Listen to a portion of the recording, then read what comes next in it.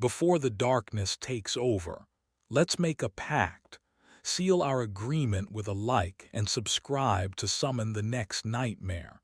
I have silenced the world for you. No interruptions after minute 15. Just you, the rain, and the story. In return, leave a sign of life. Tell me where you are watching from and what time it is in your world. Lock the door and let's begin.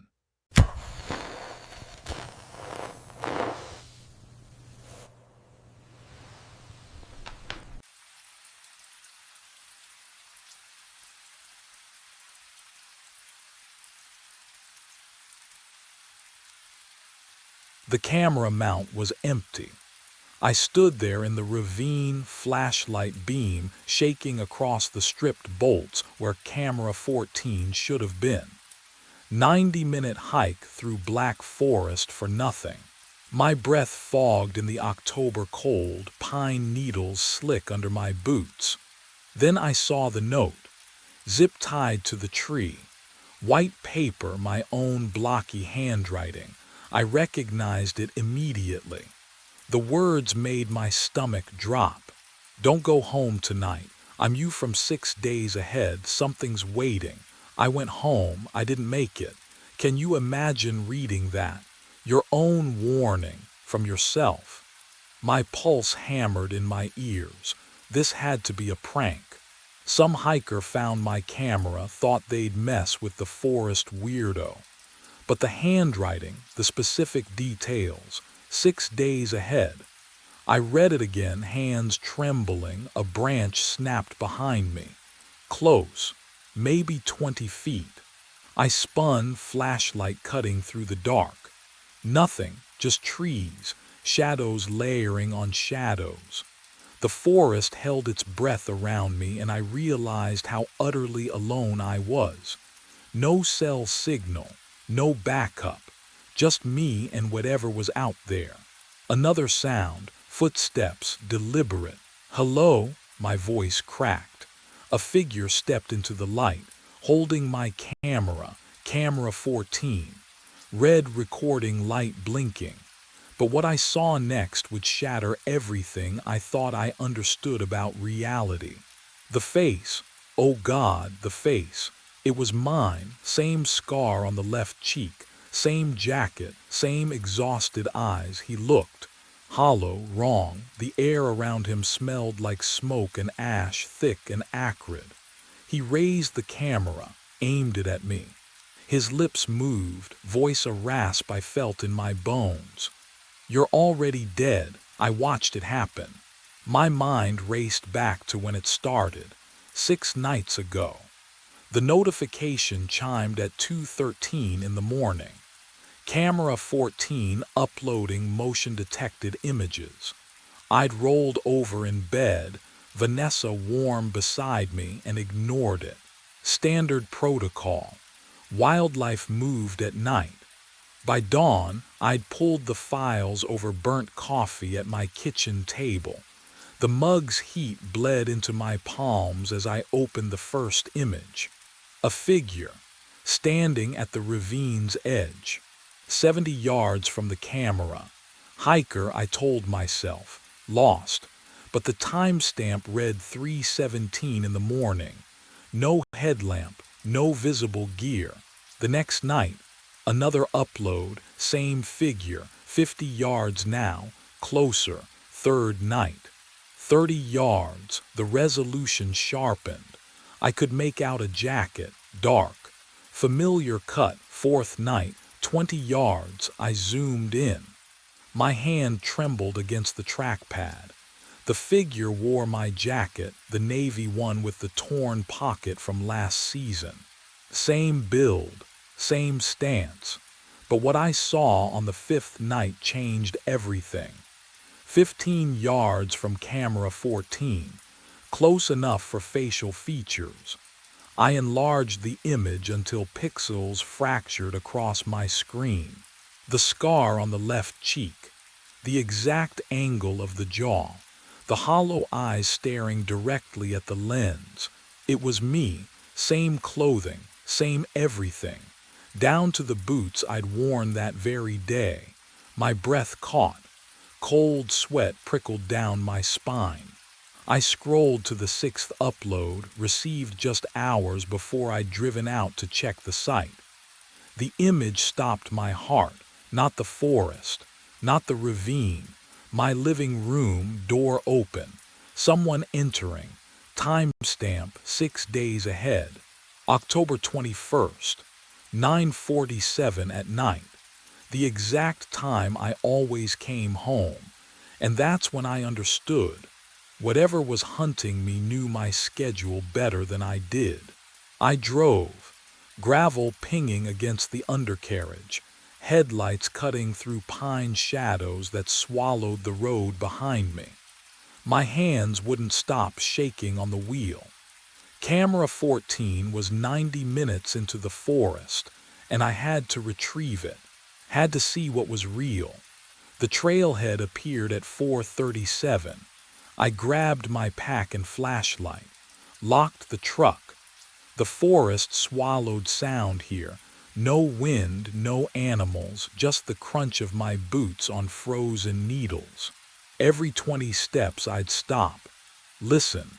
Nothing followed, but the silence felt occupied. Can you understand that? When emptiness has weight. 40 minutes in, my breath came shallow. The cold bit through my jacket, tasting of metal and old smoke. Wrong for October. Wrong for this forest I'd walked 100 times. But what I found at the ravine would make everything else irrelevant. The mount was empty. Camera 14 gone. Just the aluminum bracket bolted to the pine, security cables dangling like severed nerves. I ran my fingers over the cut ends. Fresh. Someone used bolt cutters today. Then I saw the note. White paper zip-tied to the trunk at eye level. My own handwriting.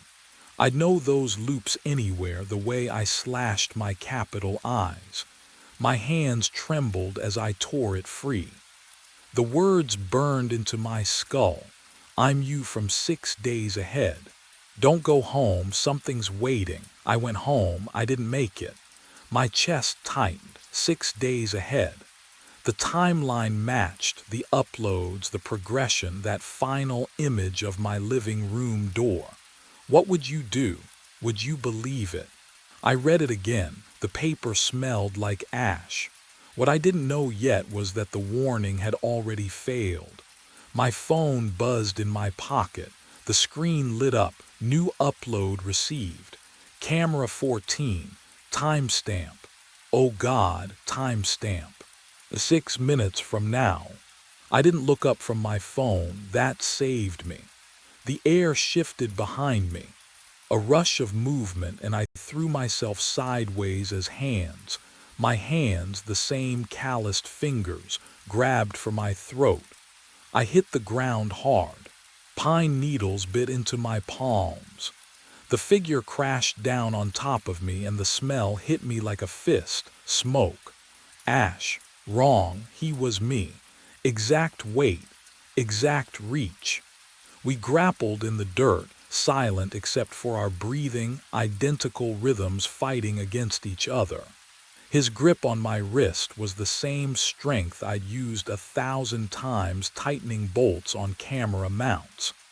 I knew how hard he'd squeeze before my bones gave. He knew I'd twist left to break free. So I twisted right. His fingers slipped. I rolled, kicked his knee, felt it buckle the way mine would, got to my feet, ran. The ravine opened before me, steep and black between the trees. I didn't think, just moved. Branches whipped my face. Roots tried to trip me. Behind me, footsteps. Identical boots hitting the same stones at the same speed. Running won't change it. His voice tore through the forest. My voice, hoarse and desperate. I already lived this. But what he shouted next made my blood freeze. I crashed through underbrush, lungs screaming. The trail. Where was the trail? Darkness pressed in from all sides. Every tree looked the same. I'd hiked this route a dozen times, but panic scrambled my memory. Left or right? Which way led back to there? The orange trail marker. I burst onto the path and saw my truck 50 yards ahead, pale paint gleaming in the moonlight. Keys already in my hand when had I grabbed them. I didn't remember, didn't care. The door, the ignition, engine roaring to life. I threw it in reverse, tires spitting gravel, spun the wheel, shifted to drive. The truck lurched forward down the fire road, and only then did I look back. He stood in the middle of the road, motionless. Camera 14 raised to his face, red light blinking, photographing me. What would you do? Would you floor it and never look back? Or would you already know, deep in your bones, that the shutter sound echoing through the pines was the sound of fate closing around you? I drove faster. The figure shrank in my rearview mirror but never moved. Just stood there, watching, recording. My hands shook on the wheel. I could still smell the ash on my clothes where we'd touched. A smell that shouldn't exist yet, a smell from 6 days ahead when something burned. The road twisted through the forest. I took the turns too fast, branches scraping the truck's sides. But no matter how many miles I put between us, I couldn't shake the certainty settling into my chest like ice water. He'd let me go. He'd already known I would run. He'd watched himself do it 6 days ago, and he'd photographed my escape anyway. Because whatever came next required documentation. The camera always captured what mattered.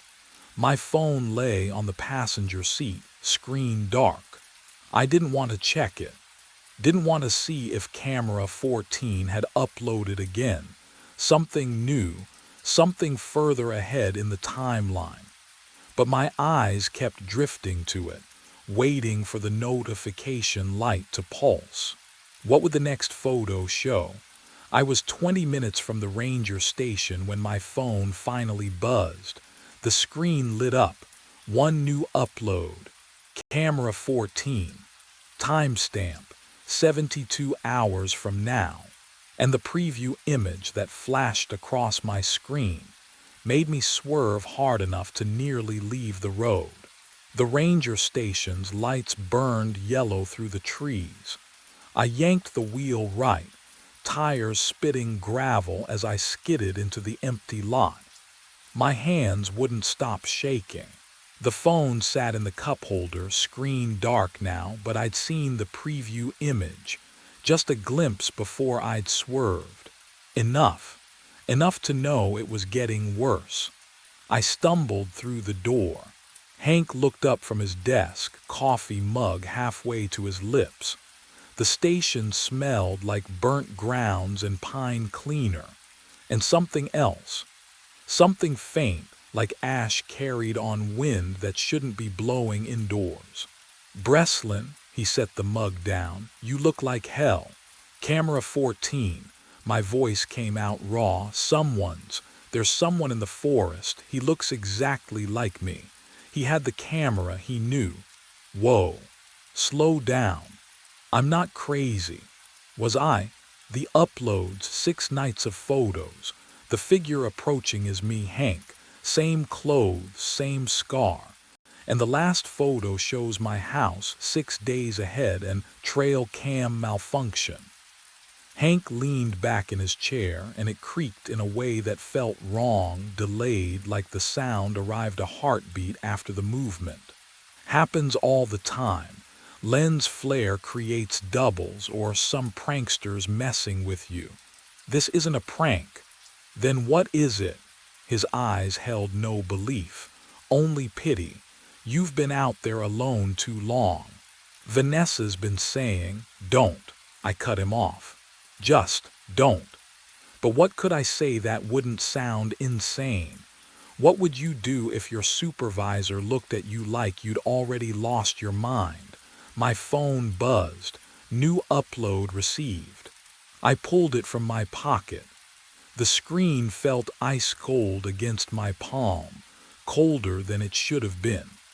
Hank was talking, something about mandatory psych evals and taking time off, but his words dissolved into static as I opened the file. The timestamp read 72 hours ahead. The photo showed this room, this exact office, empty. Hank's radio on the desk, microphone cord dangling, papers scattered across the floor, and on the tile beside the filing cabinet, a dark pool that could only be blood. I looked up. Hank was still sitting there, coffee mug raised again, alive and annoyed and completely unaware. The camera knew what was coming. It had already seen it happen, and I was utterly, terrifyingly alone. But the next upload would arrive even sooner than I thought. I dialed Vanessa the moment I hit the gravel road. My phone pressed cold against my ear, hands shaking so badly the truck swerved twice before I steadied the wheel. One ring, two, three. "Come on," I whispered. "Please." Voicemail. Her voice bright and professional. I hung up, tried again. Same result. My chest tightened. She always answered, always. Even during shifts, she'd text back within minutes. I drove past the ranger station turnoff, heading toward our house instead. The headlights carved tunnels through darkness, trees blurring into black walls on either side. What would you do if someone showed you proof that the people you loved were already gone? Would you go home anyway? I parked a quarter-mile out and killed the engine. The walk through the tree line felt endless, every snap of a twig beneath my boots too loud, too exposed. Our house emerged through the pines, a warm glow against the night, lights on in the living room. Kitchen too. Movement flickered past the window, a shadow crossing from left to right. Someone was home. I crouched at the edge of the clearing, pulse hammering in my throat. The television played through the glass, canned laughter from some sitcom Vanessa never watched. Her purse sat on the kitchen counter, keys beside it. Everything looked normal, except she wasn't visible, nowhere. But what I saw next made my blood turn to ice. I crept closer, feet silent on damp grass. The front door hung open, just an inch, just enough. Cold air drifted out, carrying something with it, a smell that didn't belong, smoke, ash, the acrid tang of something burned, not wood, not food, flesh. The scent coated my tongue, thick and wrong, and I knew Vanessa wasn't just missing. Whatever had happened in that ranger station, photo 3 days from now had already started here. Tonight. I pushed the door wider, metal grip cold against my palm. The smell hit harder inside, ash and copper and something chemical like melted plastic. The television still played, canned laughter echoing through the silence. The living room was wrong. Our floor lamp lay shattered near the couch, glass shards glinting under the overhead light. The armchair we'd bought last spring, overturned, one leg snapped clean off. Dark droplets trailed across the hardwood. Blood. Small spatters at first, then larger, leading toward the hallway. "Vanessa!" My voice died in the stale air. I followed the trail. Each step the floorboards creaked beneath me. The sound felt obscene in the quiet. Can you imagine it? Walking through your own home, hunting for your wife's body. The blood led to our bedroom door and stopped. I shoved it open. Empty bed. sheets pulled back like she'd just risen, her phone on the nightstand, screen dark, closet door hanging open. Nothing, no one. But what I found when I returned to the living room made my skin go cold. Camera 14 sat on the coffee table, right there, in the center, lens aimed directly at the front door. The red recording light blinked steadily, patient, mechanical, still capturing, still watching. I hadn't brought it inside. I hadn't even found it in the forest. My hands shook as I lifted it. Heavy, real. The viewfinder display glowed faintly in the dim room. I pressed the review button. 168 photos captured. The number pulsed on the tiny screen. Tonight's images, all of them, time-stamped in sequence, starting hours ago, when I was still at the ranger station, when someone else was here, when Vanessa was still home. I stared at the blinking cursor. Review. My thumb trembled against the smooth plastic as I pressed review. The viewfinder glowed green. The first photo loaded. Timestamp 8:43 tonight. The front door opening. I scrolled forward. A figure stepping inside. Dark jacket. Jeans, work boots, the same ones I was wearing. The camera had been positioned on the coffee table, lens aimed at the entryway, motion triggered. Each photo captured in 2-second intervals. Photo 12. The figure turning, face visible now. My face. Can you imagine staring at yourself committing a crime you don't remember? I couldn't breathe, couldn't blink, but I kept scrolling, because I had to know. Photo 18. Vanessa appearing in the kitchen doorway, phone in hand. Her mouth open, calling out. Photo 20. The figure, me crossing the living room toward her. Photo 22. Empty frame. They'd moved out of view. The next 6 photos showed nothing. Just the overturned lamp casting shadows across hardwood. Then, photo 29 captured movement again. But what I saw in the following images would crack my understanding of reality itself. Photo 30. My doppelganger walking back into frame. Calm, expression blank. He moved like someone completing a checklist. He approached the coffee table, reached toward the camera, adjusted the angle slightly. Photo 31, his hand withdrawing. Photo 32 through 167, a nightmare slideshow. Me carrying the camera outside. Close-up of my truck's interior, dashboard clock visible. Forest road, darkness between trees, the ravine, finally.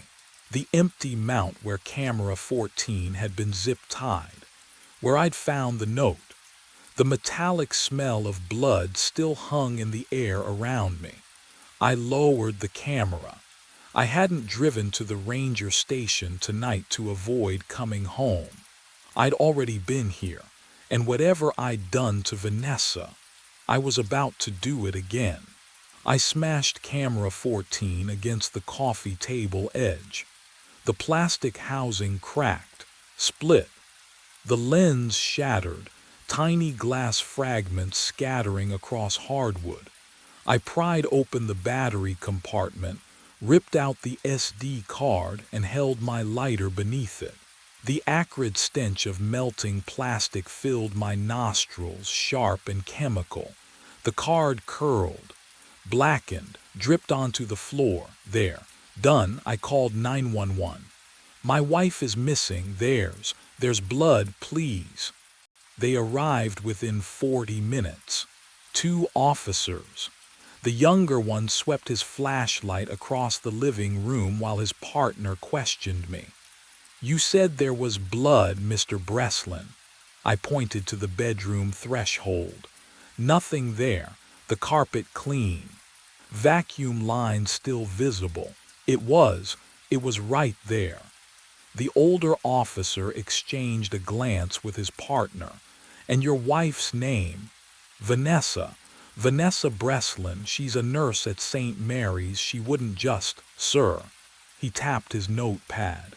Our records show she checked into a hotel in Portland yesterday afternoon. Left a note on your kitchen counter.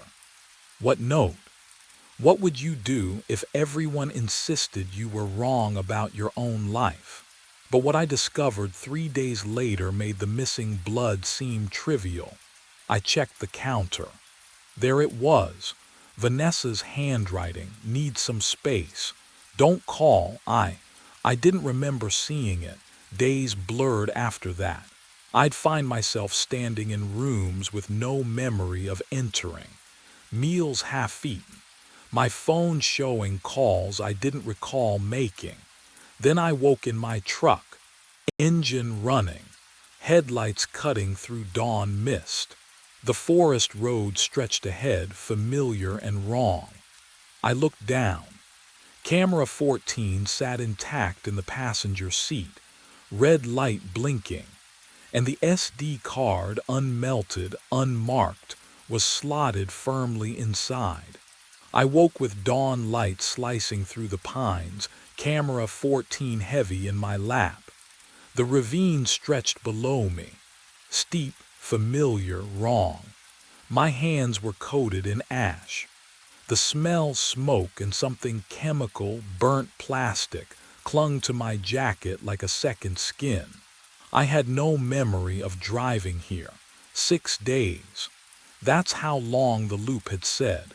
6 days between the photo and the event. I tried to count backward, but the hours had blurred together like wet ink. Meals I didn't remember eating. Conversations I couldn't recall.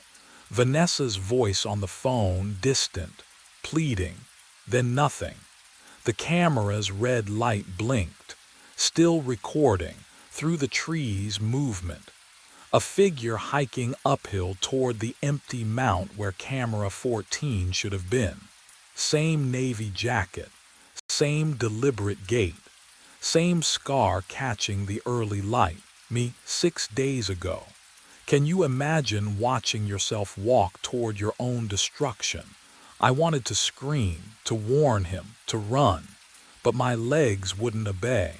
The loop had its own gravity now, pulling me forward like current dragging a drowning man deeper. I watched my past self reach the tree.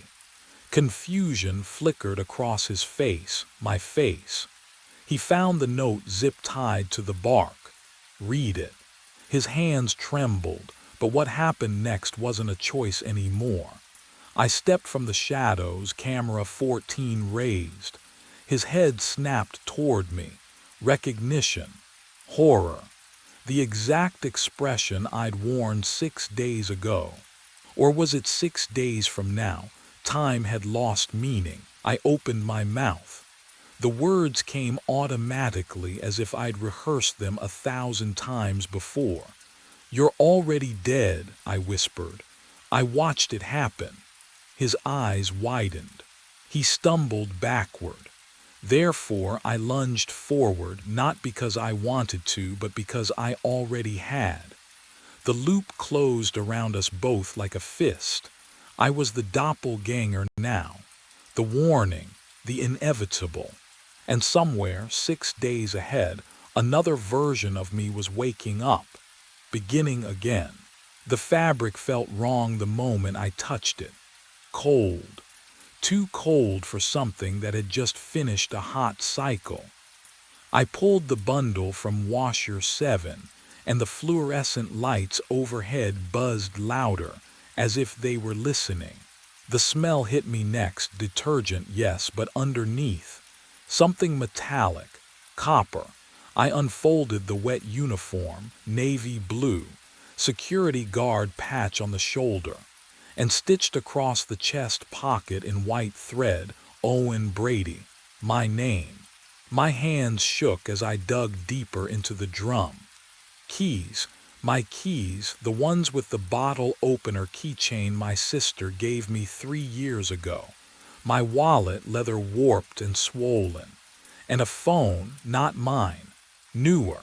I pressed the power button. The screen lit up my face in cold blue light, and there was only one file saved. A video, time-stamped 6 months ago. January 14th. I should not have played it. The footage was grainy, security camera quality. The parking lot outside, I recognized the cracked asphalt, the two flickering streetlights. A man walked toward a sedan. He moved the way I move, shoulders hunched, hands in pockets. Then headlights flooded the frame. The impact was soundless, but I heard it anyway. The wet crunch of metal meeting bone. The body, my body, crumpled against the hood and rolled to the pavement. The car did not stop. Tail lights disappeared into the dark. The timestamp blinked, 1:30 a.m., but that was impossible. I had never worked here 6 months ago. I had never. The door chime rang. I looked up. A man stood in the entrance, garbage bag in hand, staring at me with hollow, unblinking eyes.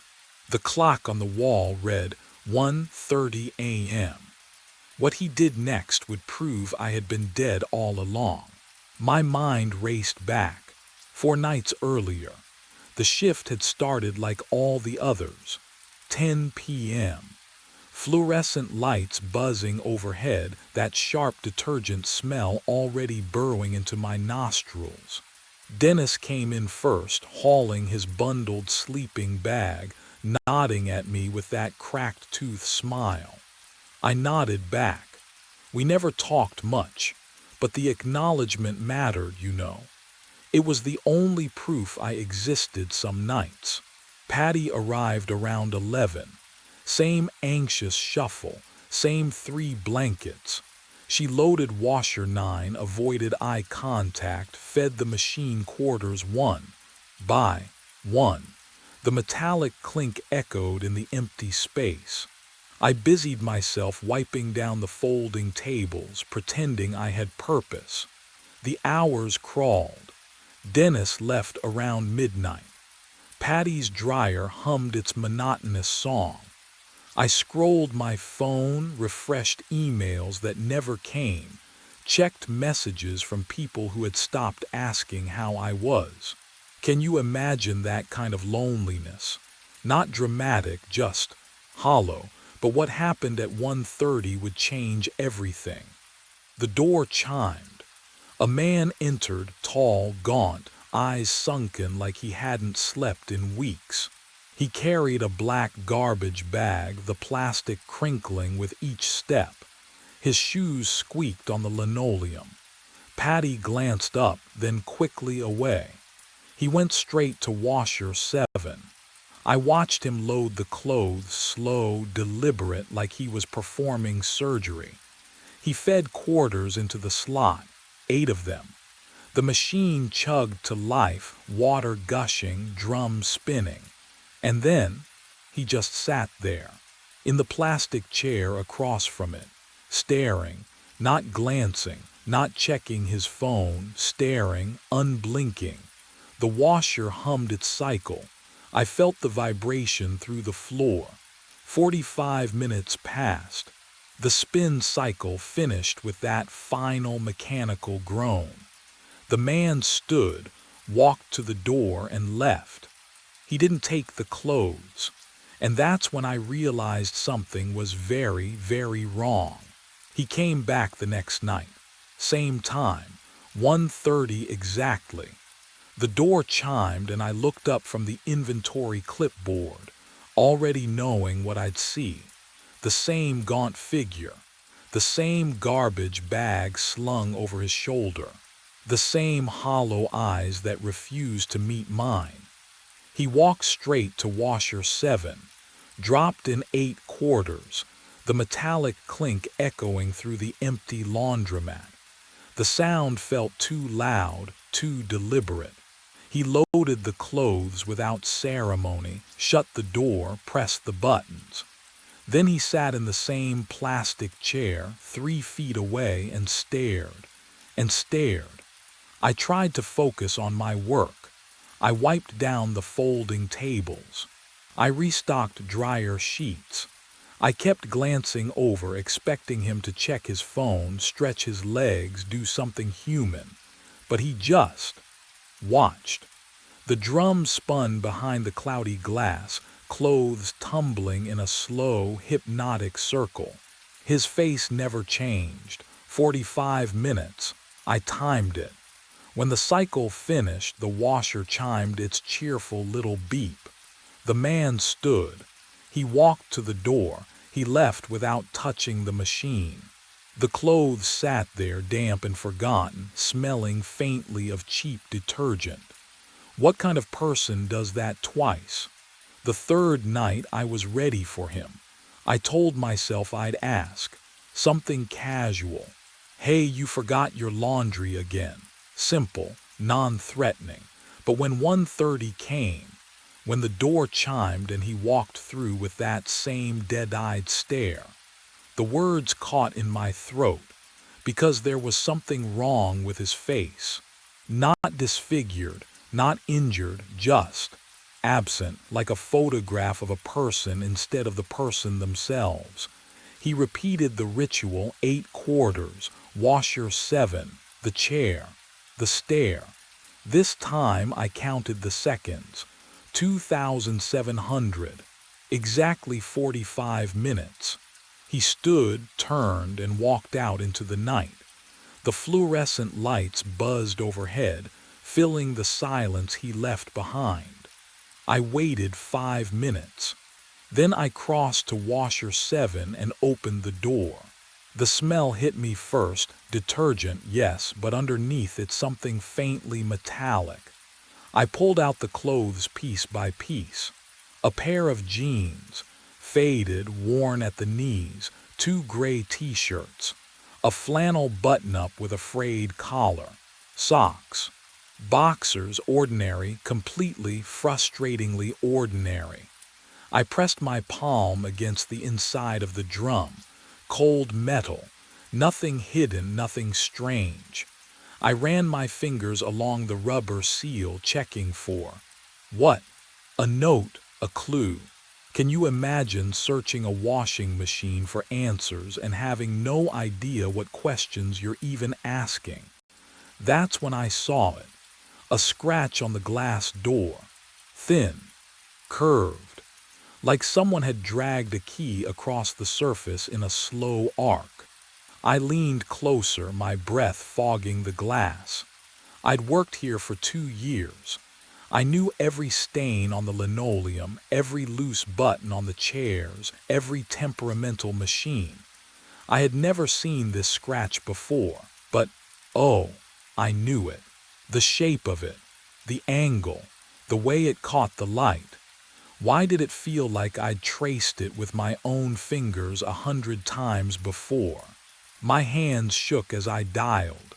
The phone felt cold against my ear, too cold, like pressing ice to skin.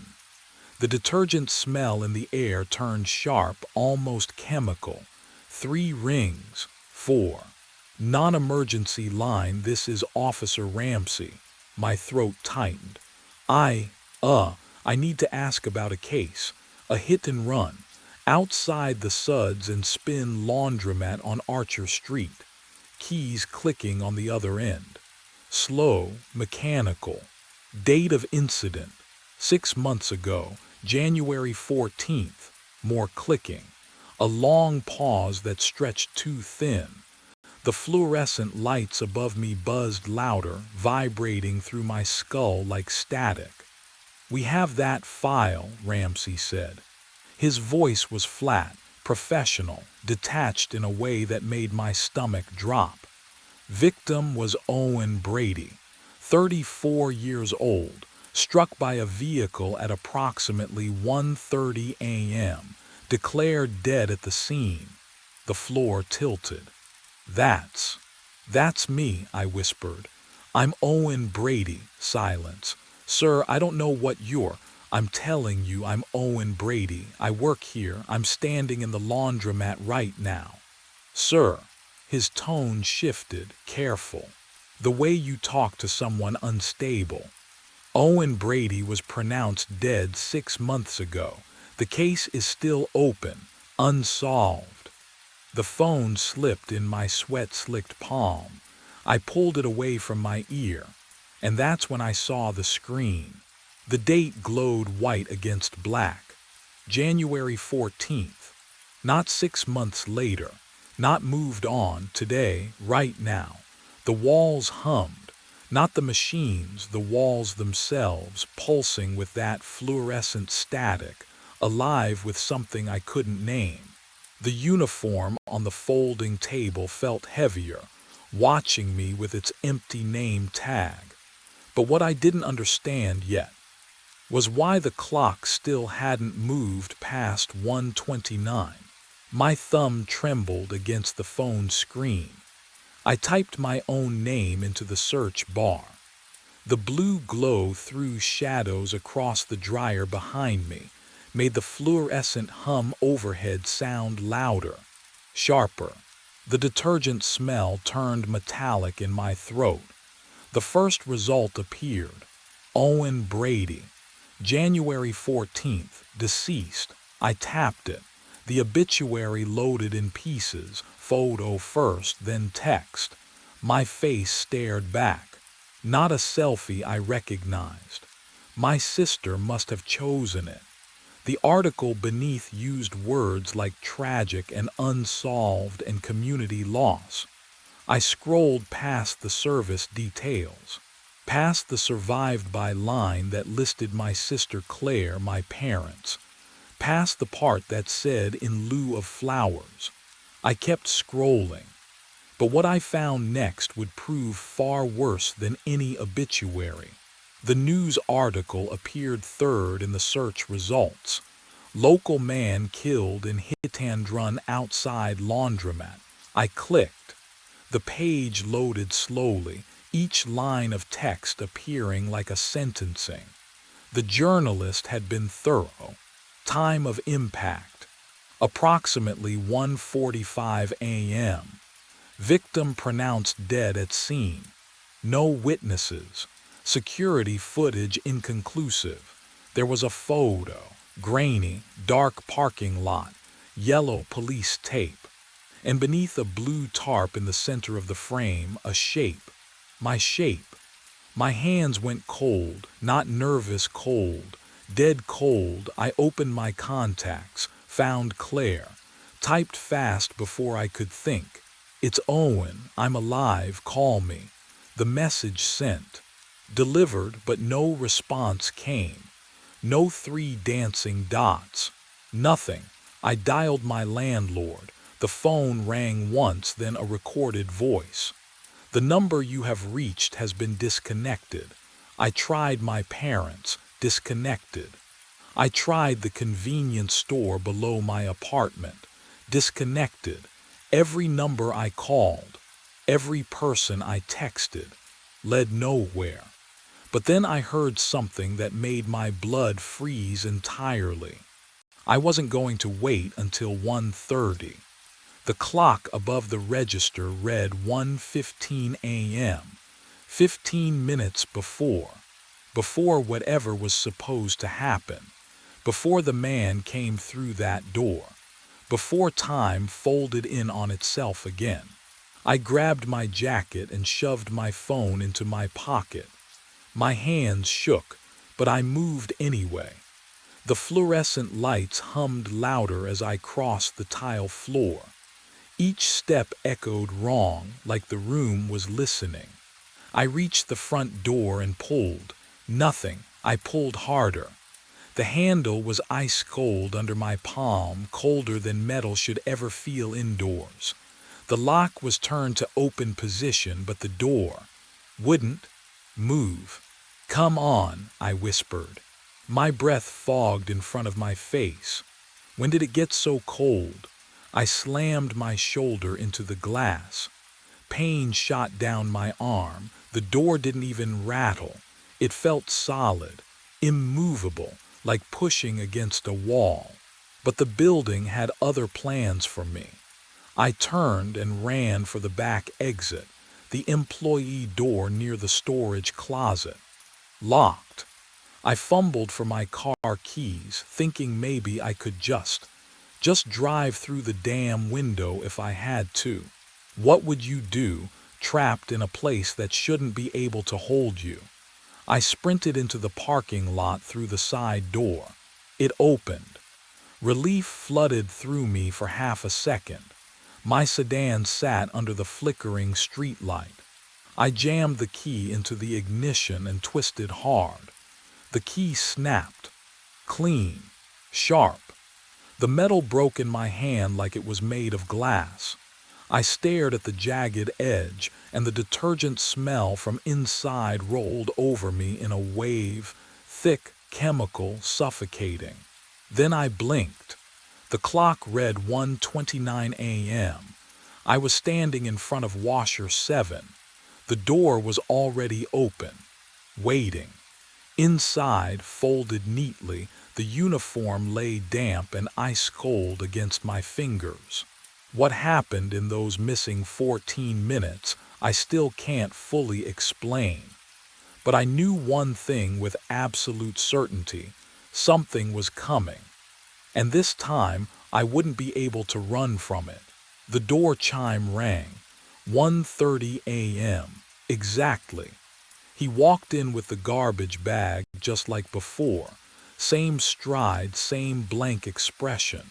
But this time I was waiting. This time I wasn't going to let him load that washer and disappear into the fluorescent hum. Stop, my voice cracked. Just stop. He froze 3 feet from washer 7. The bag slid from his grip, quarters rattling inside. Up close I could see the exhaustion carved into his face. Lines too deep for sleep deprivation alone, shadows under his eyes that looked permanent. "You know," I said. My hands trembled. "Don't you? You know what's happening." His mouth opened, closed, opened again. "I'm sorry." The words came out like a confession pulled from somewhere deep and rotten. "I'm so sorry, Owen, my name." He said my name. "Who are you?" "Leonard Watts." He swayed slightly as if standing required effort he no longer possessed. I am, the driver." The fluorescent lights buzzed louder. The room tilted. "You hit me." The words felt strange in my mouth. 6 months ago, in the parking lot. He nodded, once, sharp, final, and now I'm trapped. His voice barely rose above a whisper. "I wake up every night at 1:30 a.m. I drive here. I watch you." He swallowed hard. "I watch you walk outside. I hear the impact. I see you fall." Can you imagine that? Watching someone die every single night, the same death, the same moment. But what he said next made my blood freeze. "I've tried everything," Leonard continued, his voice hollow. "Warnings, blocking the door, slashing my own tires. Nothing works." He looked at me then, really looked at me, and I saw something worse than guilt in his eyes. Desperation. "You always walk outside, and time resets." The smell hit me then, sharp and unmistakable. Gasoline, burnt rubber, clinging to his jacket like a ghost that wouldn't let go. The scent crawled into my nose, my throat, familiar in a way that made my stomach turn. I stepped back. He stepped forward. "How many times?" I asked. His laugh came out broken. I stopped counting at 100. The washer behind me hummed. The uniform inside was still damp, still cold, still waiting. And that's when Leonard's eyes shifted past me to the machine and his face went pale, because what he saw there was something he had never seen before. The gasoline smell grew stronger as Leonard swallowed hard. That night, something broke. His voice cracked on the last word. I hit you at 1:32 a.m. Watched the paramedics load you into the ambulance. Drove home. Sat in my living room for 6 hours staring at my hands. His fingers trembled now against his thighs. I could see the knuckles blanched white. I I fell asleep on the couch, he continued. Woke up behind the wheel, engine running. Clock said 1:30 a.m. He laughed, a hollow, airless sound. Thought I dreamed it. Then I saw you through the window folding towels at the counter. The fluorescent lights hummed louder. My mouth tasted like copper. How many times? I whispered. 147. The number fell between us like a stone. Give or take. I stopped counting after 90. What would you do if you killed someone and had to watch it happen again? And again? And again? I tried everything, Leonard said, his voice barely audible now. First time I ran inside, warned you, begged you not to go outside. You looked at me like I was insane. He rubbed his face with both hands. You walked out anyway at 1:58 a.m., right on schedule. But what he told me next changed everything. I disabled my car, slashed the tires, threw the keys into the storm drain. His eyes were bloodshot, rimmed with exhaustion I could almost feel in my own bones. Doesn't matter. The loop resets every time you step outside, every single time. And I wake up in the driver's seat, with the engine already running. The parking lot engine idled louder beyond the glass. Leonard's gaze dropped to the uniform still clutched in my hands, and something like recognition flickered across his hollow face. Leonard's face went pale. That's it, he whispered. The uniform, it's the anchor. I stared at the fabric in my hands, still cold, still damp. What do you mean? Every time I've watched you, his voice cracked. You're always wearing it when you step outside. Always. The loop doesn't reset when you walk out. It resets when you walk out wearing that. My fingers tightened around the polyester. The name tag felt like ice against my palm. Could it really be that simple? Destroy the uniform, break the loop. Help me, I said. We dragged the plastic chairs to the door, wedging them under the handle. Leonard shoved the vending machine. It scraped across the tile with a metallic shriek that made my teeth ache. The fluorescent lights buzzed louder as if protesting. I grabbed the uniform and pulled. Hard. The fabric resisted, then tore with a sound like ripping skin. Leonard seized Washer 7's door and yanked it open. The metal hinges screamed. He kicked the drum, once, twice. The third time something inside cracked.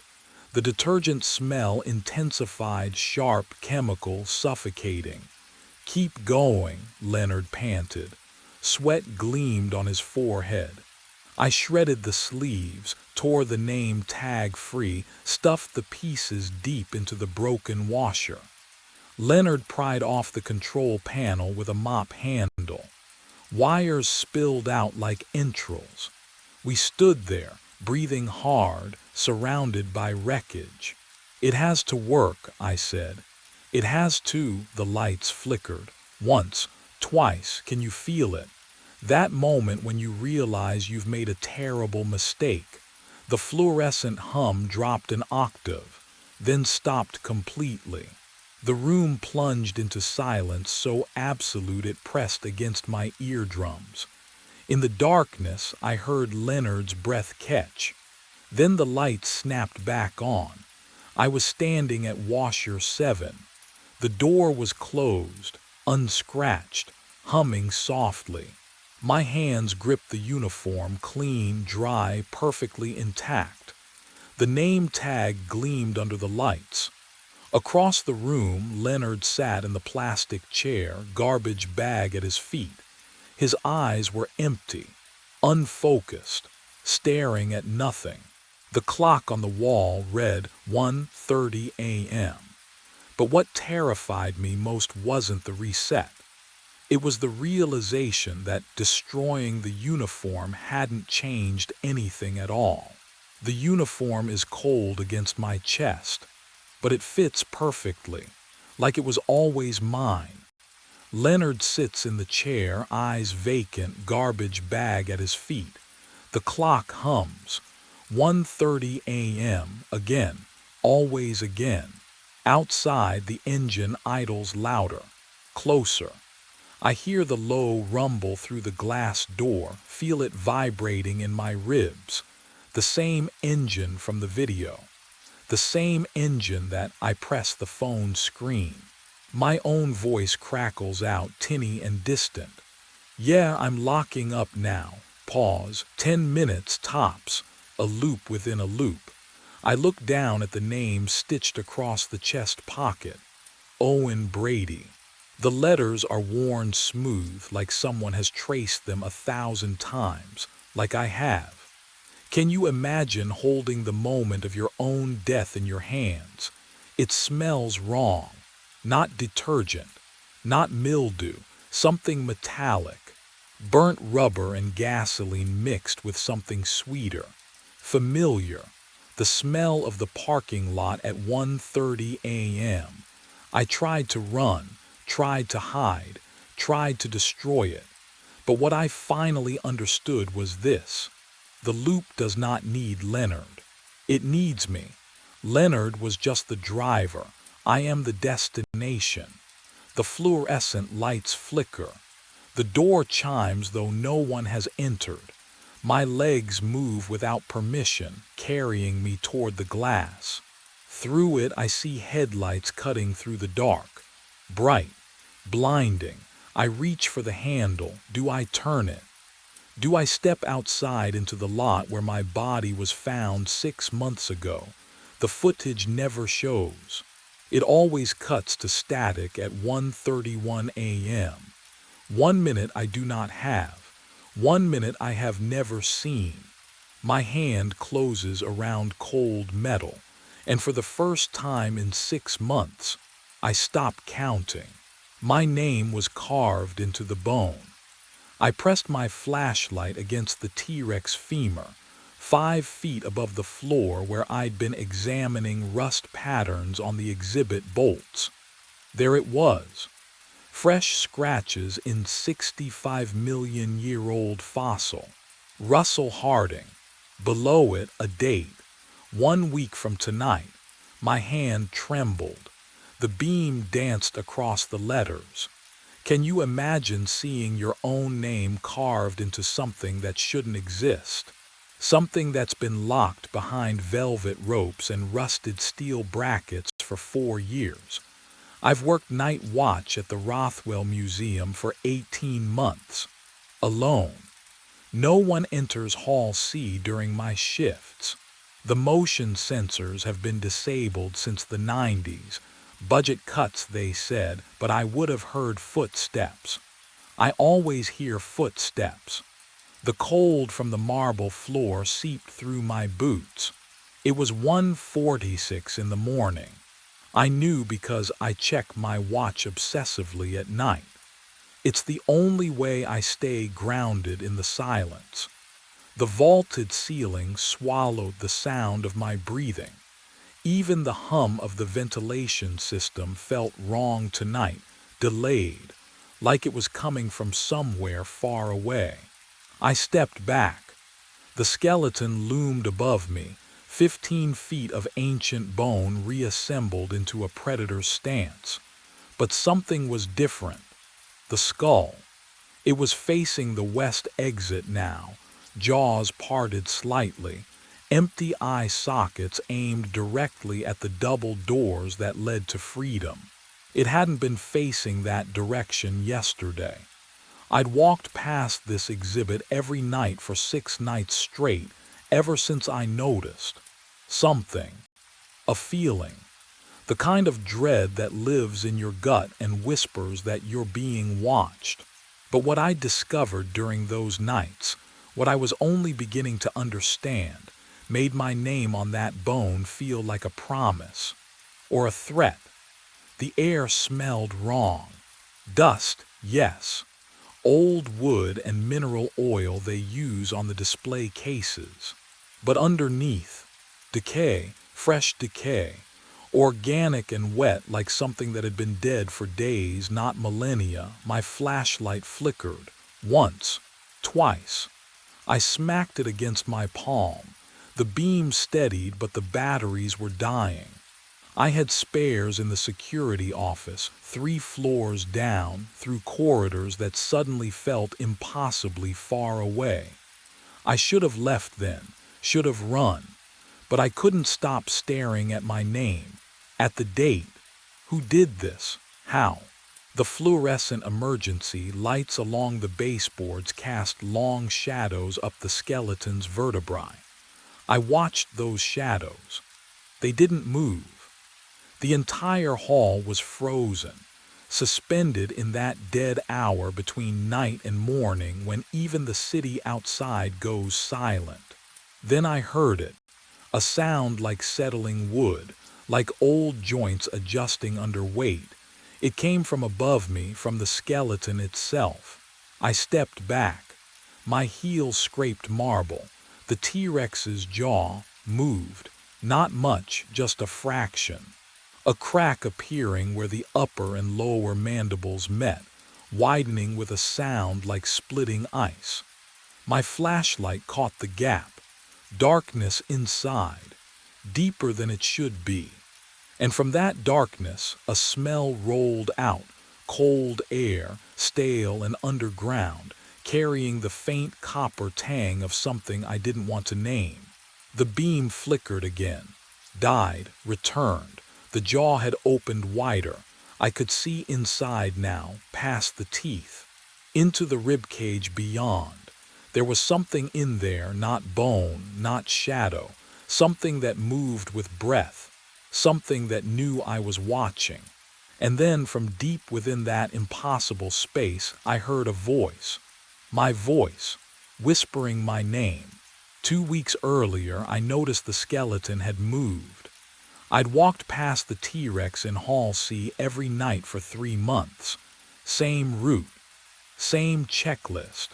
My footsteps echoed off marble the way they always did, sharp reports in the cold silence. The building held onto winter like a grudge even in April, but that night, something felt off. I stopped at the exhibit entrance, swept my flashlight across the platform. The skeleton wasn't centered anymore. I blinked, rubbed my eyes, checked again. The damn thing had rotated. Not much, maybe 15 degrees clockwise. The skull that used to face the north wall now angled toward the hallway, toward the west exit. My pulse kicked up. I pulled chalk from my belt and marked the base. 4 precise lines where the display bolts met the floor. If this was a prank, I'd have proof tomorrow. The next morning, I caught Evelyn Price before her coffee cooled. Showed her the photos on my phone. Someone moved the exhibit, I said. She glanced at the screen, shrugged. Kids, probably, urban explorers, they break in sometimes. The motion sensors haven't worked in Hall C for years. She sipped her coffee. You know that, Russell. I did know that. But what I didn't know was how anyone could have moved 3 tons of fossilized bone without leaving a trace. That afternoon, I returned to the exhibit with a wrench, knelt beside the bolts. The metal was ice cold under my fingertips, rough with corrosion. I tried to turn one. It didn't budge. None of them did. The rust had fused them to the floor, thick orange patterns that looked decades old, untouched, unmoved. But the chalk marks told a different story. The skeleton had rotated 15 degrees. I had proof. And no one could explain how. I stopped marking the floor after the third night. There was no point. The chalk lines had multiplied into a perfect geometric record of 15-degree intervals, each one precisely measured, undeniable. I knew the pattern now. Every night at exactly 1:47 in the morning, the skeleton moved. Not fell, not shifted, moved. So I decided to watch. The first night I positioned myself in the shadows behind the sauropod exhibit, 30 feet from the Tyrannosaurus. My watch read 1:43. The museum air tasted stale, recycled through decades of ductwork, carrying that particular coldness that settles into old buildings after midnight. I kept my flashlight off, waited. 1:46. My breath fogged in the beam of emergency lighting filtering through the vaulted ceiling. Can you imagine standing there, watching a skeleton you know will move, feeling your rational mind scream that it's impossible while your gut tightens with certainty? 1:47. Nothing. Then I heard it, not grinding, not scraping. Silence. The complete absence of sound that should accompany 12 tons of bone rotating on corroded bolts. The skeleton turned 15 degrees clockwise in one smooth, fluid motion. No vibration, no friction, just movement. I didn't breathe for 30 seconds after it stopped. The second night, I brought the old handheld camera from the supply closet. The kind with the flip-out screen and grainy night vision. I set it on a tripod, aimed it at the exhibit base, and let it record from 1:30 until 2:15. When I reviewed the footage in the security office, my hands shook so badly I nearly dropped the camera. But what I saw on that screen would change everything. The playback showed exactly what I'd witnessed. Smooth rotation, no mechanism, no explanation, just bone pivoting on fused steel as if the laws of physics had quietly excused themselves. And in the silence of that impossible movement, the camera had captured something else, a faint rhythmic pulse like a heartbeat, buried beneath the white noise. The footage played on loop in my mind as I returned to Hall C the next afternoon. That pulse beneath the static. I needed to look closer at the exhibit itself, not just watch it move. The platform stood 3 feet high, reinforced steel bolted into the marble floor. I crouched beside it, running my flashlight along the base. Dust coated everything. Thick, undisturbed years of accumulation. The bolts were orange with rust, fused solid just as Evelyn had said. But there, near the back corner, something gleamed. A metal plaque, small, maybe 6 inches across. It sat flush against the platform's edge, half hidden by shadow. I leaned in, angling the light. The engraving was precise, professional, assembled 1987 from 3 excavation sites. Hell Creek Formation, Montana, Lance Formation, Wyoming. Unidentified remains from Philadelphia County mistakenly cataloged as fossilized material. I read it twice, 3 times. Unidentified remains, human remains. My throat tightened. The air in Hall C suddenly felt thicker, harder to breathe. I pulled out my phone and snapped photos of the plaque, then stood and walked quickly to the archive room in the basement. The filing cabinets were a mess, Decades of documentation crammed into rusted drawers that screamed when I yanked them open. I searched for exhibit records, installation notes, anything from 1987. Nothing. No mention of the plaque. No mention of mixed remains. The official documentation listed only the Hell Creek and Lance formations. 2 sites, not 3. But what I'd found down there wasn't the strangest part. I returned to Hall C an hour later, kneeling again beside the platform. The plaque was still there, gleaming faintly in my flashlight beam. I reached out, hesitated, then pressed my palm flat against the metal.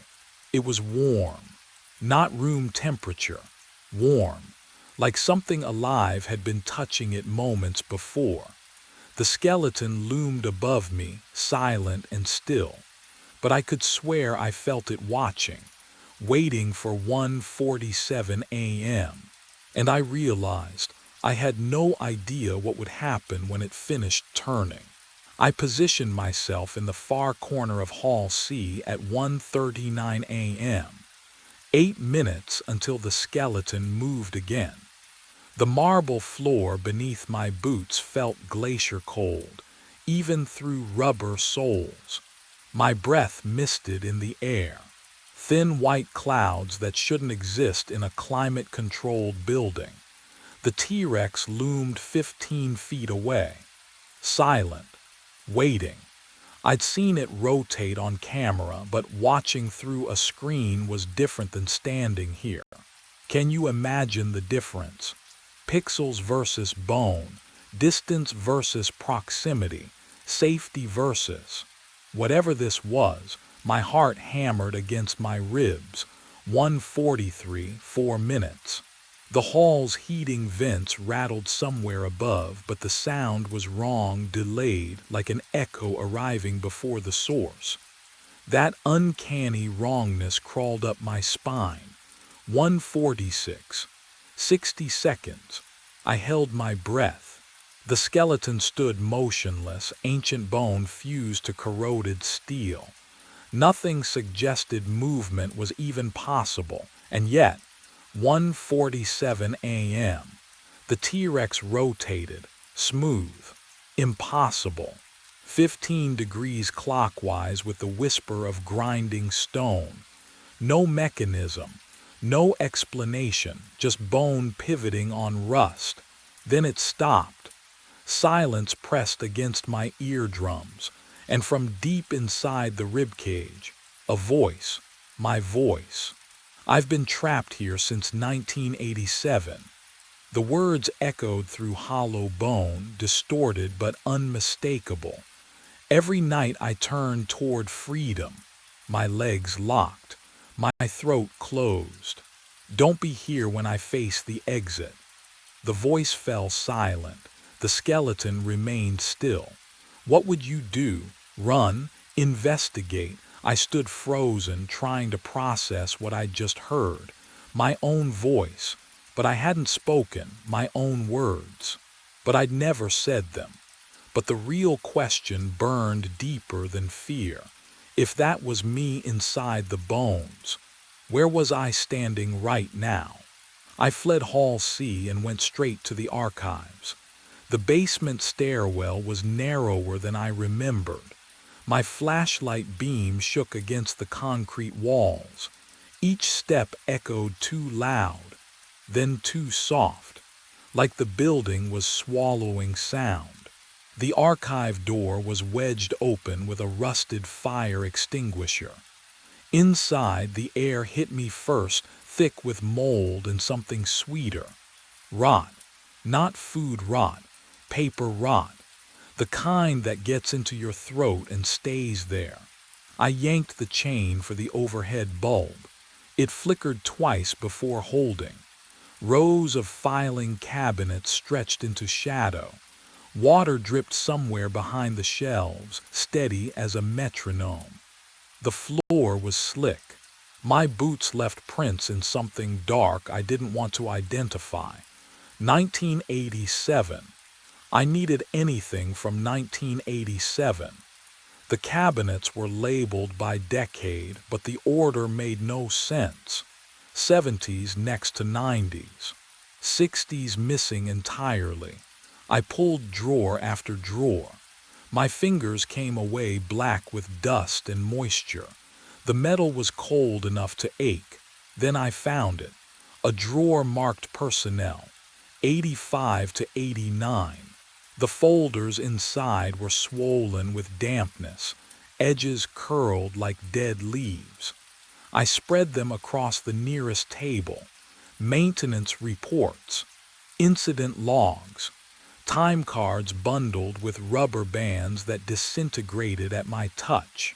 But what I found buried at the back would change everything I thought I understood. A folder, thicker than the rest. The tab read Lowell, Kenneth. I opened it. Assembly worker, third shift. Hired March of '87 to help install the new dinosaur exhibit. His employee photo showed a man in his 30s, thin face, nervous smile. He looked ordinary, the kind of person you'd forget an hour after meeting. His final time card was clipped to the inside cover. Date, October 9th, 1987. Clock in, 11 p.m. Clock out, blank. But someone had written in red ink across the bottom. Last seen 1:47 a.m. Hall C framework assembly. My hands wouldn't stay steady. The flashlight rolled off the table and clattered to the wet floor. There was more. An incident report. Single page. Typed. Employee Kenneth Lowell failed to report for shift end. Search conducted. No trace found. Last confirmed location inside T-Rex skeletal framework during vertebrae installation. Police notified. Investigation inconclusive. Case suspended November '87. Body never recovered because he was still there, inside the bones, inside the thing that turned every night at 1:47.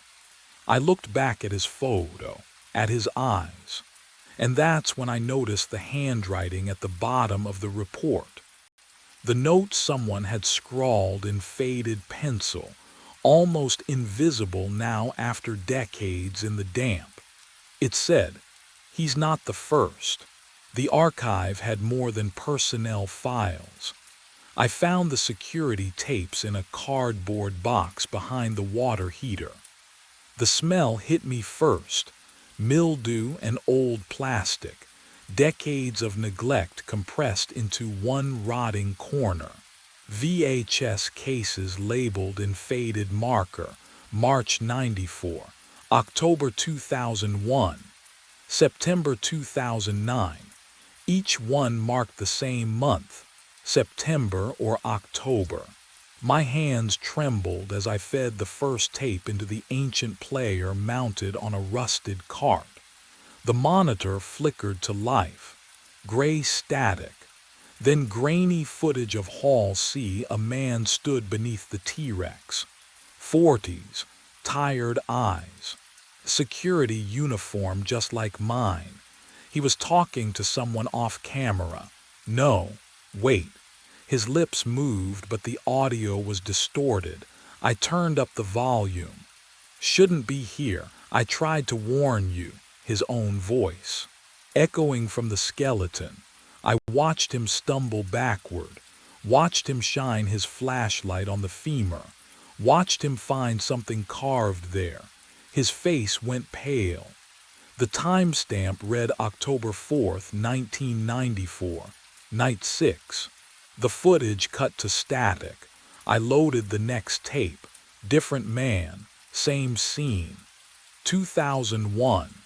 He pressed his palm against the bone, reading something I couldn't see. His mouth formed silent words. Then he looked directly at the camera.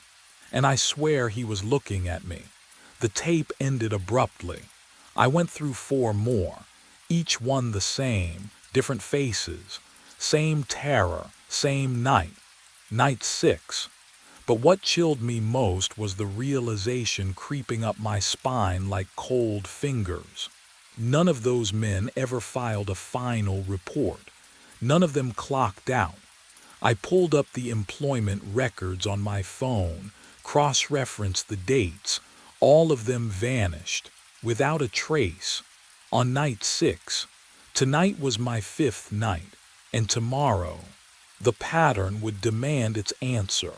Night 6 arrived with the weight of inevitability. I stood in the basement office at 1:43 a.m., staring at the tools I'd laid across the desk. A crowbar, bolt cutters, a hammer heavy enough to shatter bone, or whatever those fossils had become. The metal felt cold in my palms, slick with the nervous sweat that had started hours ago and never stopped. Could I really do this? Dismantle a priceless museum exhibit based on grainy VHS tapes and my own unraveling mind? What would you do? I climbed the stairs. Each step echoed through the empty building like a countdown. The crowbar scraped against my belt with every movement, a metallic whisper that made my teeth ache. At 1:45, I pushed through the doors into Hall C. The T-Rex stood motionless beneath the vaulted ceiling. No movement, no sound, just bone and shadow and the smell of something wrong, not decay exactly, but time itself gone sour. I approached the femur where I'd seen my name carved. My flashlight beam trembled across the surface, catching the grooves of letters. Russell Harding, still there, still dated 1 week from tonight. I lowered the beam. Kenneth Lowell's name sat directly beneath mine, carved in identical script. 1987 scratched beside it.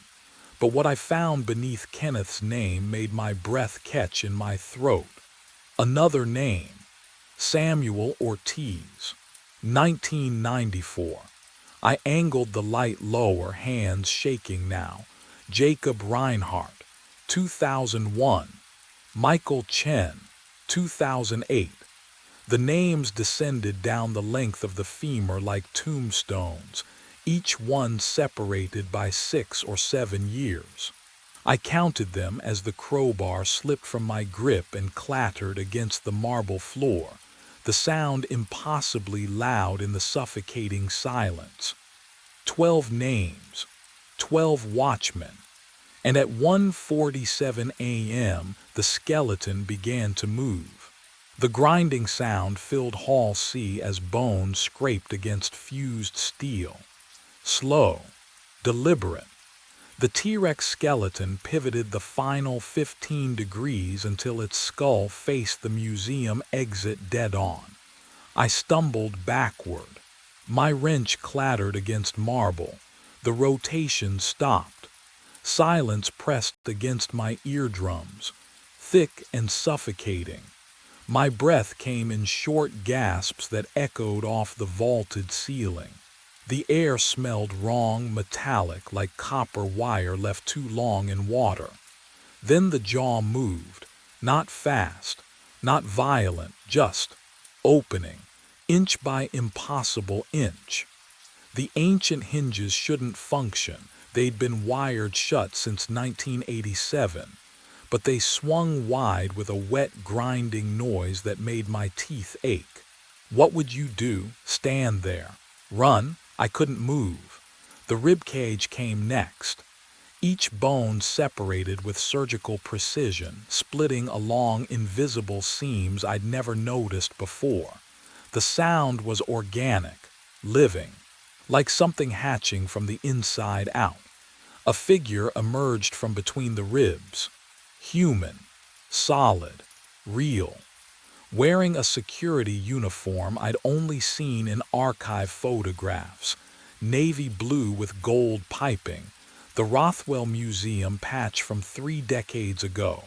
The man stepped through bone as though passing through fog, his boots making no sound against the floor. I recognized his face immediately.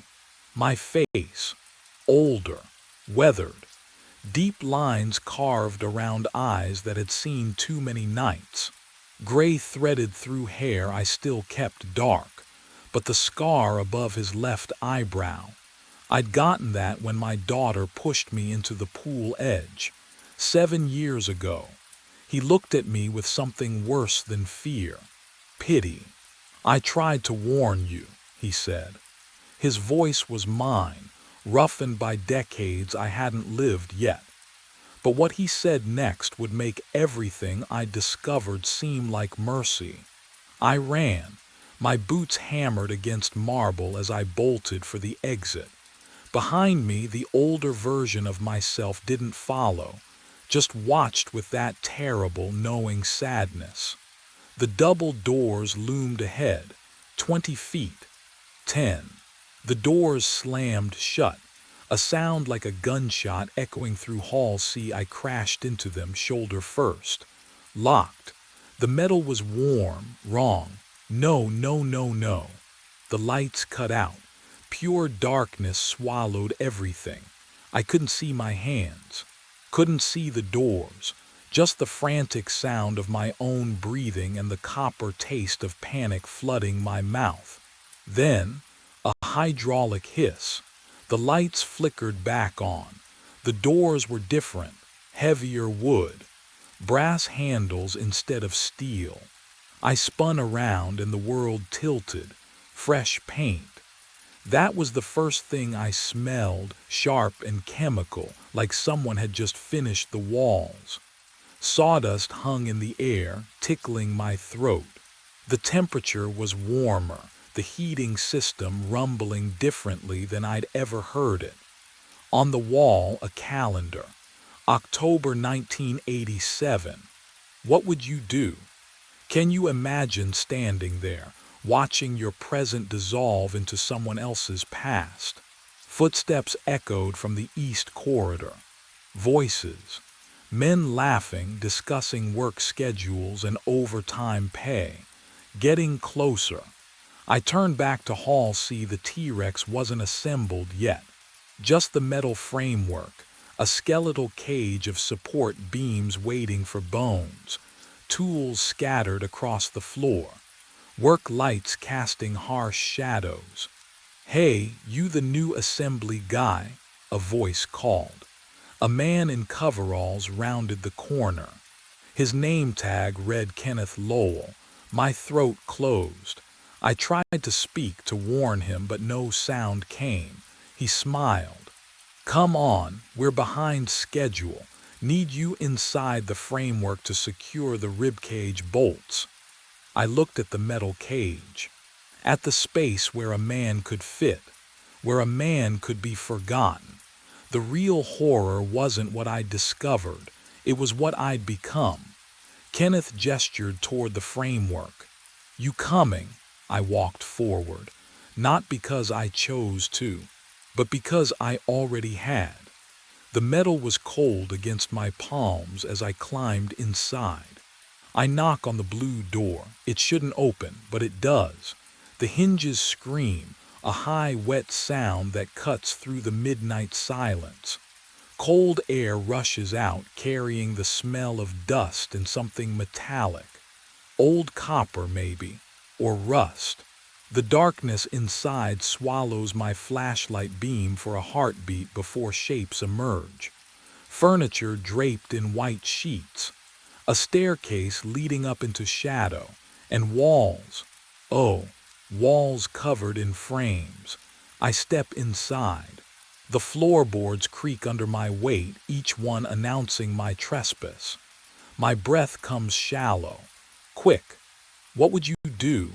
Turn back. I should. But Max led me here every night for 3 weeks, stopping at this door, staring with those amber eyes like he was waiting for me to understand something. So I move deeper. The first photo stops me cold. A child's birthday party, balloons, cake. And a face I know because I see it every morning in the mirror, mine, younger, grinning with frosting on my chin. But that's impossible. I've never been here before. I moved to the next frame. My high school graduation, cap and gown, same face, same scar above my left eyebrow from the bike accident when I was 12. Except I don't remember this photo being taken. Don't remember who's standing beside me, arm around my shoulders, smiling. The walls close in with each frame. My childhood, my family, my life captured in moments I can't recall living. But what I find on the mantel changes everything. A dog collar, worn leather, brass tag catching my flashlight, engraved in clean letters, Max 2015, 9 years ago.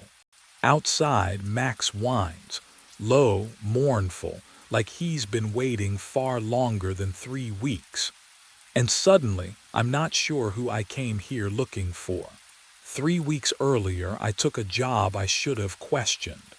The email arrived at 10 p.m. Subject line, late night walker needed, Millbrook Complex. I'd walked dogs for 2 years, knew the neighborhoods, needed the money. Simple enough.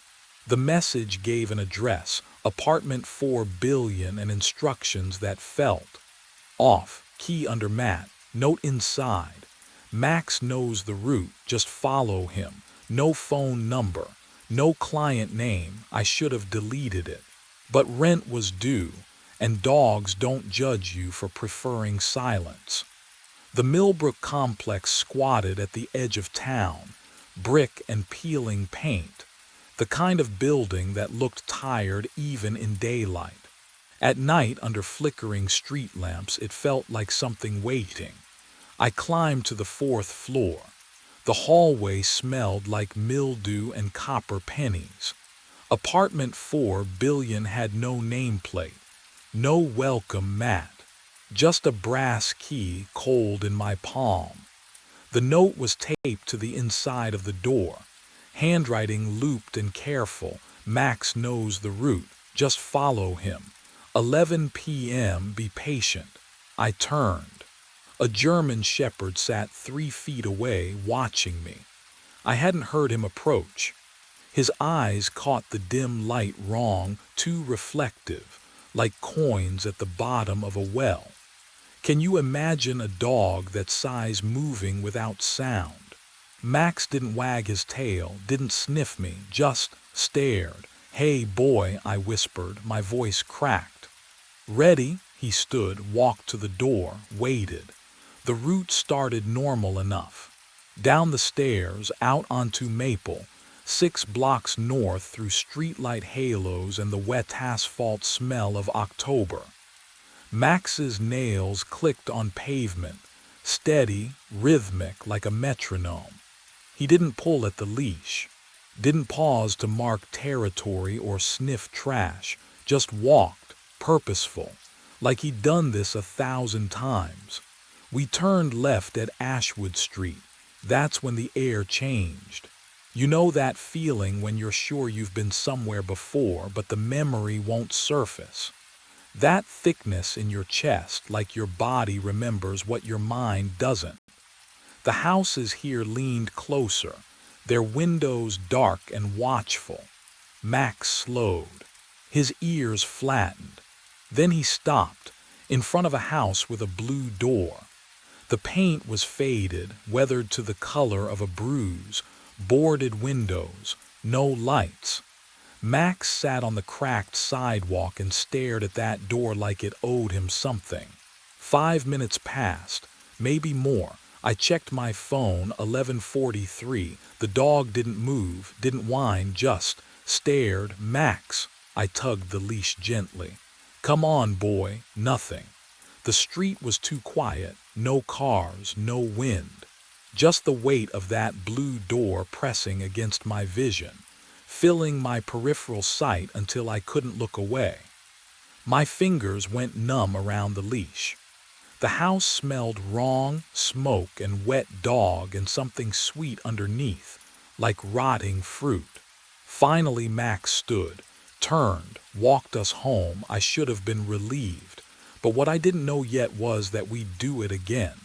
The next night, and the night after, same time, same route. Same 5 minutes in front of that blue door, while Max sat vigil for something I couldn't see. And every single time, the house would smell a little more familiar. I went back during the day, couldn't help it. After 5 nights of watching Max sit at that blue door like it was the only thing that mattered, I needed to see it in sunlight. Maybe it would look normal. Maybe I'd realize I'd been letting the late hour twist things into something they weren't. But the house looked worse in daylight. The windows were boarded with plywood that had gone gray and warped. No mailbox. No numbers on the door. Just the faded blue paint peeling in long, dry strips. The porch sagged in the middle, and the lawn had gone to weeds so tall they brushed my knees as I walked up. I knocked on a neighbor's door first. An older woman cracked it open, silver chain still latched. "Do you know who lives here?" I pointed at the blue door house. Her eyes flicked past me, then back to my face. Something changed in her expression. "No one. How long has it been empty?" She started closing the door. "I don't know, long time." "Wait, do you know anything about?" The door shut. The deadbolt clicked. I tried 2 more houses. One didn't answer. The other, a man in his 40s, looked at me like I'd asked him to dig up his own grave. He shook his head before I even finished the question and stepped back inside. What were they so afraid of? The blue door wasn't locked. That should have stopped me. It didn't. Inside, the air was thick and still, like it hadn't moved in years.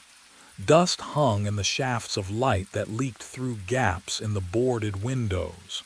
The furniture was still there, couch, coffee table, a bookshelf against the far wall, all of it covered in a fine layer of gray.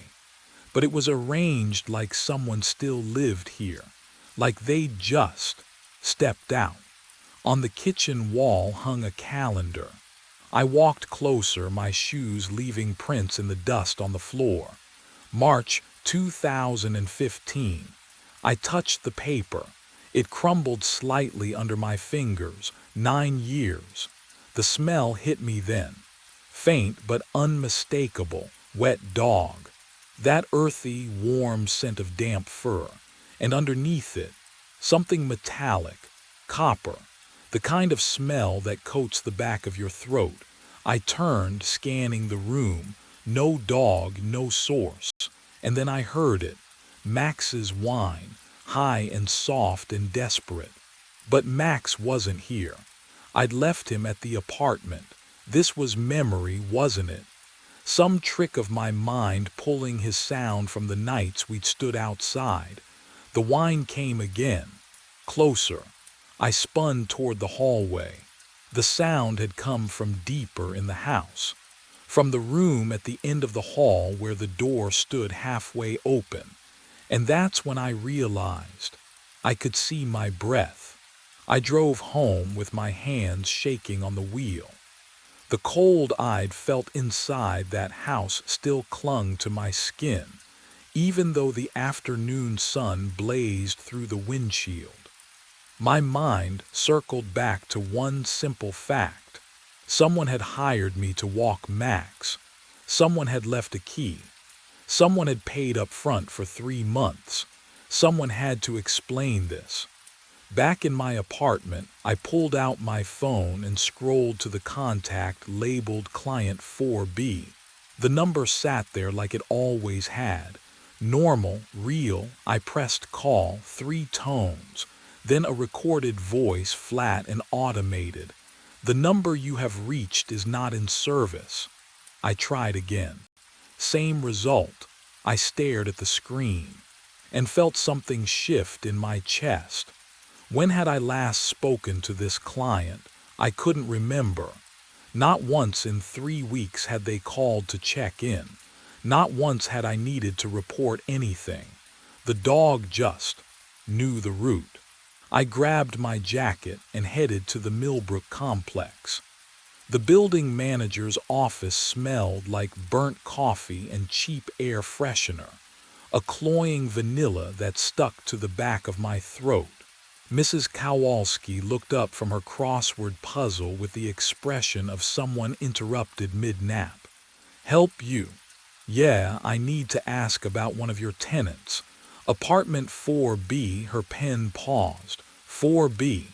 Right.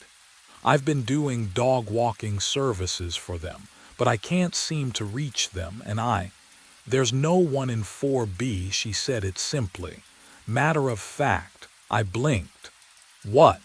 4B's been vacant since late 2014. We had a tenant skip out on rent, left it a mess, still looking for the right renter. She returned to her crossword. You sure you got the right unit? My pulse hammered in my ears. I have a key. She glanced up, frowning now. You have a key to 4B. I pulled it from my pocket. The metal was warm from my grip, solid and real. She stared at it, then at me, then reached for her desk drawer and pulled out a key ring. Flipped through labeled tags. Held one up. This is the master for 4B, only copy I got. Her eyes narrowed. Where'd you get that? Under the mat, I whispered. There was a note. It said Max knows the route. Mrs. Kowalski's face went carefully blank. She set down her pen. I think you should leave. But the real question hadn't been answered yet. I walked to the lobby. The lease board hung by the mailboxes, a corkboard with unit numbers and tenant names written in faded marker. I scanned down.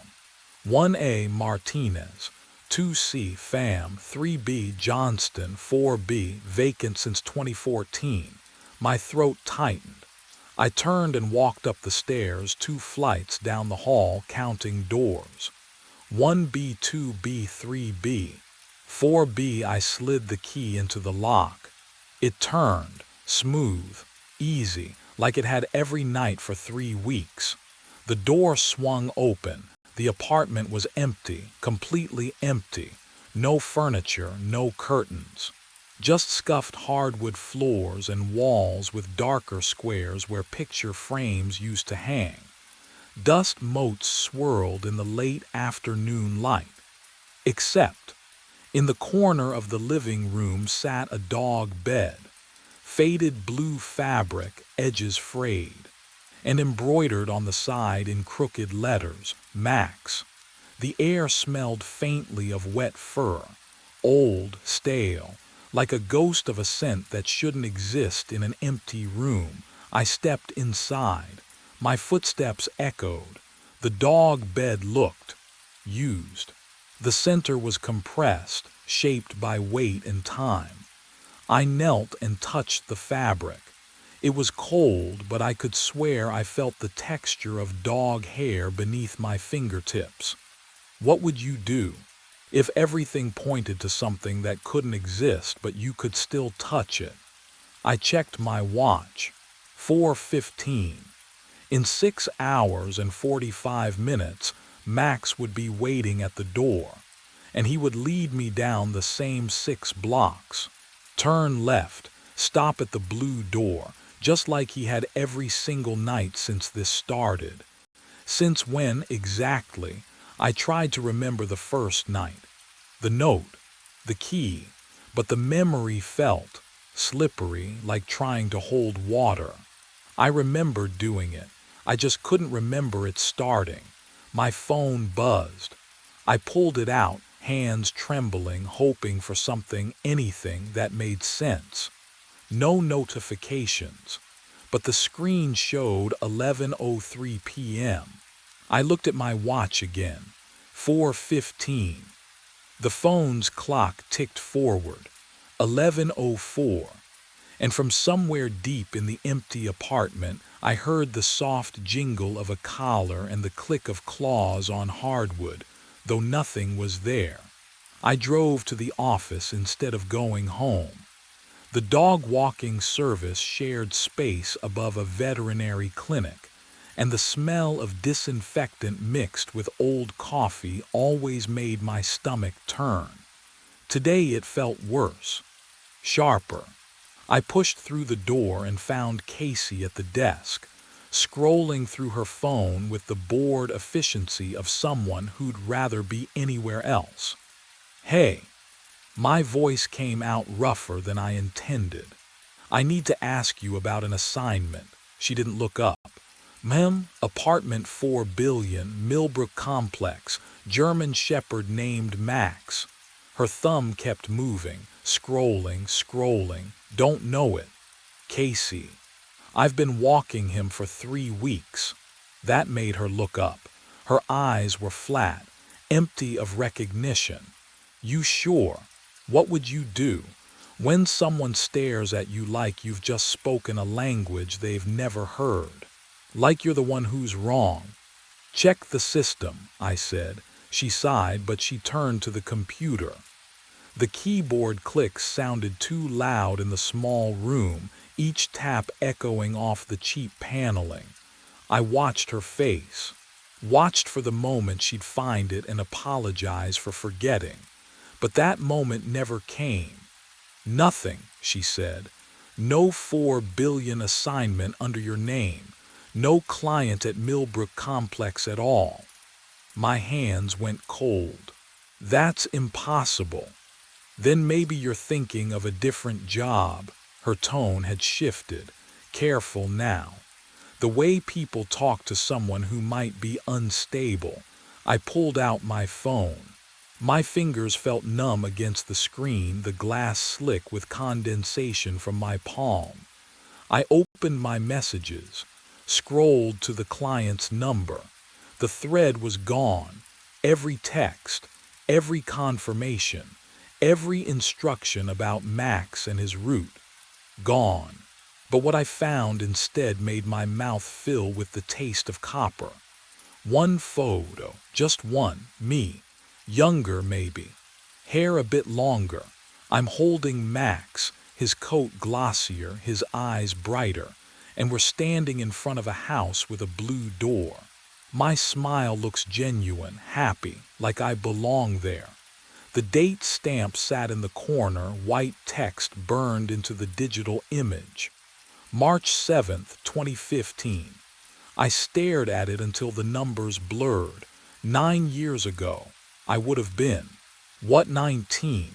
I'd been living 2 states over then, hadn't I? Can you imagine forgetting a photo like that? Forgetting a dog you clearly loved. I couldn't remember taking it. Couldn't remember that version of myself standing on that porch holding that dog. The memory should have been there, should have felt familiar. Instead, it felt like looking at a stranger wearing my face. "You okay?" Casey's voice sounded distant. I looked up. She was staring at me now, her expression caught between concern and something else. Fear, maybe. "Who assigned me Max?" I asked. "Jordan, there is no Max." "Then explain this." I turned the phone toward her. She leaned in, squinted at the screen. Her face went pale just for a second before she shook her head. That's you, but what? The date's wrong, has to be." She pushed back from the desk. "Photo metadata glitches all the time." But we both knew that wasn't true. And what I discovered when I checked the photo's properties would prove that everything I thought I knew about my life had been built on a foundation that was already crumbling. I sat in my car outside the office for 20 minutes, staring at the photo. My hands wouldn't stop shaking. The math kept circling through my head like a mantra I couldn't silence. March 2015. The collar engraved with that same date. 9 years ago. But the client, whoever they were, had written that Max was 3 years old, 3 or 12. I pressed my thumb against the screen until it went dark. The sudden absence of light made the parking lot feel enormous around me. Empty. When had everyone else left? I couldn't remember hearing car doors, engines starting. Just my own breathing, loud and uneven in the enclosed space. The phone's glow returned as I opened the browser. My fingers hovered over the keyboard. What do you even search for when your own memory has holes big enough to lose 9 years? I started with the address. 1847 Ashwood Street. The blue door house that Max stopped at every single night. 3 results loaded. The first was a real estate aggregate. No listing. Status: uninhabitable. The second was a cached forum post about urban exploration. Abandoned since that fire, one user had written. Shame, pretty neighborhood, that fire. The third result made my stomach drop. Millbrook Gazette, March 19, 2015. The headline was clinical, detached. Body recovered from residential fire. Victim unidentified. But what I found in that article would shatter everything I thought I knew about the past 3 weeks. I clicked it. The page loaded slowly, as if the connection itself was reluctant. The article was short, sparse. Authorities responded to a structure fire at 1847 Ashwood Street on the evening of March 17th. 1 fatality discovered in an upstairs bedroom. Severe burns prevented immediate identification. No next of kin located. Investigation ongoing. The address hit me like cold water. The same house. The one with Max's collar on the mantel, my childhood photos on the walls, that impossible calendar frozen in time. I scrolled down. There was a photo embedded in the article, low resolution, taken from the street. The house mid-blaze, orange light bleeding through boarded windows, smoke pouring into a dark sky. And there, barely visible in the corner of the frame, a blue door, my blue door. The next image was smaller. A police reference photo, they called it.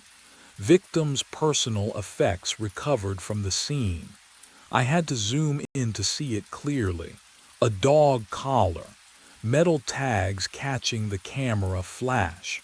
I could just make out the engraving. Max. The air in the car felt wrong, too thick, too warm. I cracked the window and heard.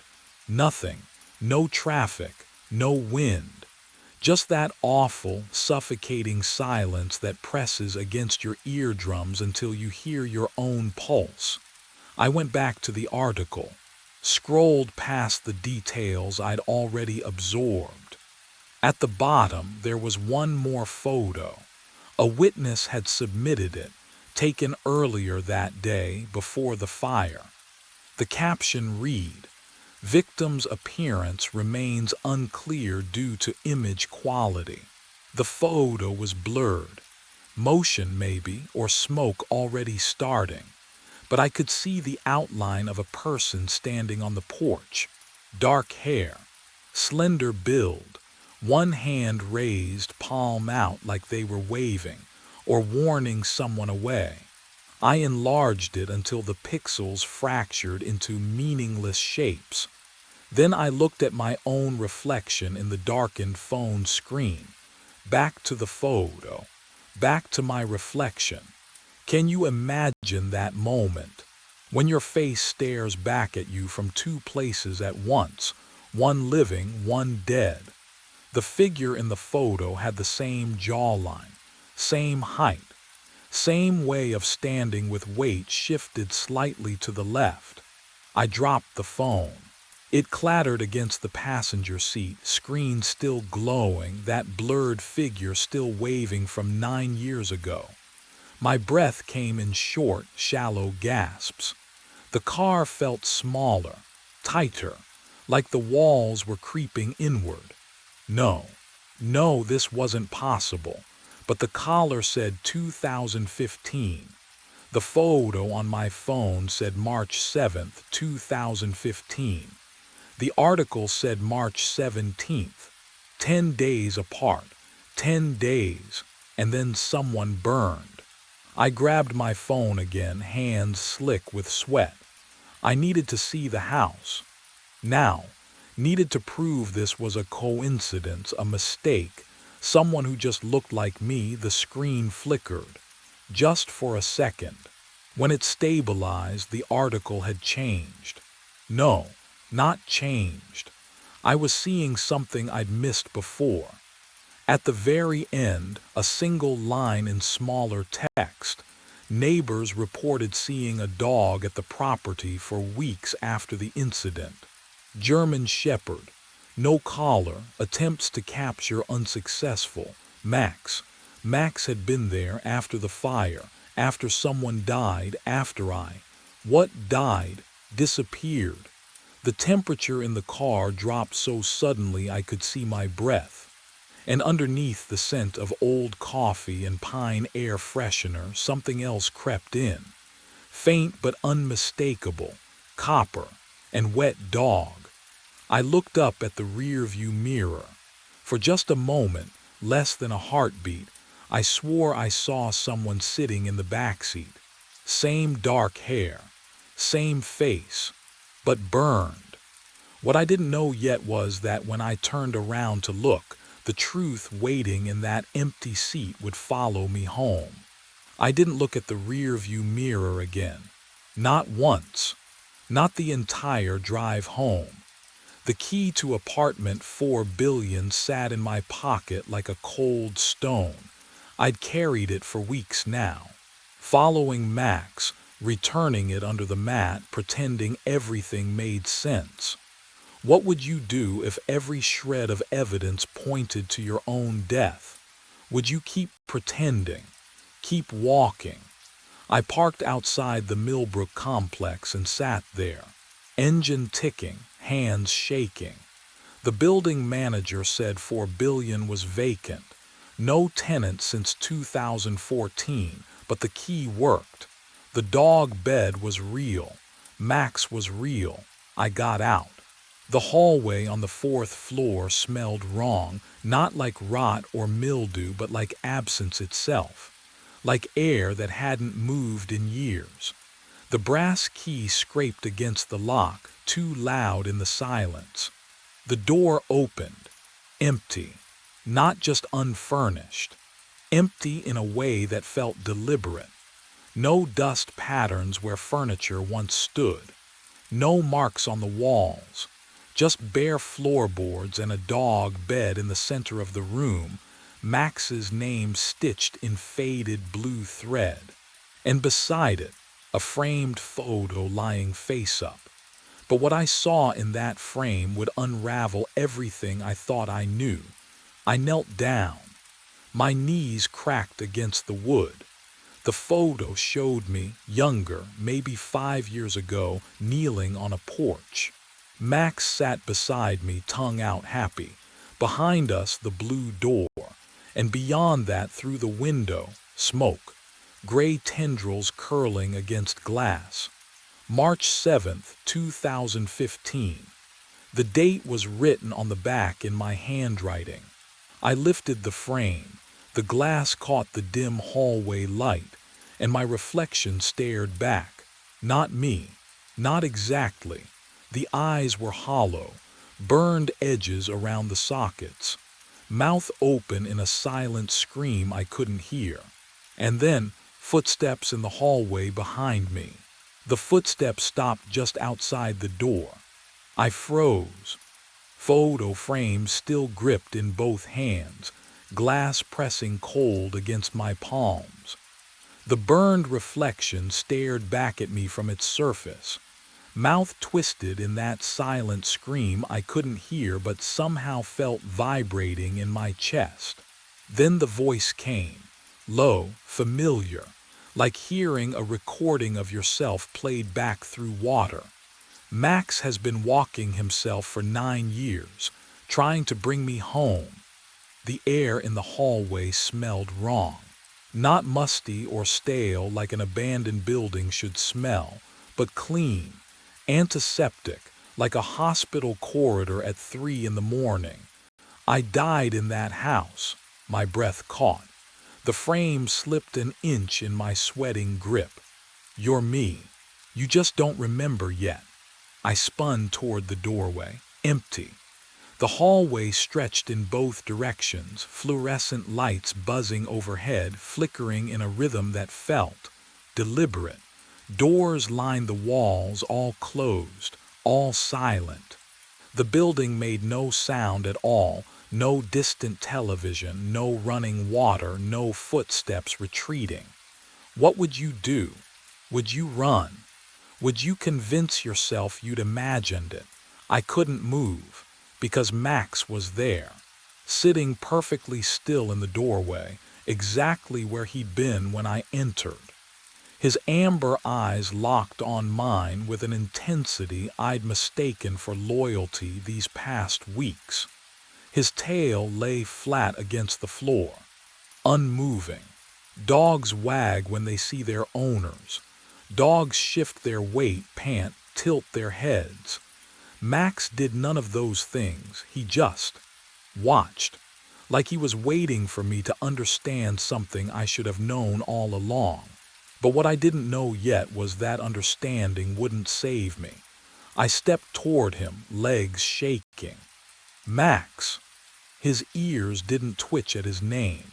He didn't blink. And when I got close enough to see my own reflection in those amber eyes, I saw the truth staring back.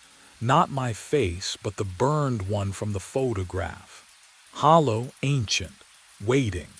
The frame fell from my hands and shattered on the floor, and that's when Max finally moved, standing slowly, turning toward the hallway, looking back once as if to say, "Follow."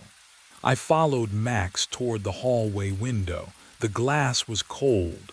I could feel it from 3 feet away. That unnatural chill that makes your skin prickle. My breath didn't fog it. I stepped closer. The reflection wasn't mine. Oh, it wore my face. Same cheekbones, same jawline, but the skin was melted wax pulled tight over bone. Burns crawled up the neck like vines. The eyes, older, so much older. The mouth moved without sound, forming 2 words over and over. Come home. Have you ever run from yourself? From the thing you know you are but refuse to see? I ran. My feet hit the stairs. The apartment door slammed behind me. Cold air bit my lungs as I burst onto the street. I didn't think, didn't need to. My body knew the route. 6 blocks straight.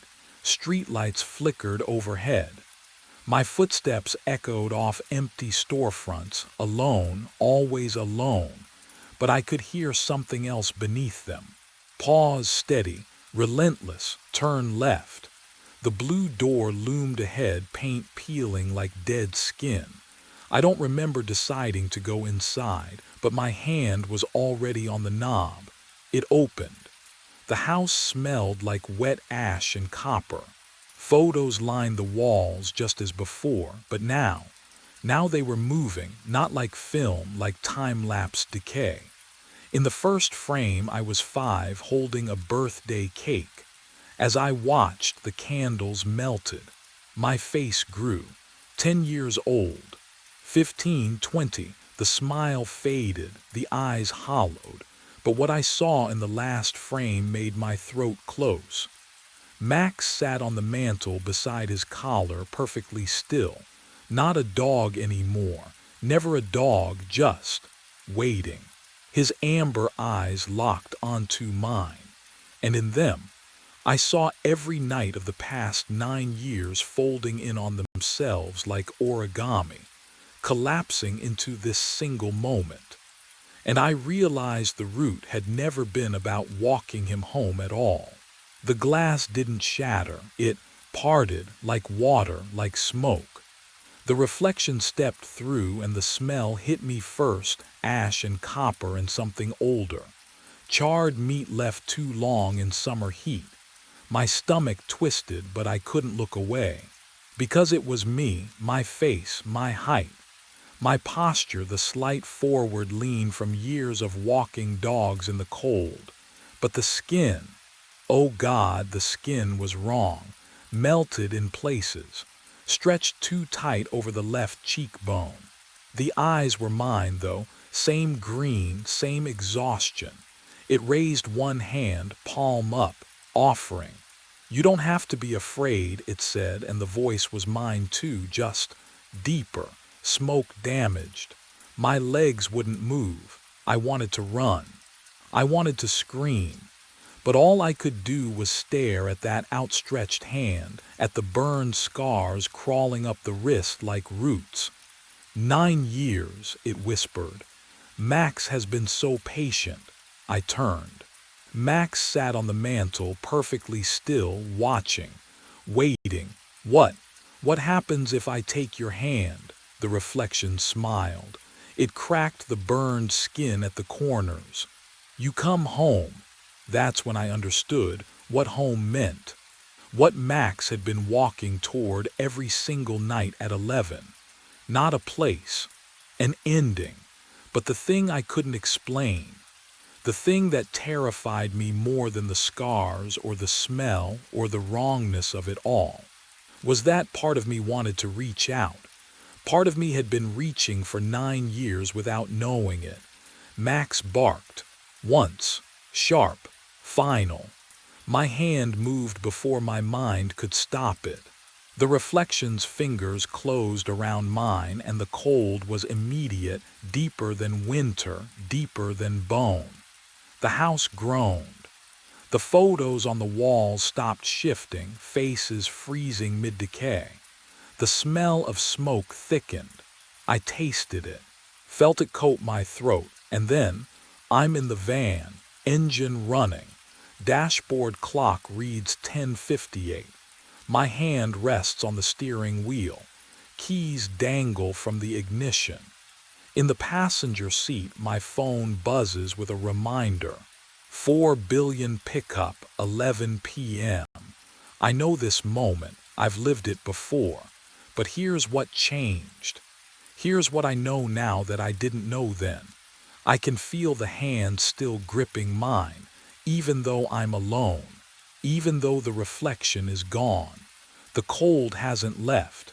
It lives under my skin now, threaded through every vein, wrapping around my ribs like wire. I put the van in drive. 6 blocks. Turn left. Blue door. Max will be waiting at apartment 4 billion. He always is. And tonight, like every night, I'll clip the leash to his collar and we'll walk the route together. He'll stop at the house. He'll whine. And I'll pretend I don't know why. Because that's the thing about coming home. Once you're there, you can't leave. I pull out of the parking space. The radio crackles to static, and beneath it I hear breathing that isn't mine. The rearview mirror shows my face, just my face. For now, but I know what's waiting in the glass. What's always been waiting. And I know that one night, maybe tonight, maybe in another 9 years, I'll look in that mirror and see the reflection staring back. And it will smile. Because we're the same now. We always were. The van turns left. The blue door waits ahead. Max is already sitting on the porch. The bridge was gone. Half the structure just ended. Twisted metal jutting into black air. The gorge yawned beneath the headlamps at 3:14 a.m., and my hand was already slamming the emergency brake before my mind caught up. The lever shrieked down. The train did not slow. I pulled again. Harder. The brake mechanism screamed, metal grinding against metal, that high whine that should mean friction, resistance, physics obeying the rules. But the wheels kept turning beneath me. The speedometer needle didn't drop. We hurtled forward at 43 miles per hour toward empty space. 6 passengers behind me in car 7. I could feel their weight, their silence.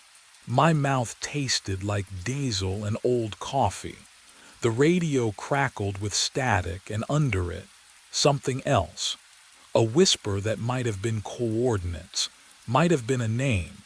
I yanked the brake a third time. My palm burned against the cold metal handle. The gorge rushed closer. 50 meters. 40. The collapsed section of bridge growing in the windshield like a mouth opening. But what I saw on the platform changed everything. A figure stood there, on the phantom station that shouldn't exist. Millbrook had been demolished in 2019. I'd checked the records myself, hands shaking over faded reports. Yet there it was, cracked concrete, rusted benches, and a man in a conductor's uniform, watching me. His face was mine, 20 years older, hollow eyes, worn badge catching the light. He didn't move, didn't wave, just stood there with his arms at his sides like he'd been waiting, like he'd always been waiting. The train shuddered. A vibration that started in the wheels and climbed up through the floor, through my boots, into my bones. Behind me, footsteps. All 6 passengers moving in unison, their shoes clicking against metal in perfect rhythm. I didn't turn around. 30 meters to the bridge. 20. The smell hit me then, burnt rubber and something wrong. Something that didn't belong in the clean diesel air of the southbound track. It crawled into my throat and stayed there. The older version of me raised his hand. Not a wave, a gesture I couldn't read. And that's when the metal began to shriek in earnest. 1 week before that moment, before the bridge, before the shrieking metal, I was running empty trains through the dark. The rhythm never changed. Riverside Terminal at 2:30 a.m. Southbound maintenance run. Check the tracks, test the signals, return before dawn. 42 years old, and I knew every kilometer of that line like the back of my scarred hands. The diesel smell clung to my uniform. The radio crackled with Mara's impatient voice every hour, asking for coordinates. The train wheels hummed their endless song beneath me. 3:14 a.m. The southbound track stretched ahead into nothing but darkness and scattered maintenance lights. My coffee had gone cold an hour ago. I'd stopped tasting it anyway. Then, I saw the platform. Millbrook Station materialized out of the black like a photograph developing in reverse. Yellow lights, cracked concrete, a single figure standing at the far end, motionless. My hand reached for the radio. "Dispatch, this is Callahan. I'm seeing Millbrook Station." Static. Then Mara's voice, sharp with annoyance. "Millbrook was demolished in 2019, Vincent. You're seeing reflections from the new bypass lights." But I wasn't.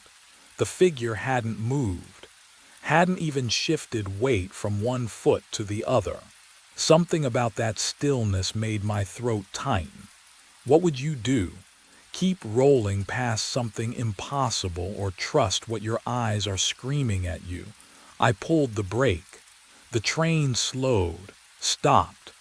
The hiss of released pressure filled the cabin. Through the window, the platform waited. Real, solid.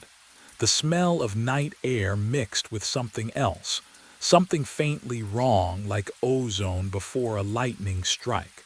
I stood. My legs moved without consulting my brain. The door opened with a pneumatic sigh, and I stepped onto a station that shouldn't exist. My footsteps echoed on cracked concrete. The figure stood 20 paces away, back turned, wearing a conductor's uniform identical to mine. Same navy wool, same silver buttons catching the dim overhead lights. I stopped walking. The ozone smell was stronger here, mixed with something else. Stale coffee, diesel, the scent of my own jacket after a double shift. The figure turned around. Have you ever seen your own face grown old? Not in a mirror, not imagining it. Actually standing there, looking back at you. It was me. 60 years old, maybe older. Deep lines carved around the eyes, hollow cheeks. Exhausted in a way sleep could never fix. His uniform hung loose on a frame that had forgotten how to eat properly. He held a sheet of paper in trembling hands. Vincent. His voice was mine but rusted. You need to see this. I didn't move. Couldn't. My throat had sealed shut. He stepped forward, held out the paper. A passenger manifest. The date at the top read next Tuesday, 3:14 a.m., southbound track. 6 names typed in neat rows. Vincent Callahan was listed first. Don't, his voice cracked, don't take the southbound run. When dispatch calls Tuesday night, you have to refuse. The paper felt real in my hands. Standard issue manifest. Coffee-stained edges, but the names Bate Carver, Samuel Ortiz, Nina Wells, Thomas Ridley, Chloe Brennan, and mine right at the top. The bridge collapsed in 2019, he whispered. But the track still goes there at 3:14. It always goes there. My older self's eyes met mine. They were drowning. I've tried to stop it 11 times. He stepped back toward the platform edge. Now it's your turn. The lights flickered. When they steadied, he was gone. But what I found written on the back of that manifest would make refusing impossible. I drove straight to the county record's office. 4:30 a.m. The night clerk looked at me like I was insane. Maybe I was. My reflection in the glass door showed wild eyes, conductor's uniform wrinkled from. What? Standing on a platform that shouldn't exist. Talking to myself 20 years older. The fluorescent lights buzzed overhead as I signed the visitor log. My hand cramped around the pen. I'd been gripping that manifest so hard my fingers ached. The computer hummed in the basement archives. Old machine. Slow internet connection. I typed Millbrook Station into the search bar and waited while the screen flickered. Rain drummed against the high windows. Each drop felt like a second ticking away toward next Tuesday. The first result loaded. Millbrook Station. Demolished June 7, 2019. Reason: structural instability following track realignment. I clicked deeper. Found the incident report buried 3 pages down. The PDF took forever to open. My heartbeat filled my ears while I waited. Can you imagine that feeling? Knowing what you're about to read will either prove you insane or confirm something worse. The file opened. Derailment. Old Bridge Route. June 4, 2019. 3:14 a.m. My coffee had gone cold beside the keyboard. I didn't touch it. Couldn't. My eyes locked on the next line. 7 fatalities. 6 passengers. 1 conductor. The words blurred. I blinked hard, read it again. No names released pending family notification. Of course not. Why would there be names? Why would anything be easy? But what I found next made my stomach drop. The accident analysis section detailed track specifications. The southbound bypass merged with the old line for exactly 400 meters before diverging again. During that brief overlap, trains could theoretically access the abandoned route if the switching mechanism failed. 400 meters, the same distance my older self had mentioned. The exact measurement written on the back of the manifest now folded in my jacket pocket. I scrolled faster. The report noted that the bridge structure had shown stress fractures for months before the collapse. Warning signs ignored. Maintenance delayed. Then one night, a southbound train carrying 7 people hit the weakened section at full speed. Half the bridge gave way. The train went into the gorge. My hands started shaking. I gripped the edge of the desk but couldn't make them stop. The screen swam in front of me. 7 dead. Same number. Same time.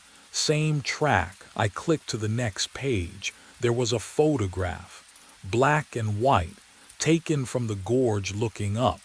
Twisted metal tangled with broken concrete. And there, barely visible in the grainy image, something that made my breath catch, a conductor's cap, lying in the debris. It looked exactly like mine, but the detail that changed everything came in the final paragraph of the summary. I didn't call in sick. Maybe I should have. But the thought of sitting alone in my apartment with those photographs burned into my mind. No. At least on the southbound track I could move, keep my hands busy, pretend the world still made sense. Wednesday night arrived cold and clear. The maintenance run stretched ahead like always, empty cars, buzzing fluorescents at Riverside Terminal, the steady rhythm of rails beneath my boots. I'd done this route for 17 years, every switch, every signal, every curve memorized in my bones. At 3:13 a.m., I poured coffee from my thermos. The steam curled up, smelling burnt even though I just brewed it. My hand shook. Coffee slopped over the rim. Then, the radio crackled. Not voices, not dispatch, just static, low and grinding like teeth on metal. It filled car 7 with a sound that made my jaw ache. I reached for the volume knob. 3:14 a.m. The static stopped. The silence that followed felt worse. Can you imagine that? When quiet becomes the thing you fear. I sat there in my cabin, coffee cooling in my hand, and understood that something had changed. The air tasted metallic. Wrong. Thursday night, same route, same empty cars. I told myself it was atmospheric interference. Solar flares, something rational. 3:14 a.m. arrived.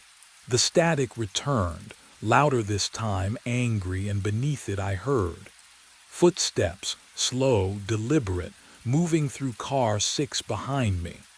I was alone on that train. I'd checked. Twice. Before departure and again at the first signal stop. But those footsteps didn't care what I'd checked. They moved closer. Boot heels on metal flooring. 1, 2, 3, 4. I spun around. Empty doorway. Empty car beyond. Just shadows and the smell of diesel. But what I didn't know yet, what I wouldn't understand until much later, was that I wasn't hearing footsteps from outside. I was hearing them from another time entirely. Friday night I found the manifest. It sat on my clipboard in car 7. Crisp white paper. Passenger manifest dated Tuesday next week. 6 names typed in perfect columns: Bate Carver, Samuel Ortiz, Nina Wells, Thomas Ridley, Chloe Brennan, and, Vincent Callahan, my name listed first. I stared at it until the letters blurred. My mouth went dry. This wasn't procedure. Dispatch sends manifests electronically always and never for maintenance runs. Never with the conductor's name as a passenger. My fingers felt numb as I lifted the paper. It was real, solid. The ink didn't smudge. I walked to the window, cranked it open. Cold air rushed in, biting my face. I threw the manifest into the night, watched it tumble into darkness between the rails. Gone. Problem solved. Just stress and lack of sleep playing tricks. I'd call my doctor, get something for the insomnia, maybe take a few days off after Tuesday's shift.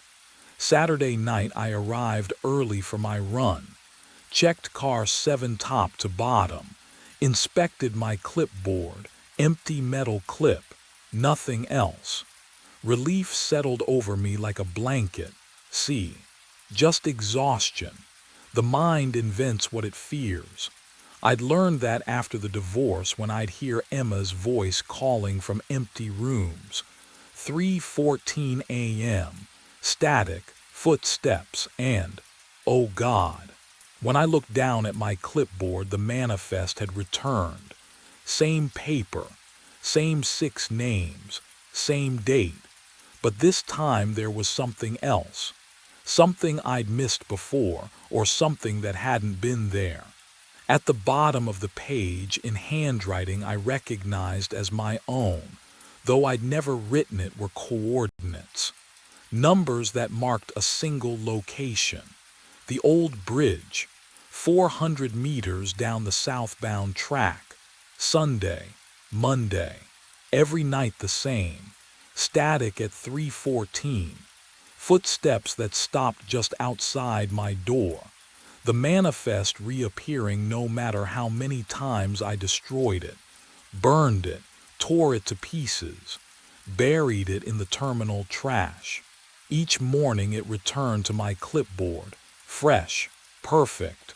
Waiting, I stopped sleeping, stopped eating. The other conductors noticed but didn't ask. You learn not to ask in this job. Everyone carries something. But none of them carried this. Tuesday was coming, the date on the manifest, and somewhere deep in my chest, in a place beyond logic or hope, I knew I would report for that shift, knew I would board that train, knew those 6 passengers would be waiting. What I didn't know was whether I was trying to prevent the derailment or fulfill it. Tuesday came. I stood in Riverside Terminal at 2:45 a.m., watching my reflection warp across the polished floor. The coffee in my thermos had gone cold hours ago. Diesel fumes mixed with something else, something burnt, like copper wire left too long on a hot stove. My hands wouldn't stop shaking. The platform stretched empty in both directions. Fluorescent lights buzzed overhead, their rhythm matching my pulse. I checked my watch. 2:46. 47. The radio crackled to life. Callahan.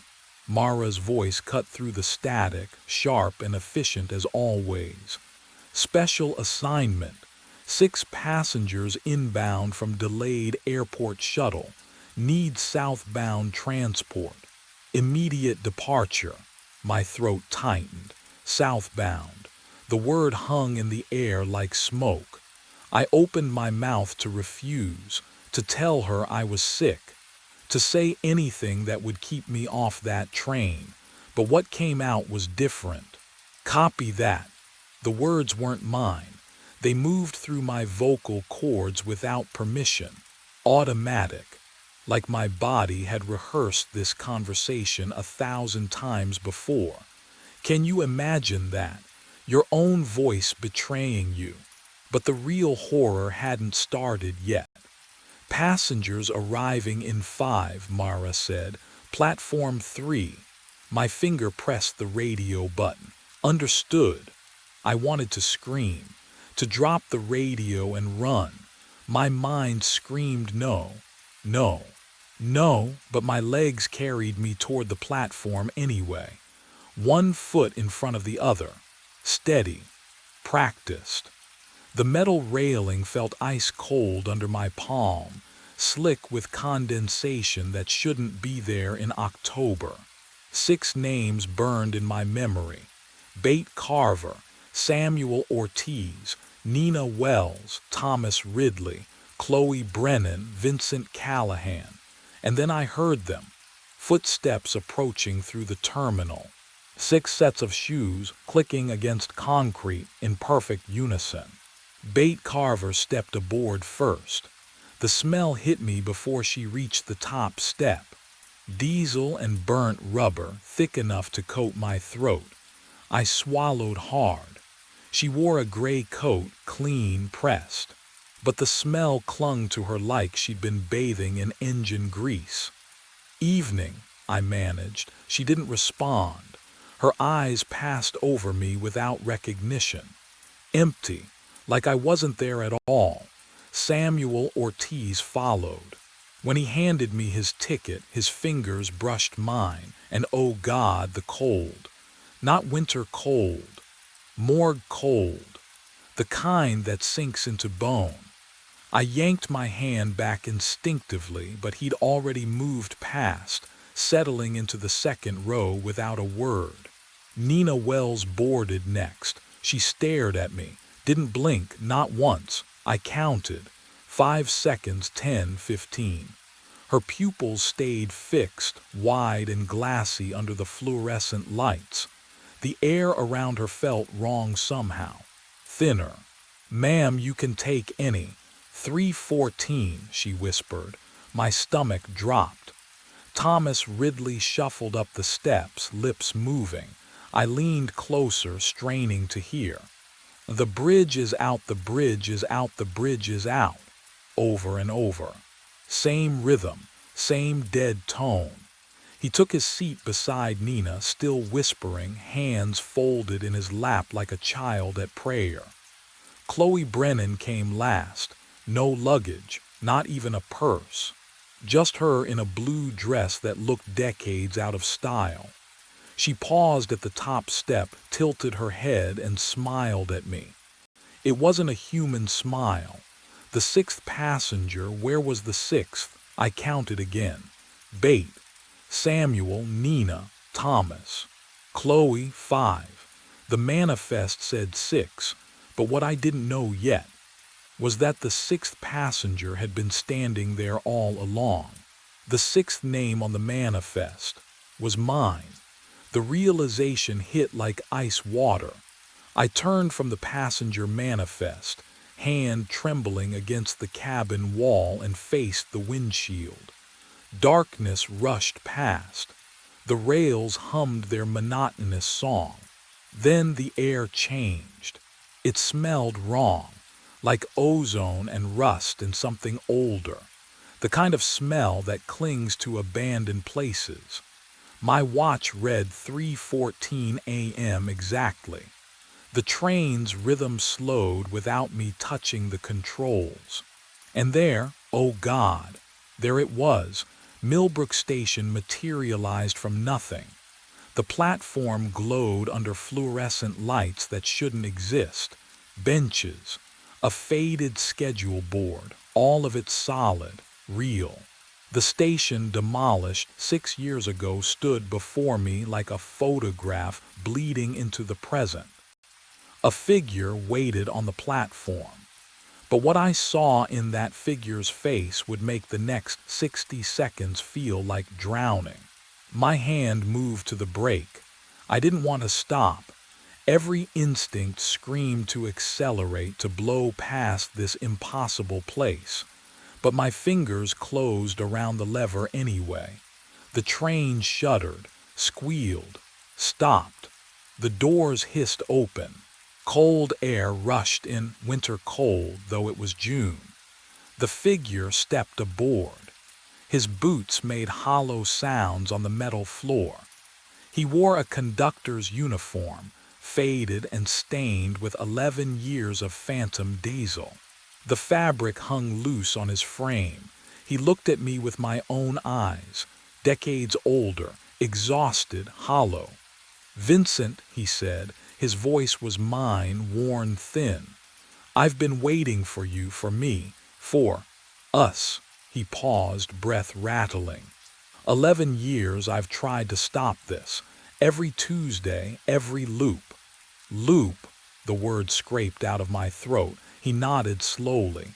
"You'll stop the train, then you'll start it again." His expression cracked into something like grief. "We always do." But what he said next made my blood turn to sleet. The train lurched forward. I stumbled against the control panel. My hand found the brake lever, pulled, hard, nothing. The wheels screamed faster.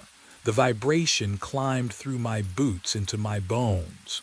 Metal shrieked against metal, that sound you feel in your teeth, scraping behind your eyes. Behind me, movement. I turned. All 6 passengers stood in perfect unison. Chair springs creaked together like a chorus. They stepped into the aisle, 1 foot, then another, moving toward me with that same unnatural stillness I'd seen when they boarded. Bate Carver at the front, Samuel Ortiz behind her, Nina Wells clutching her stopped watch. Their faces, oh God, their faces were mine, not copies, not masks. My face at 20, my face at 35, my face gaunt and hollow at 50. Different ages worn on different bodies, but the same eyes staring back. My eyes, all of them watching me from 6 separate timelines. And no, the word barely escaped. They said nothing, just kept walking. The smell of burnt rubber thickened in the narrow cabin, diesel and something worse beneath it, something rotting. The train accelerated harder. Through the windshield, the darkness peeled away. The old bridge materialized. Half its iron skeleton jutted over the gorge, the other half, gone. Just empty air and a 400-meter drop into black water. My hands flew to the controls. Emergency brake, manual override, the throttle lever. Nothing responded. The passengers were 3 meters away. 2. Their mouths moved in sync, whispering coordinates I couldn't quite hear. Metal groaned. The rails beneath us twisted. The world tilted left, then right, then up became down, and down became everything inverted. And in that final moment before the bridge, I understood what waited at the bottom of the loop. Cold concrete pressed against my cheek. I opened my eyes. Platform lights flickered overhead. The same yellow sodium glow. My mouth tasted like copper and diesel. I pushed myself up. My hands. When did they get so weathered? Deep lines carved across the knuckles, liver spots. I looked down at my uniform, worn, frayed at the cuffs. The fabric had that permanent crease of years, not days. My watch. I twisted my wrist. The date glowed back at me. 11 years. 11 years. Forward, the memory of the crash flooded back. The inverted world, the bridge, the passengers with my face. I touched my jaw, older, skin sagging. I ran my tongue over my teeth. One missing in the back. Oh God. The platform stretched in both directions. Empty. Silent. No exit signs, no stairs, just the tracks and the phantom station that should not exist.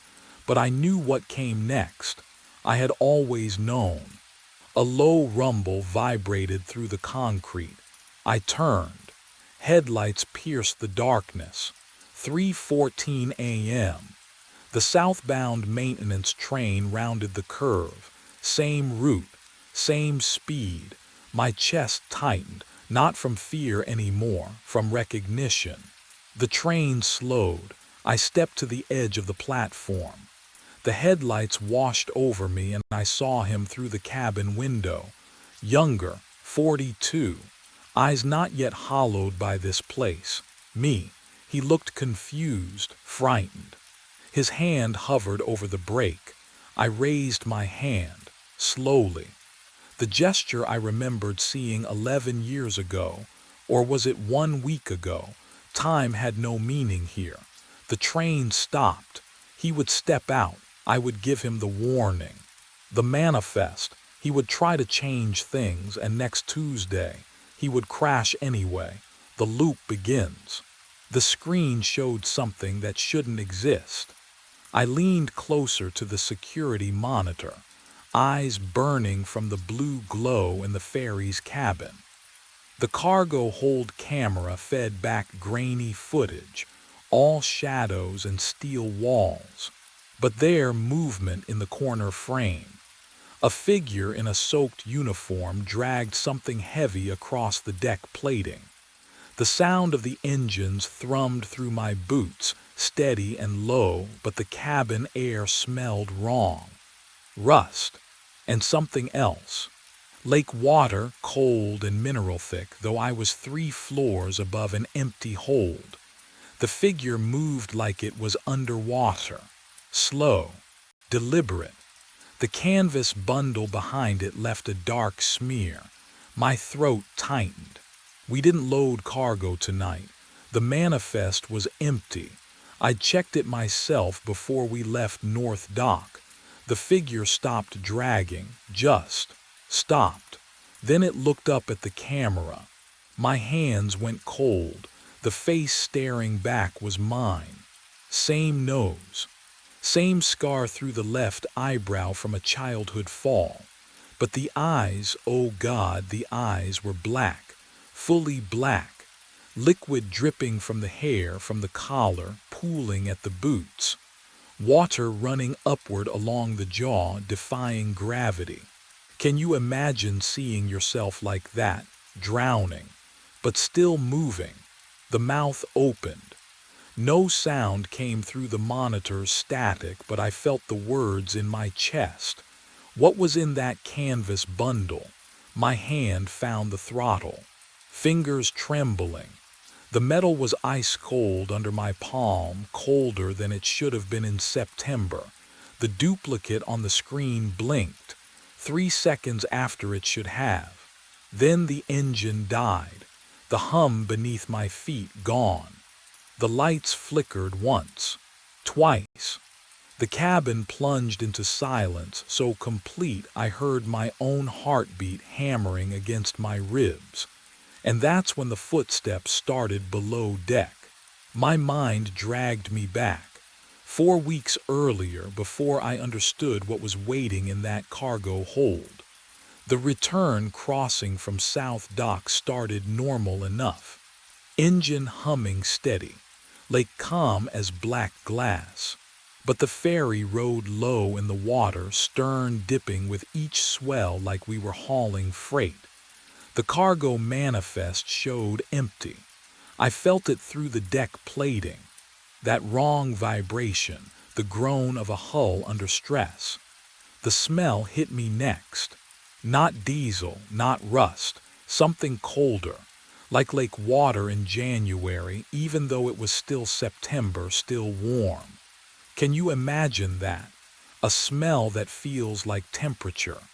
I descended to check the ballast tanks, flashlight beam cutting through the dark. Numbers on the gauge made no sense. Distribution balanced. Fuel levels normal. But the boat knew something I didn't.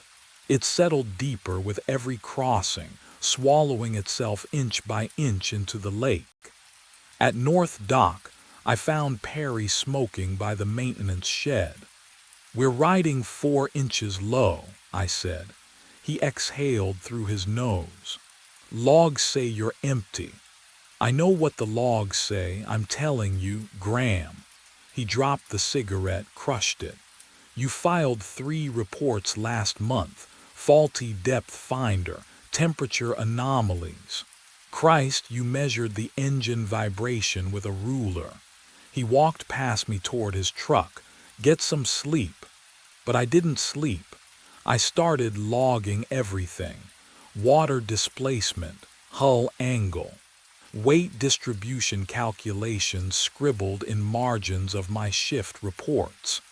Every night the numbers climbed. 200 pounds, 500, a ton. Something was accumulating in the hold, and whatever it was getting heavier. My phone buzzed against the metal console halfway through the crossing, the vibration lost beneath the engine's steady drone. I glanced down. Jillian's name glowed on the screen. "I'm going to my sister's in Spokane. Need space. Don't call tonight." The words sat there flat and final. No question mark. No opening for negotiation. I read them twice, my thumb hovering over the keyboard, but what could I say? That the boat was riding too low. That I'd measured the same phantom weight 3 nights running. She'd heard it all before. My obsessions, my theories, my refusal to let things go.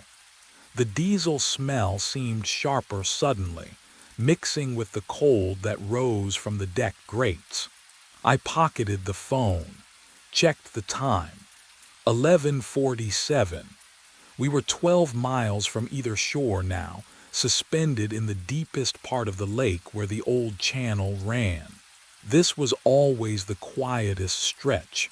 No lights from either dock, just black water and blacker sky. But what happened next made everything else seem trivial. The phone signal dropped. Not unusual out here. I reached for the radio to check in with dispatch, more from habit than necessity. Static. I adjusted the frequency, tried again. Nothing but white noise crackling like something alive. "Dispatch, this is Cascade Ferry, over." The static swallowed my voice. I cycled through every channel, emergency, weather, marine band. All dead. Just that hissing emptiness, the kind that makes you aware of how alone you really are. Can you imagine it? 12 miles from shore. No contact. No wife waiting at home. Just you and a boat that's sinking lower every night for reasons you can't explain. The engine hummed beneath my feet, steady as a heartbeat. And then I heard it. Metal groaning. Deep below, the cargo hold door. Opening. I hadn't touched it. Hadn't been down there in hours, but something had. I grabbed the flashlight. My hand shook as I pointed the beam at the cabin door. But I couldn't make myself go down there. Not yet.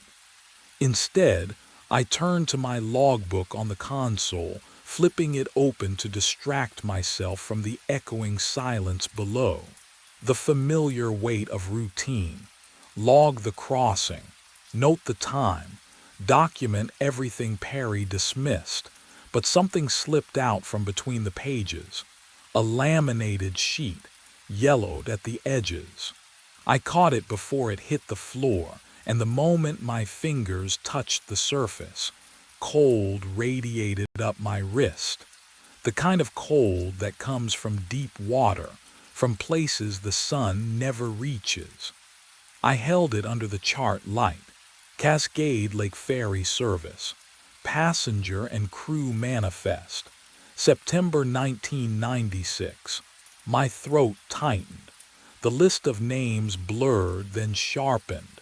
I scanned down the crew roster, not sure what I was looking for. But something inside me already knew. There. Lockwood Graham, deckhand, status, lost at sea September 14th. I read it again. Then again, my name, my full name. Today was September 12th. The paper smelled like rust and deep water, so strong I could taste iron on my tongue. How was that possible? It was laminated, sealed. Nothing should get through. But the scent clung to my hands, thick and ancient. I didn't put this here. I'd used this logbook yesterday.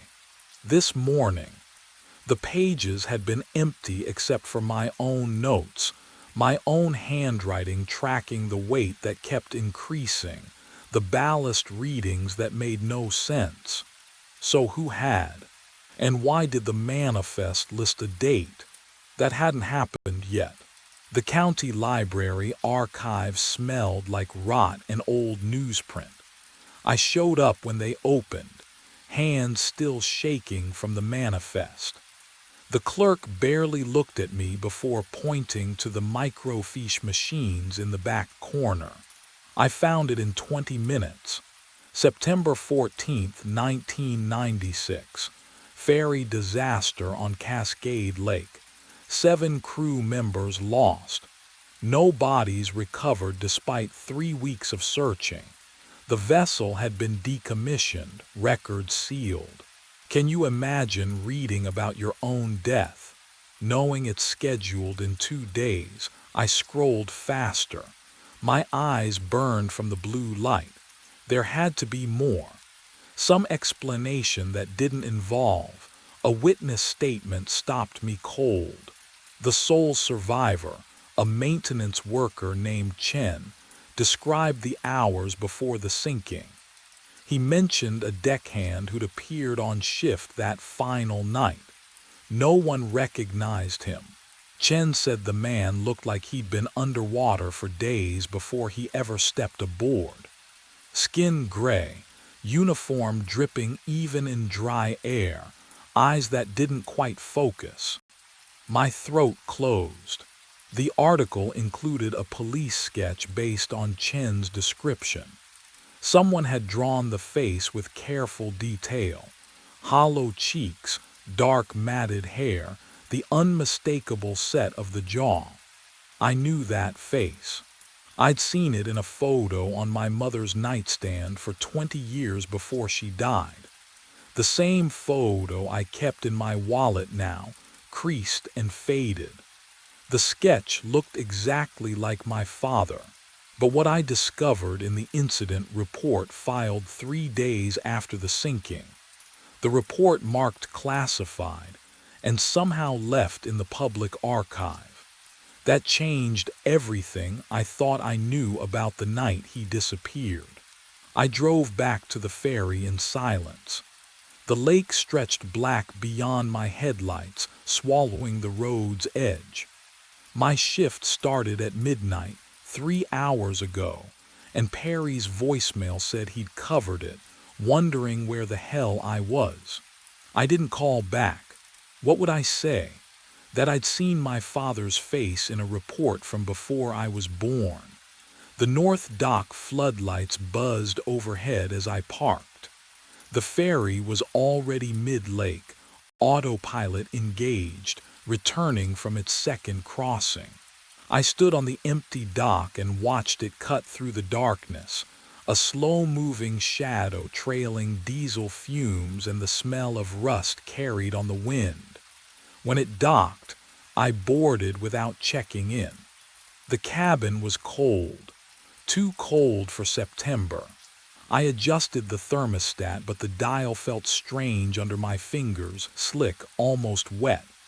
At 3:07 a.m. I heard it, drip, drip, drip, water striking metal, slow, rhythmic, coming from the stern deck. I grabbed my flashlight, stepped outside. The beam cut through the fog rolling off the lake, and that's when I saw them. Footprints, wet, barefoot, leading from the ladder that descended to the waterline across the deck, straight toward the cabin door.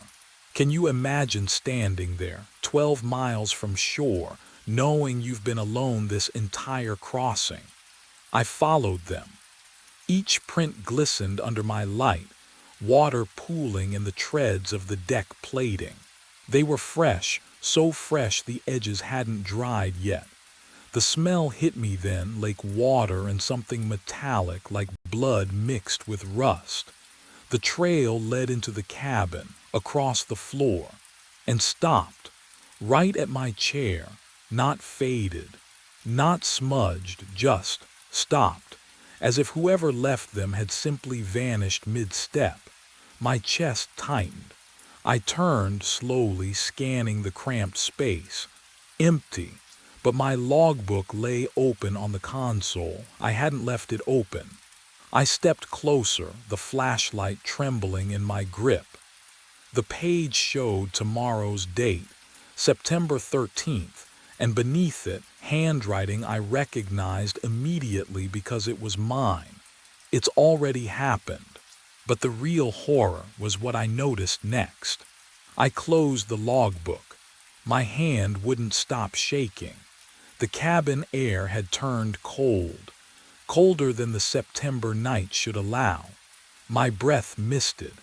I forced myself to look at the clock mounted above the radio console, 2:47 a.m. The second hand jerked, stopped, then, oh God, it ticked backward, click, click, click. Each sound sharp as a bone breaking in the silence. 2:46, 2:45. I fumbled for my phone, hands clumsy with fear. You ever try to hold something steady when every instinct screams to run? I pressed record and aimed the camera at the clock face. The lens struggled to focus in the dim instrument light, but the backwards march of time was unmistakable. 44, 43. The diesel smell in the cabin thickened, mixing with something else. Wet canvas, rust, that metallic taste that coats your tongue before a storm. The ferry groaned beneath me. Not the familiar settling of an old vessel, but a deep shudder that climbed through the deck plates into my bones. I kept filming. Evidence. Proof. Something to show I wasn't losing my mind. The clock reached 2:39, and the impossible made itself known in ways I couldn't have prepared for. I stopped recording. My thumb trembled over the playback button. Part of me knew I shouldn't watch it. But what choice did I have? I tapped the screen. The footage showed the clock, ticking backward, and there in the cabin window behind where I'd been standing, a figure, dark fairy uniform, dripping me. But I'd been alone. The reflection's mouth moved in the grainy phone footage. No sound, but I could read the lips forming words in perfect sync.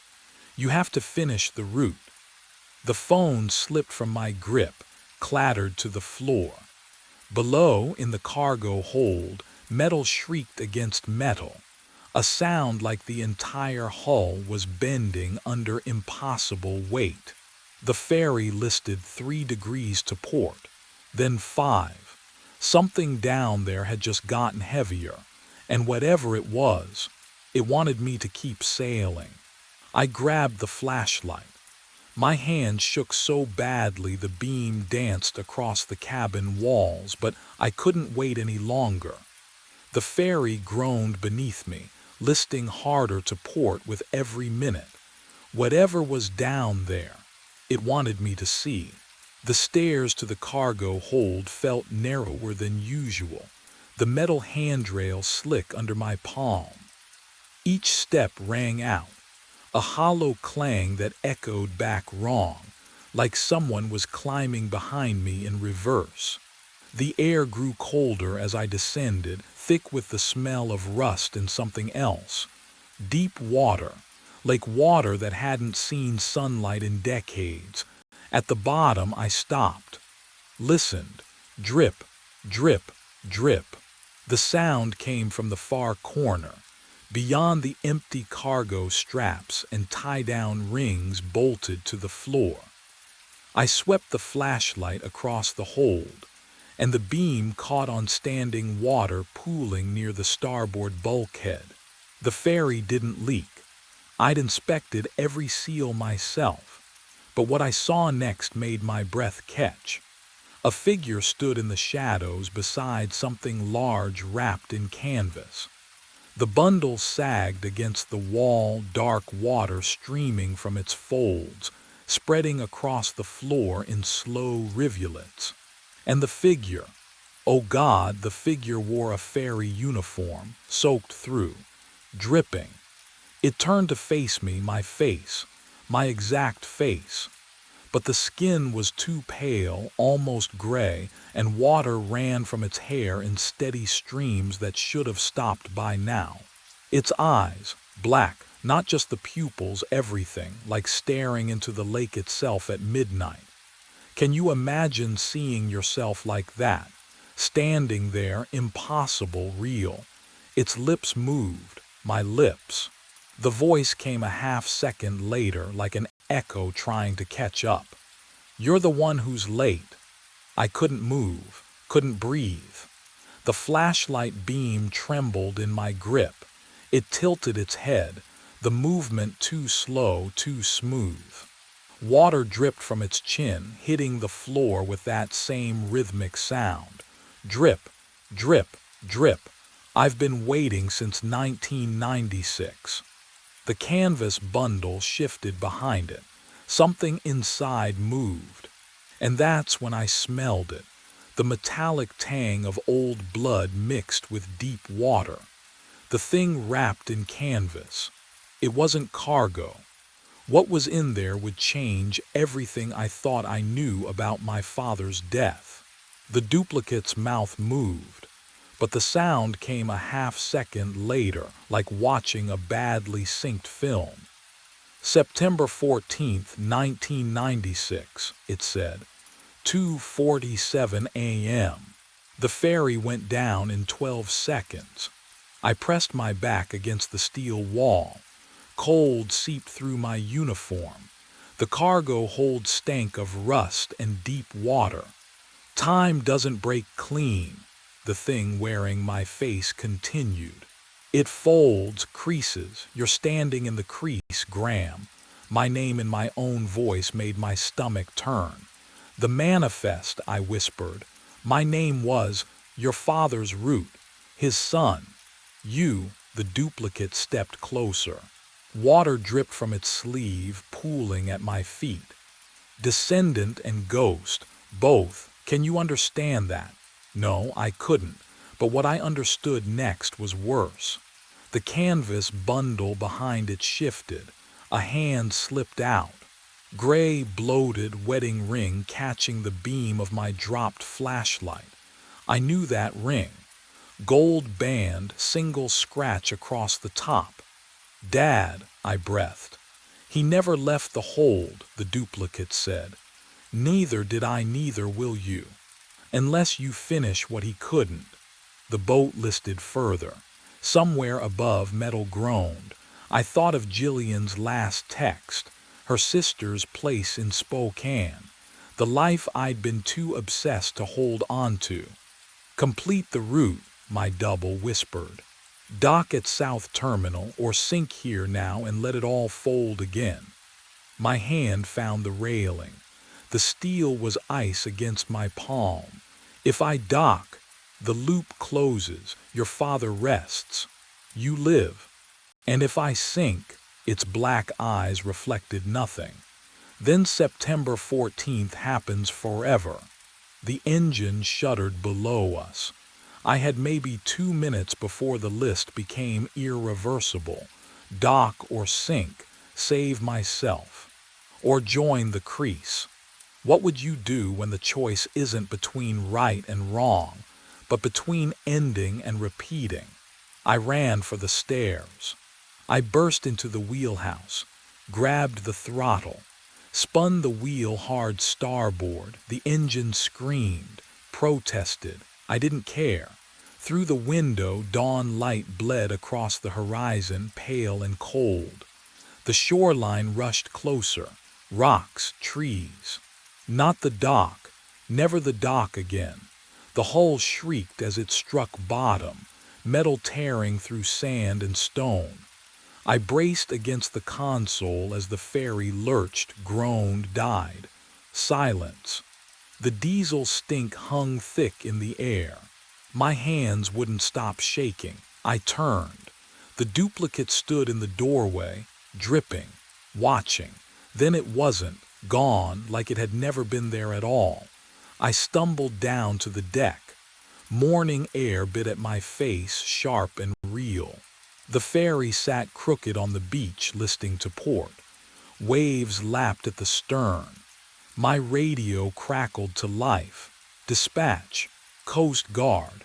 Perry's panicked voice demanding to know what happened. I told them about the canvas bundle. They came with lights and cameras and questions I couldn't answer. The bundle lay in the cargo hold, still leaking dark water. When they unzipped it, I looked away. But I heard them say the name. Thomas Lockwood, my father. Missing since 1996. I'd found him. What I didn't understand yet was how many times I'd found him before. My phone buzzed in my pocket. Jillian's name on the screen.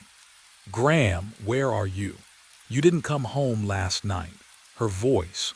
Warm, concerned, not distant, not leaving. I thought. You said you were going to Spokane.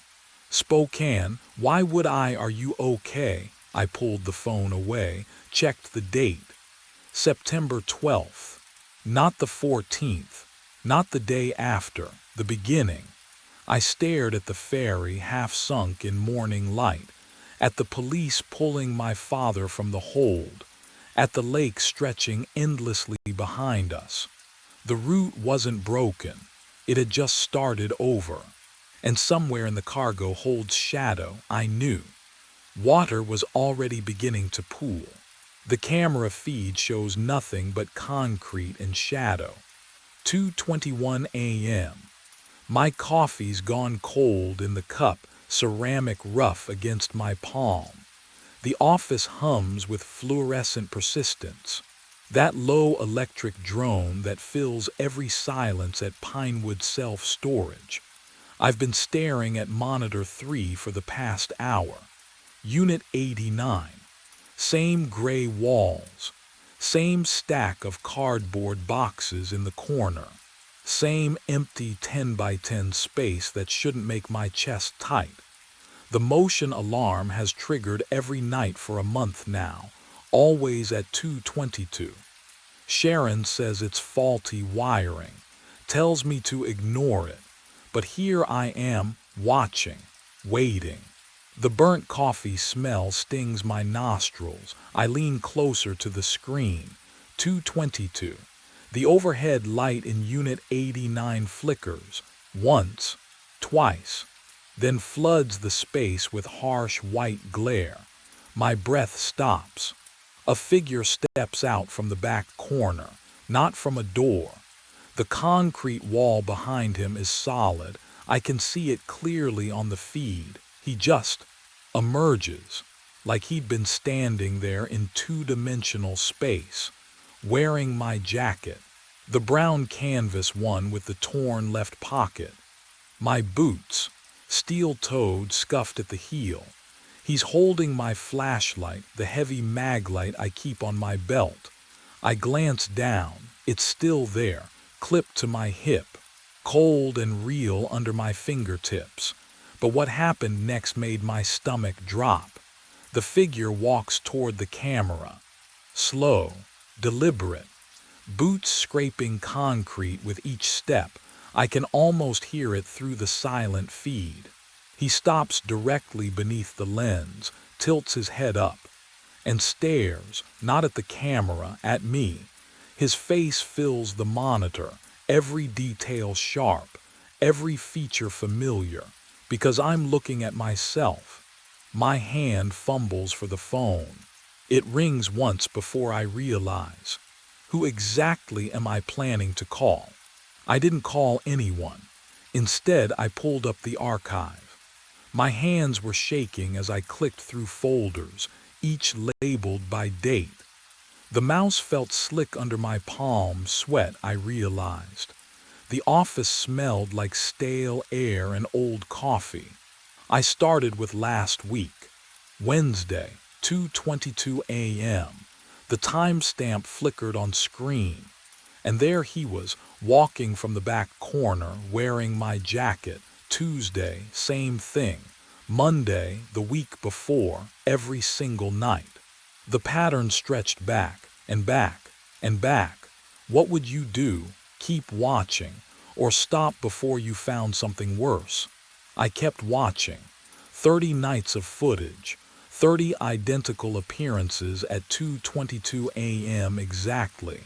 The figure always emerged from solid concrete, always wore my clothes, always walked to the camera, always stared. But what I discovered in the rental database made my chest tighten in a way the footage hadn't. I pulled up Unit 89's account details. The screen loaded slowly, pixels assembling like they were reluctant to show me the truth. Tenant name, blank. Contact information, blank. Emergency contact, blank. Autopay active. I clicked the payment history. The entries scrolled down 3 months, 6 months, a year. Oh, 3 years, 3 years of automated monthly payments. No missed months, no contact. No visits logged in our access records. Not one. I grabbed the phone, dialed Sharon's emergency line. It rang 4 times before her voicemail picked up, that clipped, dismissive tone even in her greeting. I tried her cell. Straight to voicemail. I tried the regional office number. The line was dead. I went to the filing cabinet, pulled the drawer marked lease agreements. My fingers walked through the tabs. Unit 87, Unit 88, Unit 90. No Unit 89. The folder didn't exist. Sharon had told me she'd check the records, but there were no records to check. There never had been. And that's when I understood someone had erased every trace of whoever rented that unit. Or something was making sure I could never find out who they were. I stood outside Unit 89 at 2:18 a.m., master key cold against my palm. The erased records meant someone wanted this tenant invisible. Therefore, I had to see what they were hiding. The lock clicked open. The door swung inward on silent hinges. I stepped inside and the smell hit me first, cardboard and concrete dust, but underneath something else. Stale air that hadn't circulated in years. My flashlight beam swept across the space. Cardboard boxes lined both side walls, stacked 3 high, their surfaces filmed with dust thick enough to write in. 10 by 10. That's all it was. I moved toward the back wall, boots scuffing against concrete. The beam traveled across the surface. Solid. No seams, no door frame, no hinges. Just cold gray concrete that had been poured decades ago. I pressed my palm flat against it. The chill bit into my skin immediately. Deeper cold than it should be. Wrong cold. Can you imagine standing in a locked box, knowing someone identical to you walks out of that solid wall every night? I checked my watch. 2:21. 1 minute. The boxes closest to me had no labels, no markings. I ran my finger across the nearest one, leaving a trail through the dust. Underneath, the cardboard looked new, fresh, but the dust suggested years of abandonment. My chest tightened. Something here didn't. The overhead light blazed on. I hadn't touched the switch. 2:22 a.m. exactly. The fluorescent tube hummed above me, harsh white light flooding every corner. My shadow stretched long across the floor. I spun toward the door, and that's when I heard them. Footsteps behind me, slow, deliberate, boot heels on concrete. I whipped around, flashlight raised like a weapon. The back wall stared back, empty. Solid, the footsteps continued, closer. My breathing caught in my throat. I could hear the leather creak with each step, the exact sound my boots made, but I saw nothing, no one. The steps stopped, right behind me. But what I felt on the back of my neck would make me question everything I knew about that concrete wall. The footsteps stopped. I didn't move, couldn't move. The silence pressed against my eardrums like water at depth. Heavy, wrong. My breath came in short pulls, too loud in the concrete box. Nothing stood behind me, I knew that. I'd seen the empty space when I spun around. But the presence remained, a weight in the air, the feeling of being watched by something that occupied the same space I did. The cold hit next, not gradual, instant. My skin prickled, arms breaking out in goose flesh beneath my jacket. Each exhale turned to white fog, curling in the fluorescent glare. The temperature had dropped 20 degrees in seconds. I could smell it now. That mineral scent of deep earth, of places that never see sunlight. Movement caught my eye. On the nearest cardboard box, ink appeared, fresh, black, bleeding through the brown surface in slow, deliberate strokes. Letters forming one by one, as if an invisible hand pressed a marker to the cardboard. My heart slammed against my ribs. I stepped closer, watching the words materialize. You've been living in Unit 89 for 3 years.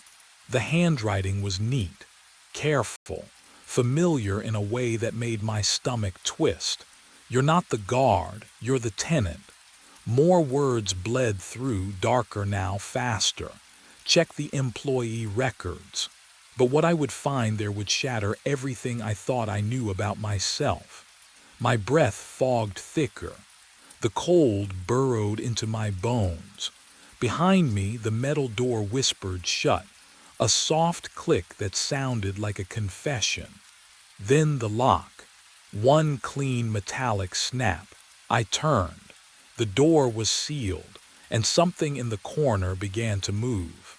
I didn't wait for whatever moved in that corner. I slammed into the door, shoulder first. The metal shrieked against the frame, but the lock held. My breath came in short bursts, fogging the air in front of me, fog that hung there too long, refusing to dissipate.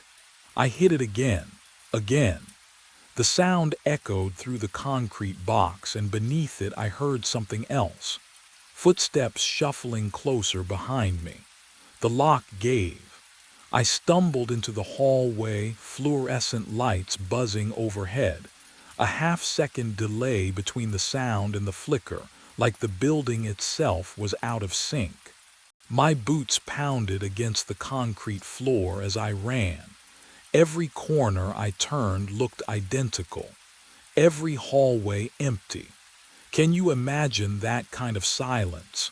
The kind that presses against your eardrums like water. But what I found in the office would make the silence seem merciful. The filing cabinet sat against the back wall, same as always. My hands shook as I yanked open the employee drawer. Cross, Ethan. The folder was thin. I flipped it open on the desk under the flickering monitor light. Hire date, October 5th, 3 years ago. The same date stamped on Unit 89's rental agreement. My stomach dropped. I turned the page, and there it was. The previous night guard's employee photo, paperclip to the top. My face, my exact face. but the name underneath Nathan Pierce. I grabbed the rental agreement from the second drawer. The signature at the bottom was unmistakable. Those loops, that slant, my handwriting, I'd signed it 3 years ago. The monitor behind me flickered. All 12 camera feeds blinked to black simultaneously. Then one by one they came back on. And that's when I saw what was waiting in the other units. The monitors flickered back to life, and Unit 34's alarm screamed. The sound tore through the silence, high and piercing, the kind that makes your teeth ache. I spun toward the wall of screens, fingers already reaching for the feed controls, and froze. On camera 34, a figure stood motionless in the center of the frame, wearing my jacket, my boots. Standing the way I stand when I'm thinking, weight shifted to the left, hands loose at my sides. The overhead light carved shadows across a face I'd seen in the mirror every morning for as long as I could remember. My face. The alarm from Unit 57 joined the chorus before I could breathe. Then Unit 112. The shrill electronic wail layered into something that felt like screaming, like the building itself was trying to warn me. I punched up the feeds with shaking hands. Unit 57, another me, this one closer to the camera, staring directly at the lens with eyes that didn't blink. Unit 112, standing in profile, perfectly still like a photograph come to life. Can you imagine seeing yourself like that? Not in a mirror, not in a reflection, but standing separate, breathing in spaces you've never been, watching you through glass and wire. What I saw next changed everything. All three versions turned their heads at exactly the same moment, synchronized, deliberate, all facing their cameras, all staring at me. The office phone started ringing. The sound cut through the alarms, old and mechanical, the kind of ring that demands answering. My hand moved before my mind could catch up, lifting the receiver to my ear. Static hissed across the line, and then my own voice whispered through it. "Stop running. You know where you belong." The line went dead, but what I heard in the static afterward made my blood freeze. The static faded. I stood frozen at the desk, receiver trembling in my hand. Then, the memories came, 2 versions, both mine, both real. I remembered my first night as a guard, Sharon showing me the office, explaining the routes, handing me the keys. October 5th, 3 years ago. But I also remembered arriving as a tenant that same night, unloading cardboard boxes from my truck, stacking them in Unit 89, the overhead light humming, never leaving.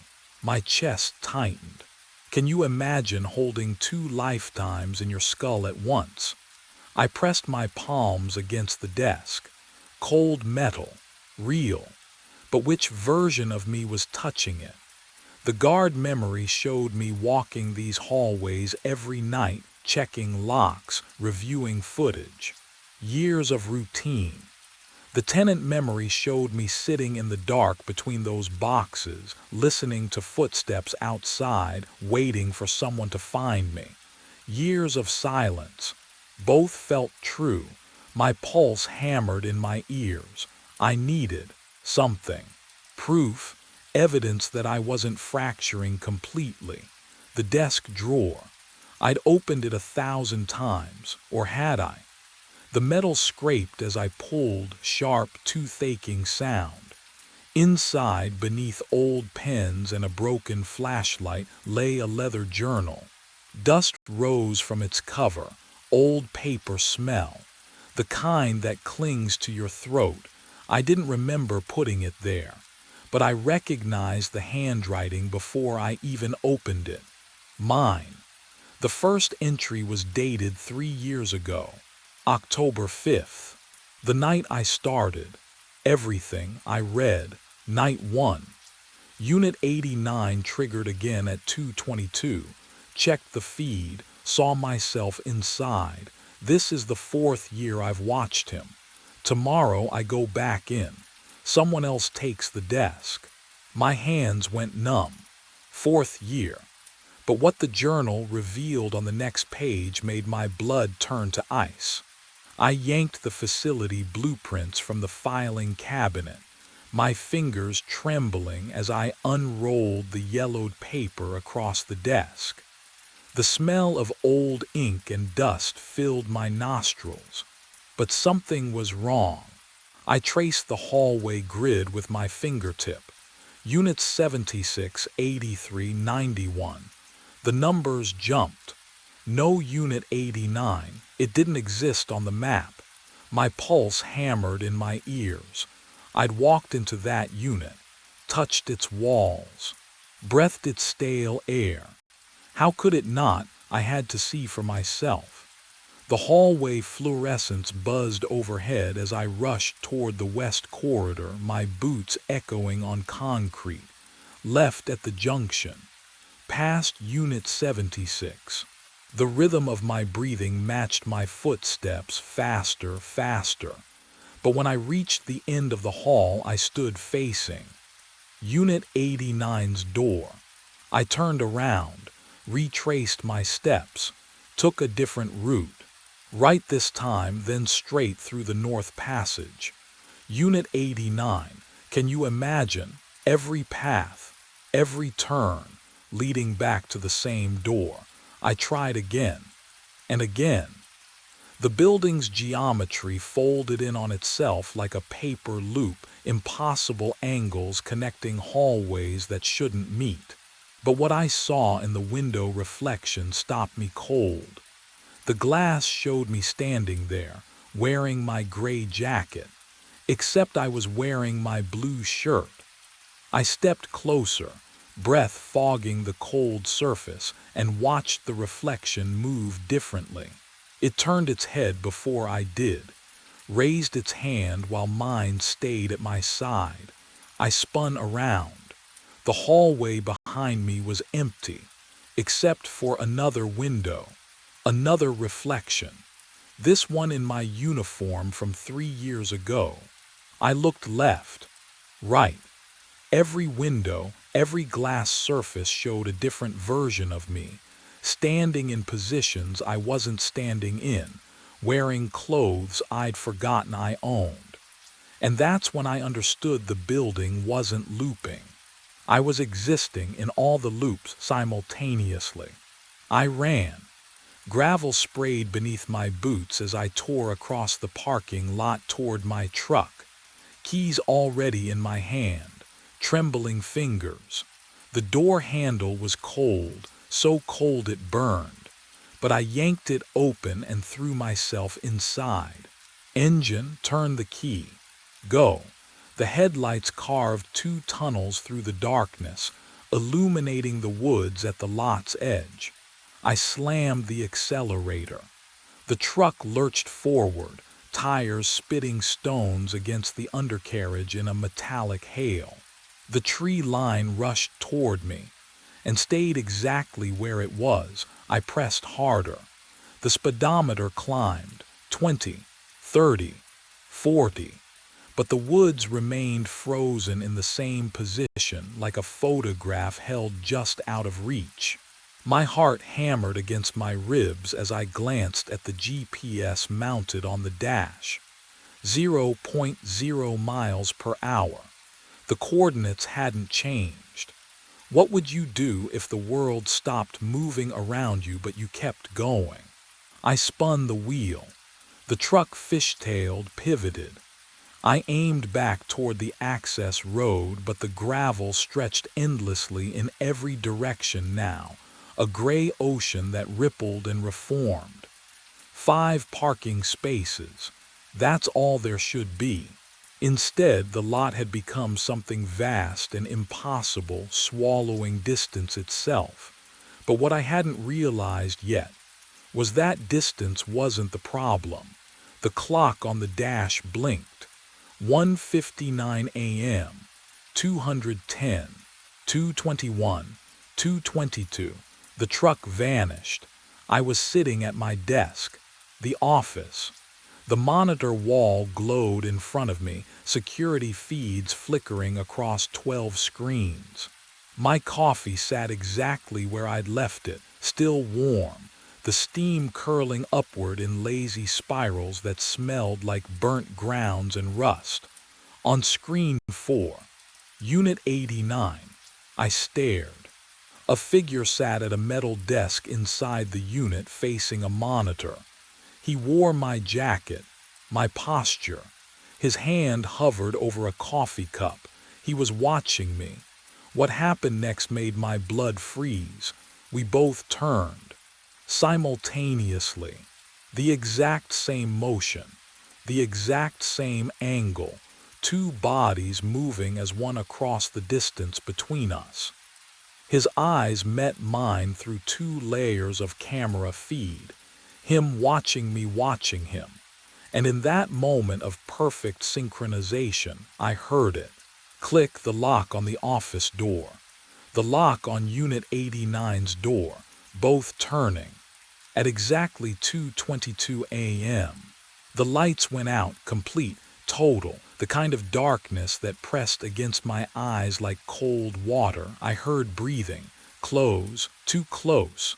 We never leave Unit 89.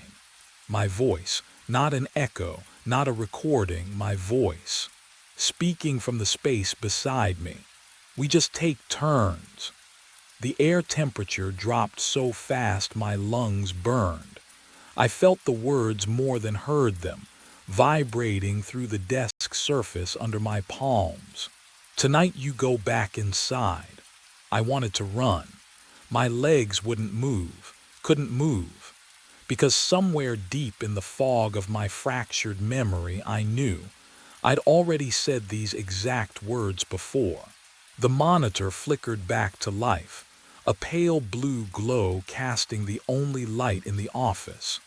My hands looked gray in its wash. Dead hands. On the screen, Unit 89's door stood open, and I watched myself walk toward it. Not the me sitting frozen at this desk, but another me, wearing my jacket, my boots, moving with my gait. He stepped over the threshold without hesitation, without looking back. The door closed behind him with a soft metallic click that echoed through the speakers. The lock turned. But what happened next made my blood turn to ice. Because on a different monitor, the one showing the security office, I saw the chair I was sitting in. Empty, just an empty chair slowly rotating as if someone had just stood up. Then I heard footsteps behind me, my own footsteps, walking away. The office door opened, closed. I sat at the desk.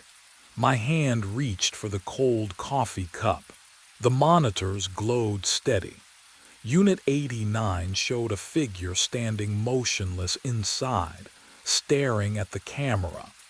At 2:22 a.m. tomorrow night, the alarm would trigger again, and I would watch myself walk into Unit 89. Because we never leave. We just take turns guarding each other. The automated narration cut out at 2:31. I looked up from the console, fingers still hovering over the playback controls. The projection dome hummed through the speakers.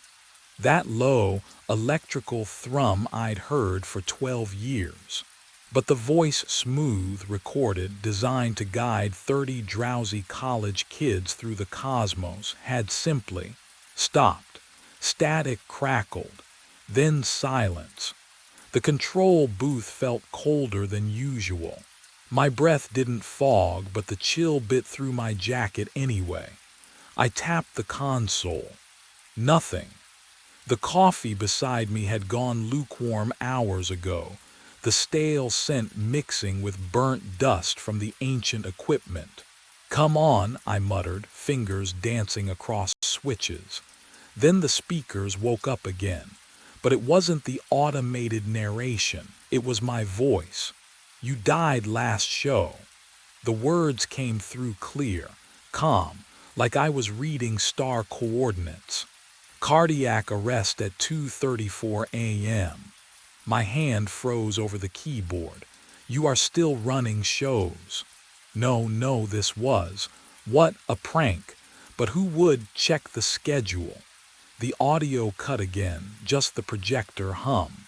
That familiar, wrong hum that suddenly felt too loud, too close, pressing against my eardrums like water pressure. What would you do if you heard your own voice tell you that you died? I stared at the console. My reflection stared back from the dark glass separating the booth from the dome beyond.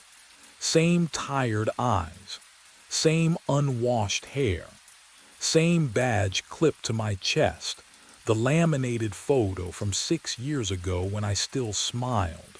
My hands were shaking. I didn't want to touch the keyboard, didn't want to open the booking system, because some part of me, the part that ignored chest pains and worked 70-hour weeks, knew that whatever I found there would change everything. But I reached for the mouse anyway. The screen flickered to life. Blue light washed over my trembling fingers as I navigated to the schedule database. 6 months of bookings loaded in a cascade of entries. I scrolled. Every single entry. 2 a.m. Same time slot. And every single one read the same 2 words. Memorial service. But what I saw in the notes field made my breath catch in my throat. I scrolled. February 3rd, memorial service.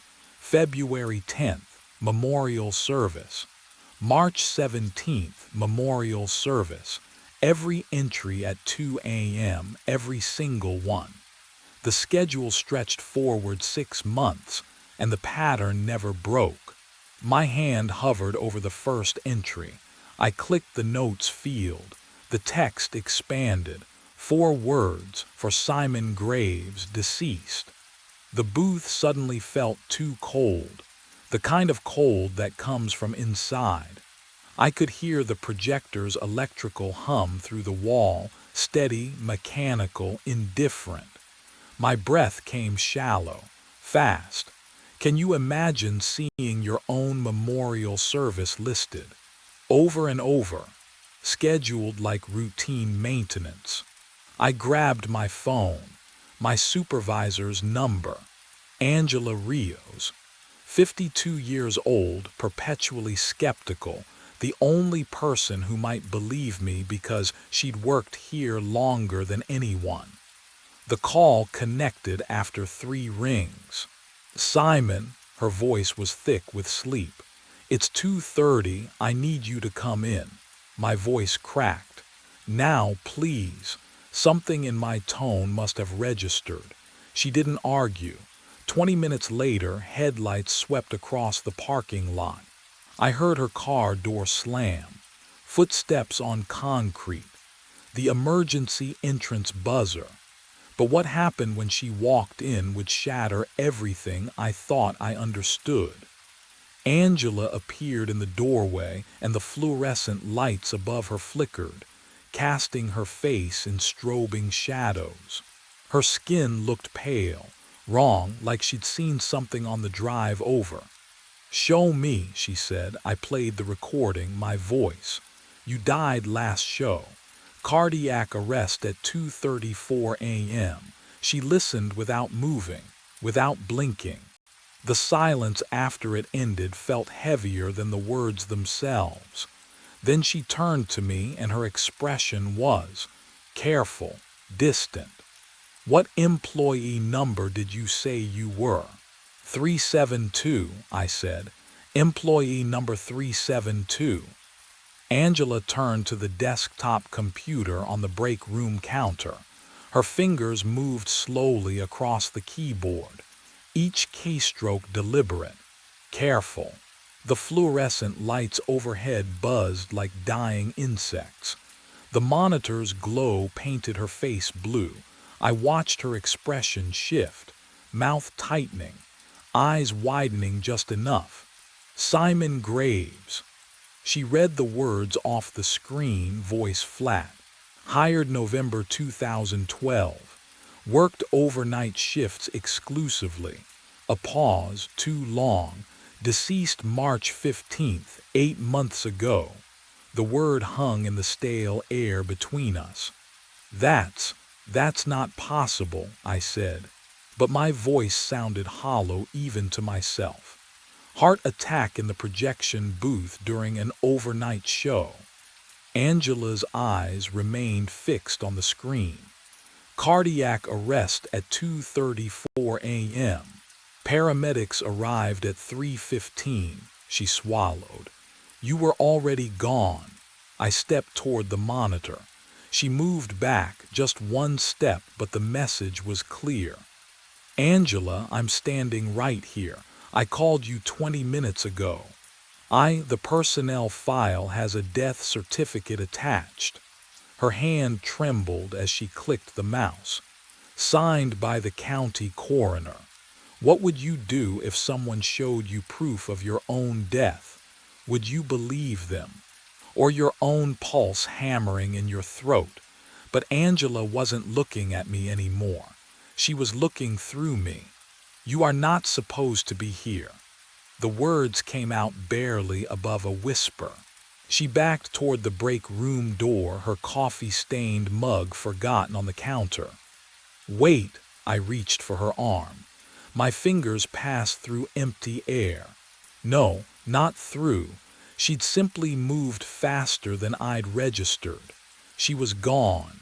The door swung shut with a soft click.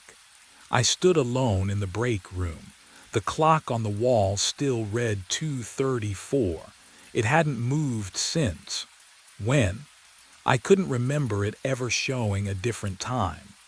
The projector's hum filtered through the walls. Low, constant. The only sound in the entire building besides my breathing. I turned to the dark window beside the coffee station. My reflection stared back. Same face. Same uniform. Same ID badge clipped to my chest. I touched the badge. The plastic felt cold. Too cold. Like it had been sitting in a freezer. The temperature seeped through my fingertips, spreading up my wrist. The reflection in the window blinked. I didn't. And that's when I noticed something behind my reflection in the glass. Something moving in the hallway I couldn't see. I ran back to the control booth. My hands shook as I pulled up the security system, the keyboard clicking too loud in the silence. Angela was wrong. She had to be wrong. The college group had been here tonight. I'd watched them file in, heard their voices echo through the dome. I'd pressed the start button for them at 2 a.m. sharp. The monitor flickered to life, bathing my face in pale blue light. I scrolled through the feeds. Main entrance. Lobby. Projection dome. Empty, all of them. Empty. I rewound the footage to 2 a.m. My fingers trembled against the cold plastic controls. The timestamp counted backward in the corner of the screen, numbers dissolving into earlier hours. There. 2 o'clock. I hit play. The main entrance remained dark. No headlights swept across the glass doors. No figures moved through the lobby. The motion sensors never triggered. But what I saw next made my chest tighten in a way that had nothing to do with my heart. The projection dome feed showed me, alone in the booth, talking to no one. My mouth moved, gesturing toward rows of seats that held only shadows and stale air. I watched myself smile, press buttons, adjust the microphone as if students were listening below. Can you imagine seeing yourself like that? Speaking to ghosts you believed were real. I clicked to the parking lot camera. The asphalt stretched empty under the single flickering street light. No cars. Not a single vehicle in any of the marked spaces. I zoomed in on my usual spot near the employee entrance. Nothing. My car wasn't there, had never been there tonight. I scrolled back further, searching for the moment I'd arrived for my shift. The footage jumped, stuttered, and I realized something that turned my blood cold. The timestamp in the corner didn't read tonight's date. It read 8 months ago, the night I died, and the footage was still recording. I walked into the projection dome. The projector hummed behind me, the same mechanical drone I'd heard 1,000 times, but the stars above were moving wrong. They didn't follow the programmed sequences. They crawled across the domed ceiling like insects, clustering, rearranging themselves into shapes that shouldn't exist. Letters, words, "You are the show." My throat tightened. I stood frozen in the center of the dome, neck craned upward, watching the constellation shift and spell. The automated voice had gone silent. Only the projector's low whir filled the space. "They come to watch you die again." The stars pulsed brighter, then dimmer, as if breathing. My hands trembled. Can you imagine seeing your death written in light above you? The certainty of it, the inevitability. 2:34 a.m. I looked down at my watch. The digital display glowed faint green in the darkness. 2:32 a.m. 2 minutes. But what those 2 minutes would bring, I wasn't ready to understand. The air changed, dropped. I felt it on my skin first, a sudden, vicious cold that bit through my shirt and pressed against my chest. My breath came out in a cloud. Then another, white fog curling from my lips in a building that never got this cold. The heating system ran constantly, always too warm in the booth. Always something creaked behind me, not the projector, not the ventilation, a seat. I turned, slowly, the fog of my breath trailing across my vision. The rows of reclining chairs stretched into shadow, but they weren't empty anymore. And what sat there watching me with unblinking eyes wasn't anything I could have prepared for. The seats were full, every single one. Figures sat motionless in the reclining chairs, faces tilted upward, but not toward the projected sky, toward me.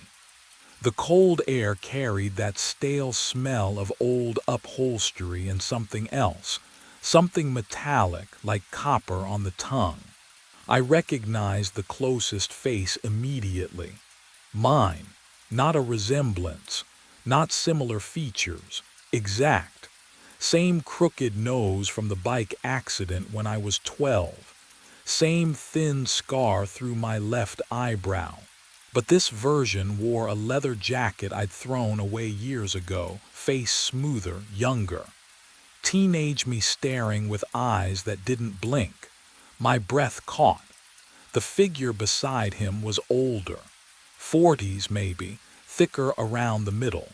Hair graying at the temples in a way mine hadn't started yet. Still me. Still those same pale blue eyes locked on my face with unnerving stillness. I turned slowly, scanning the rows. All me. Different ages scattered throughout the dome like a gallery of lives I'd lived. And lives I never would. In the back row sat a Virgin with white hair and deep wrinkles, liver spots on hands folded peacefully in his lap. Can you imagine seeing yourself at 70? knowing you'll never reach it. The silence pressed against my eardrums. No breathing, no rustling fabric, just the mechanical hum of the projector and my own ragged gasps fogging the frigid air.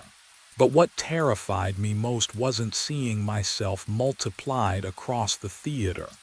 It was the realization that they'd been waiting for this moment.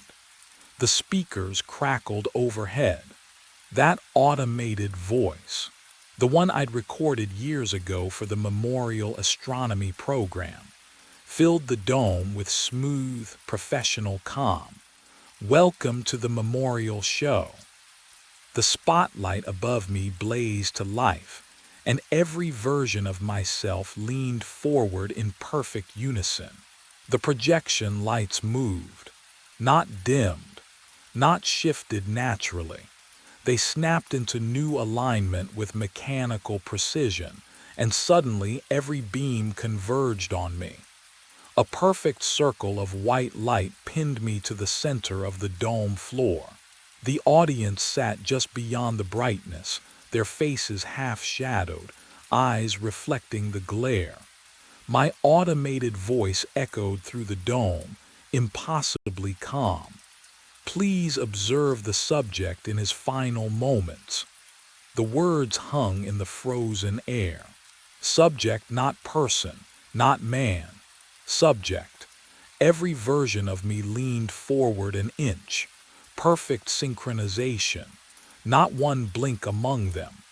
The teenage me in the third row had the same hollow stare as the elderly one I'd never become. They weren't watching the stars anymore. They were watching me die. Can you imagine that? Being the only exhibit in your own memorial. The cold I'd felt earlier. It wasn't from the air conditioning. It was something deeper. Something wrong with the space itself. My breath came out in visible clouds, but the spotlight burned against my skin, hot and cold at once. My body couldn't decide which sensation to process. Then the pressure started. Oh, a weight pressed against my sternum. Familiar, terrifying. The same crushing sensation from 8 months ago, except I had no memory of 8 months ago. I'd been here every night, hadn't I? My left arm tingled, not painfully, not yet. Just present. Wrong. I glanced at my watch. 2:33 a.m. 1 minute left. But what I didn't understand then, what none of the audience versions would tell me, was that the real show hadn't even started yet. The pain split my arm open from the inside. White hot. Molten. I gasped. No air came. My knees buckled and the dome floor slammed against my shoulder, cold concrete biting through my shirt. The impact should have hurt. I felt only the crushing weight against my sternum, like someone had stacked cinder blocks on my chest. Can you imagine? Dying while they watch. Every version of myself leaned forward in perfect synchronization. Not a sound. Not a breath. Just the slow creak of seats tilting and that horrible silence pressing against my eardrums. I tried to speak. My jaw moved. Nothing. My heartbeat thundered in my skull, irregular, skipping, frantic. Thump, thump. Pause. Thump. The rhythm felt wrong, like music played off tempo. I clawed at the floor, fingernails scraping concrete, searching for purchase that didn't exist. Above me, the projected stars began to move. They swirled. Faster. A vortex of light spinning counterclockwise, pulling my vision into a tunnel. The edges of the dome darkened first, then the seats, then the faces of my audience. Only the spinning remained. Only the crushing. Only the sound of my own failing heart. 2:34 a.m. My watch face glowed in my peripheral vision. But what happened at 2:34 would change everything I thought I understood about death. The pressure peaked. My heart convulsed once, then stopped. Silence, complete, total. The kind of quiet that exists before sound was invented. Darkness swallowed the vortex, the dome, the versions of myself. I floated in nothing. No pain, no cold, no anything. Then the hum of the projector filled my ears. Fluorescent lights buzzed overhead. Coffee stains marked the control booth console. I stood upright, hand reaching for the playback button.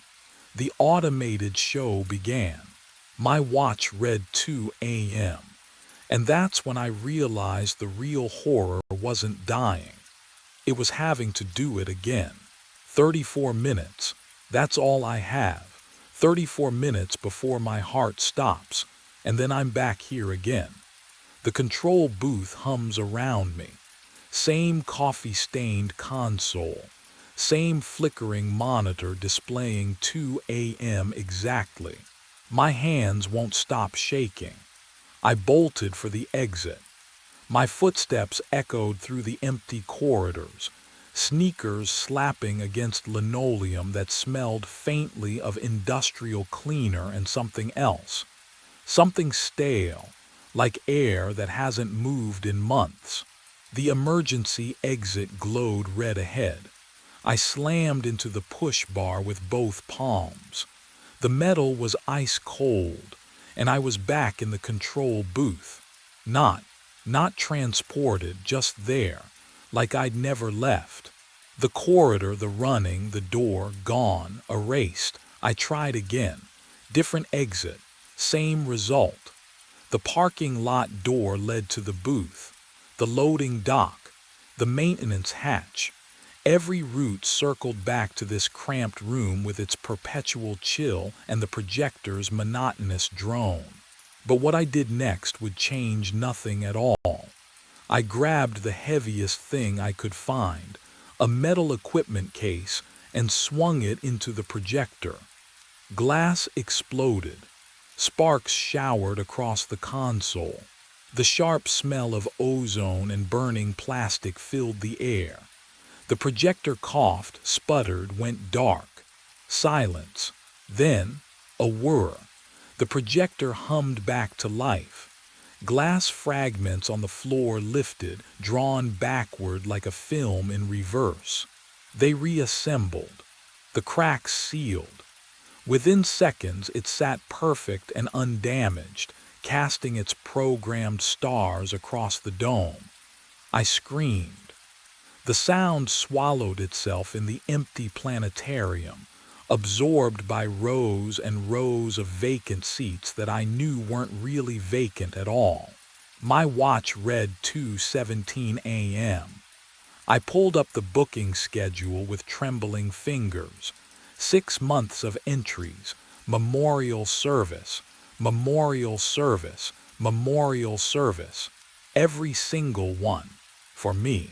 And that's when I noticed the dates had changed. At 2:31, I stopped running.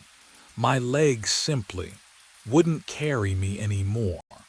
Not toward another exit that led nowhere.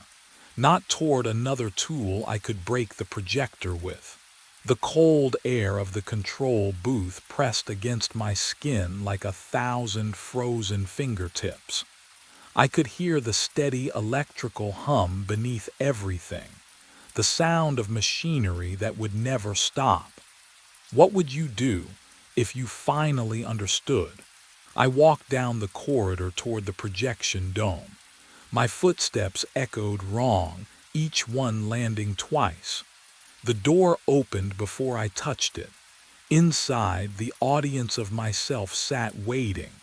Teenage Simon in the third row, middle-aged Simon near the aisle, an elderly version I would never become, hands folded in his lap. They turned as one, made space in the center row. I sat down. The fabric smelled like dust and old popcorn, familiar, exactly as I remembered from my living days. The vinyl squeaked under my weight. My other selves didn't speak. They didn't need to. We'd all reached this moment eventually. But here's what I hadn't expected. Movement in the control booth window above. Another figure stumbled into view. His hands were shaking. He was listening to something, a recording maybe. His face twisted in confusion, then horror. I recognized that expression. I'd worn it myself. How many loops ago? The new Simon pressed his palms against the glass. Above us, the projected stars began to shift. They crawled across the dome in deliberate patterns, spelling words in constellations I'd memorized 8 months ago. You are not alone in your ending. I understood then. I wasn't trapped. I was the show, the memorial, the eternal witness. In the booth, the new version of me clutched his chest. His knees buckled, 234. I watched myself die again. And when the darkness came, I was already back in the control booth, my hand reaching for the recording, ready to begin. The radio crackled at exactly 3:33. I stared at it. Same calm voice cutting through the static, requesting lift clearance. Same polite tone. Same words as the last 3 nights. My finger hovered over the controls, sweat making the cold metal slippery beneath my palm. 4 times now. 4 times, and no ship had ever appeared. The fluorescent lights above me hummed their constant electric whine. I pressed the button. The bridge groaned to life, steel cables squealing as the road deck split and rose toward the night sky. Through the smudged window, I watched the empty black river stretch below, dark and still as oil. Nothing moved down there, ever. I checked the clock, started counting. The air in the control room smelled like rust and something older, something that had settled into the walls over decades. 20 minutes. That's how long I'd wait, just like protocol demanded. Just like I'd done 3 times before. My hands trembled as I gripped the edge of the console. Can you imagine standing alone in a metal box suspended over black water, raising a bridge for ghosts? The river gave back no reflections. Not even moonlight touched its surface tonight.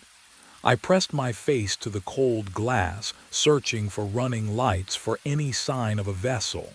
The waiting stretched. 5 minutes. 10. 15. But what I realized at minute 17 made my stomach drop. The timing was too perfect. 3:33 exactly, down to the second. 4 nights in a row. The same voice. The same absence. This wasn't equipment malfunction or miscommunication. Someone, or something, was doing this deliberately. I lowered the bridge at minute 20. The machinery groaned in reverse. My reflection stared back from the dark window, pale and hollow-eyed. And that's when I understood this wasn't a game at all. It was a pattern. One I'd already become part of. 4 nights earlier, I thought I'd finally caught a break. The control room at Harbor Point was smaller than I'd expected, cramped, really. But it was mine for the night. My first solo shift. Jean had clapped me on the shoulder during orientation, told me the overnight rotation paid 20% more, and I jumped at it. The divorce lawyer's bills weren't going to pay themselves. Neither was the child support. I settled into the worn operator's chair, ran my fingers across the control panel. Cold metal, smooth from decades of use.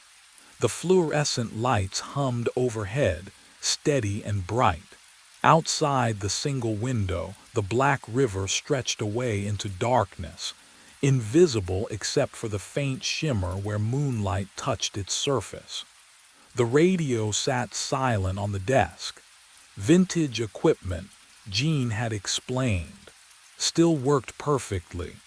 Just call if you need anything, he'd said, though he'd said it quickly, already backing toward the door. I checked my watch. 11:47, 8 hours stretched ahead. I'd brought coffee, a sandwich, my phone for emergencies, though Gene had warned me the signal was spotty out here. The highway above carried the occasional truck, tires humming against pavement, but mostly silence. The kind of silence that makes you aware of your own breathing. At 3:33 in the morning, the radio crackled to life. The sound made me jolt upright, heart hammering. Static hissed, then resolved into a voice. Calm, professional, almost polite. Bridge operator requesting lift clearance. I grabbed the microphone, thumb pressed to the transmission button. Finally, my first real call. Copy that. Stand by for clearance. My hands moved through the sequence Gene had drilled into me. Safety checks, visual confirmation protocols.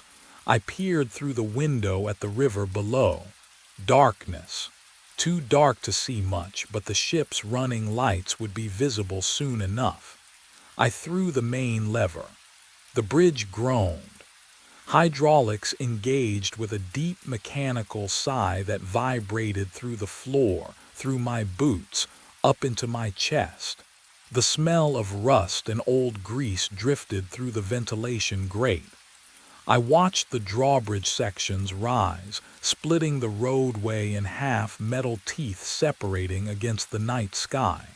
20 feet, 40, 60. The bridge locked into its full vertical position with a solid clunk. I waited, watched the river. Any moment now the ship would glide through, and I'd lower the bridge, log the time, feel that small surge of pride at a job done right. 1 minute passed, then 5. I leaned closer to the window, breath fogging the glass. Where was it? The river remained still, black, empty. 10 minutes, my stomach tightened. Had I missed it somehow? Impossible. Ships that size don't slip past unnoticed. I'd have heard the engine, seen the wake disturbing the water. 15 minutes. I lifted the radio again. Bridge operator to requesting vessel. Do you copy? Static answered. Just static. At the 20-minute mark, protocol required 20 minutes minimum clearance. I lowered the bridge. The hydraulics whined in reverse, and the roadway segments descended, locking together with a metallic thud that echoed across the water. I sat back down, stared at the radio. Miscommunication. Had to be. Maybe they'd had engine trouble, turned back before reaching the bridge. Maybe I'd misheard the call sign and they'd been requesting a different drawbridge upriver. New guy mistakes, it happens.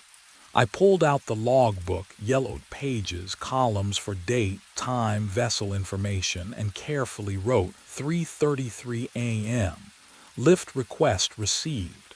Bridge raised. No vessel passage observed. Possible communication error. My handwriting looked steady, professional, but my hands were shaking. I tried to dismiss it, told myself it was nothing. First night jitters, the isolation getting to me. 8 hours alone in a metal box suspended over dark water. It would make anyone jumpy. Can you imagine? Your first night on any job, the weight of doing it right pressing down on you. I drank my coffee, ate half the sandwich. The fluorescent lights hummed their endless note. At 4:15, I noticed something I hadn't seen before.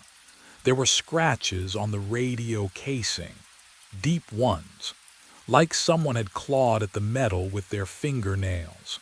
And beneath the microphone, barely visible in the harsh light, dark stains had seeped into the plastic grip. Stains that looked rust brown. Stains that looked like dried blood. But what I saw next in that logbook would make my hands shake, for an entirely different reason. The entry that made my blood go cold was simple. Operator James Wilcox, raised bridge at 3:33 a.m. No vessel logged. The date was 4 years ago. The handwriting stopped mid-sentence. By the third night, I knew the call would come again. I sat in the cramped control room, fluorescent lights humming overhead like trapped insects. My phone showed no signal. It never did out here. The highway above was silent. No cars had passed in hours. The isolation pressed against the walls, thick as fog, and I wondered if you've ever felt that. That sensation of being the only person left in the world. At 3:33 a.m., the radio crackled. Bridge operator requesting lift. The same calm voice, the same words.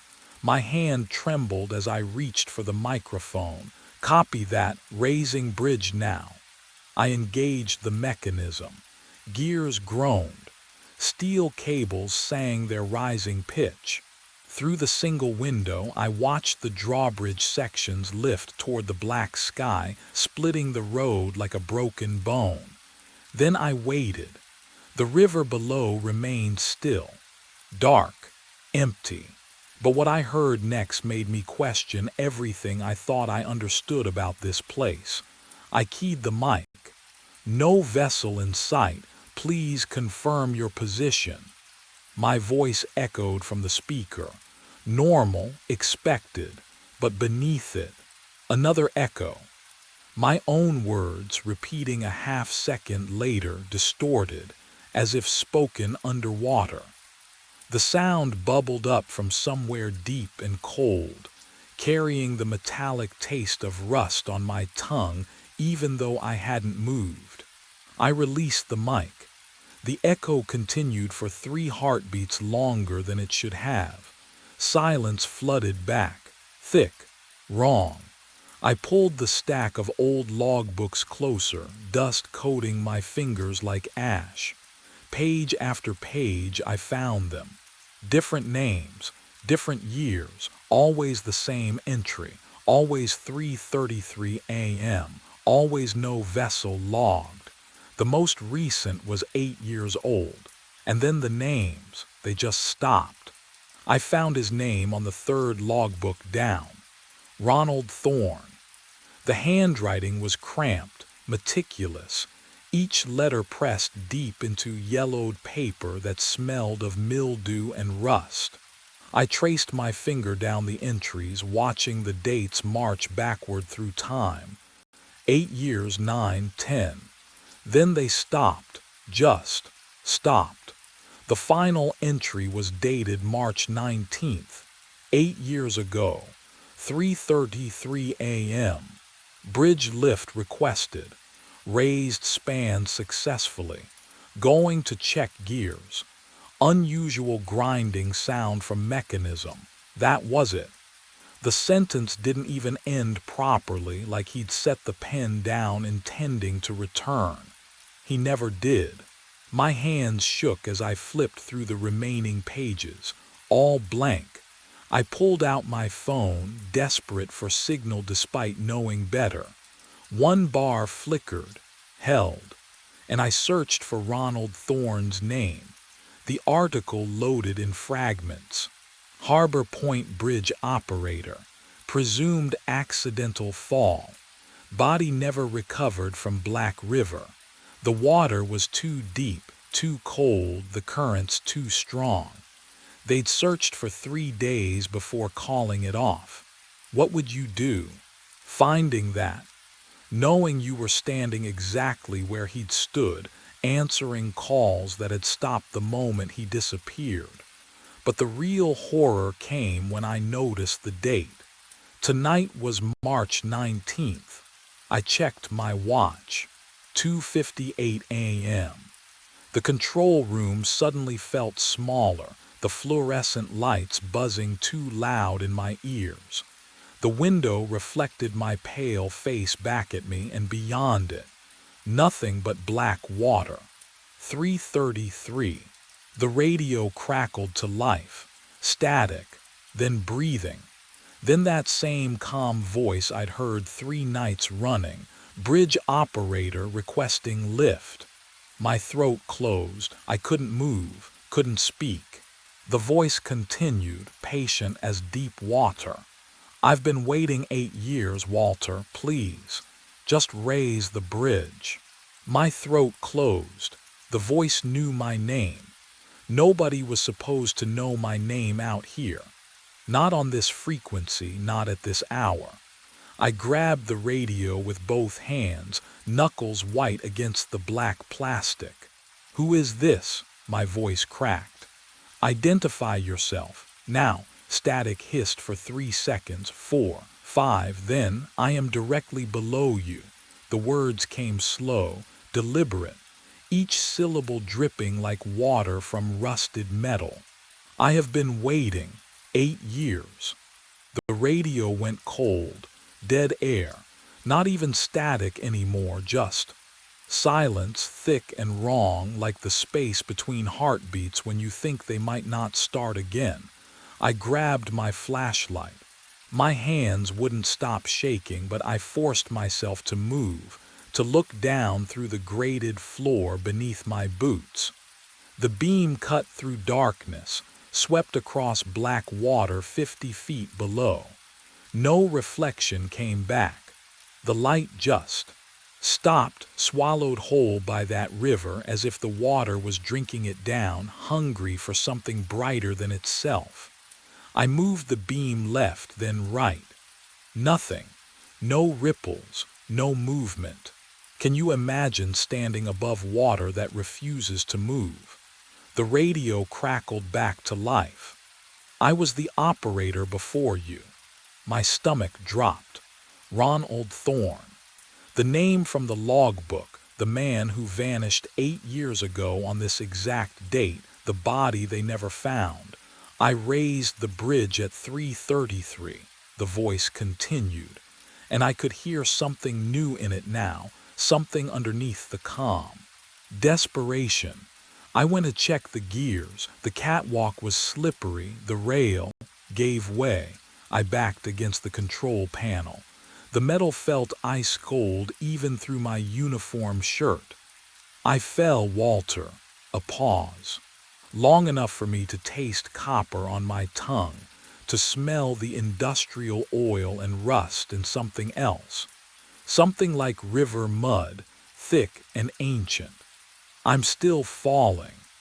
But what he said next would make me understand why no one ever lasted more than a week on this shift. The radio hissed and Thorne's voice continued, slower now, each word dragging like a body through water. "I raised the bridge. Nobody called." The static crackled between his sentences. "I walked to check the gears. Thought I heard grinding metal. The catwalk was slippery. Always is, cold out there." I pressed my palm against the control room window, felt condensation seep through my fingers. "The rail gave way," Thorne whispered. I reached for it, but my hand went through empty air. I fell. "Walter, I fell." The transmission stretched, distorted. "I'm still falling." Can you imagine that? Falling forever, watching the water rush up but never arriving. I couldn't breathe. The fluorescent lights buzzed overhead, too bright, too loud. I had to see the catwalk, had to know if the door groaned as I pushed into the night air. Wind bit through my uniform, carrying the sharp smell of rust and river rot. The catwalk stretched ahead, a narrow spine of grated metal suspended over black water. My boots clanged against the floor, each step echoing into the void below. Halfway across, I stopped. The safety rail. Oh God, the rail, it hung at an angle nearly severed. Fresh cuts gleamed in the moonlight, bright silver against decades of corrosion. I knelt, touched the metal with shaking fingers. The edges were sharp, clean, recent. Metal shavings glittered on the grating like crushed glass. Someone had cut this, not 8 years ago, not rust or time or accident, recently. But what I found beneath those shavings would make everything worse. I brushed them aside, and carved into the steel were 3 words: "You are next." Behind me, footsteps rang out against metal, slow, deliberate, coming closer. I wasn't alone on the catwalk anymore. I turned. The footsteps stopped, 10 feet away, maybe less. A figure stood in the catwalk's center, silhouetted against the faint glow of the control room behind him. Operator uniform, navy blue, same as mine. The fabric hung stiff and heavy, like it had never dried properly. He took another step. The grating groaned beneath his weight. "Who are you?" My voice cracked. He didn't answer, just walked forward, slow and deliberate. Each footfall echoed through the steel lattice beneath us. The wind carried the smell of the river, cold, brackish, like rot seeping through stone. Another step, closer now. The moonlight shifted through a gap in the clouds. His face came into view. Oh, can you imagine seeing your own face walking toward you in the dark? Not in a mirror, not in a photograph, but there. Real, breathing, it was me. Every detail. The way my jaw tilted slightly left. The scar above my right eyebrow from when I was 12. Even the tired shadows under my eyes from too many sleepless nights. He smiled. I smiled with my mouth. "I need you to raise the bridge," he said, his voice a perfect echo of mine. "You finally answered." My legs moved before my brain caught up. I spun and ran toward the control room, boots hammering against metal. Behind me, his footsteps matched mine, steady, unhurried. I grabbed the door handle. Locked. I slammed my shoulder against it. Nothing, the south exit. I sprinted down the catwalk, lungs burning, the severed rail flashing past in my peripheral vision. That door. It had to open. It didn't. Locked. Cold steel against my palms. Every exit.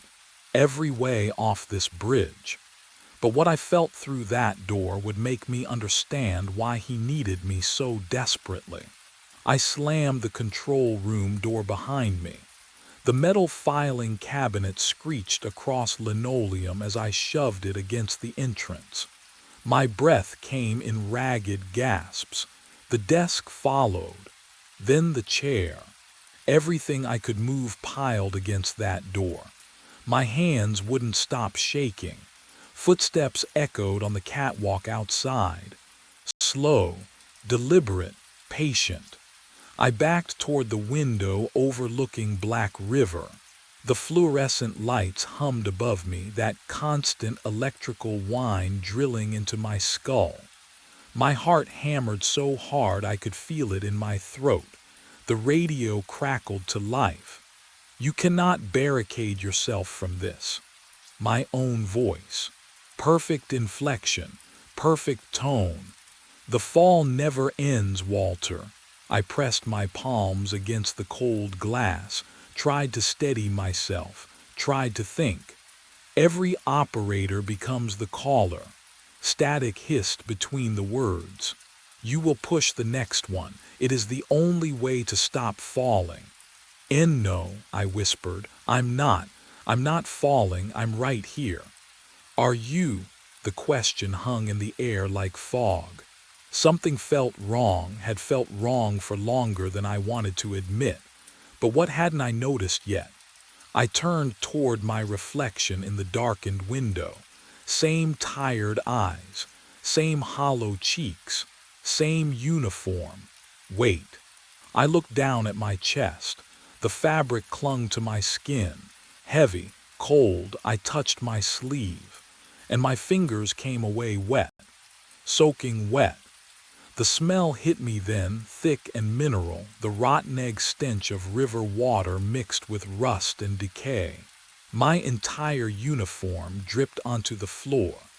Puddles formed around my boots.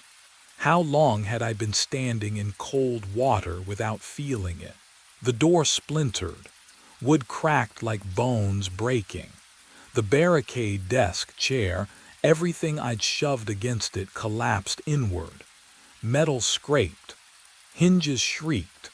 I stumbled backward, my boots squelching in the puddle of river water soaking through my uniform. The doppelganger stepped through. My face, my eyes, my mouth forming words I couldn't hear over the roar of blood in my ears.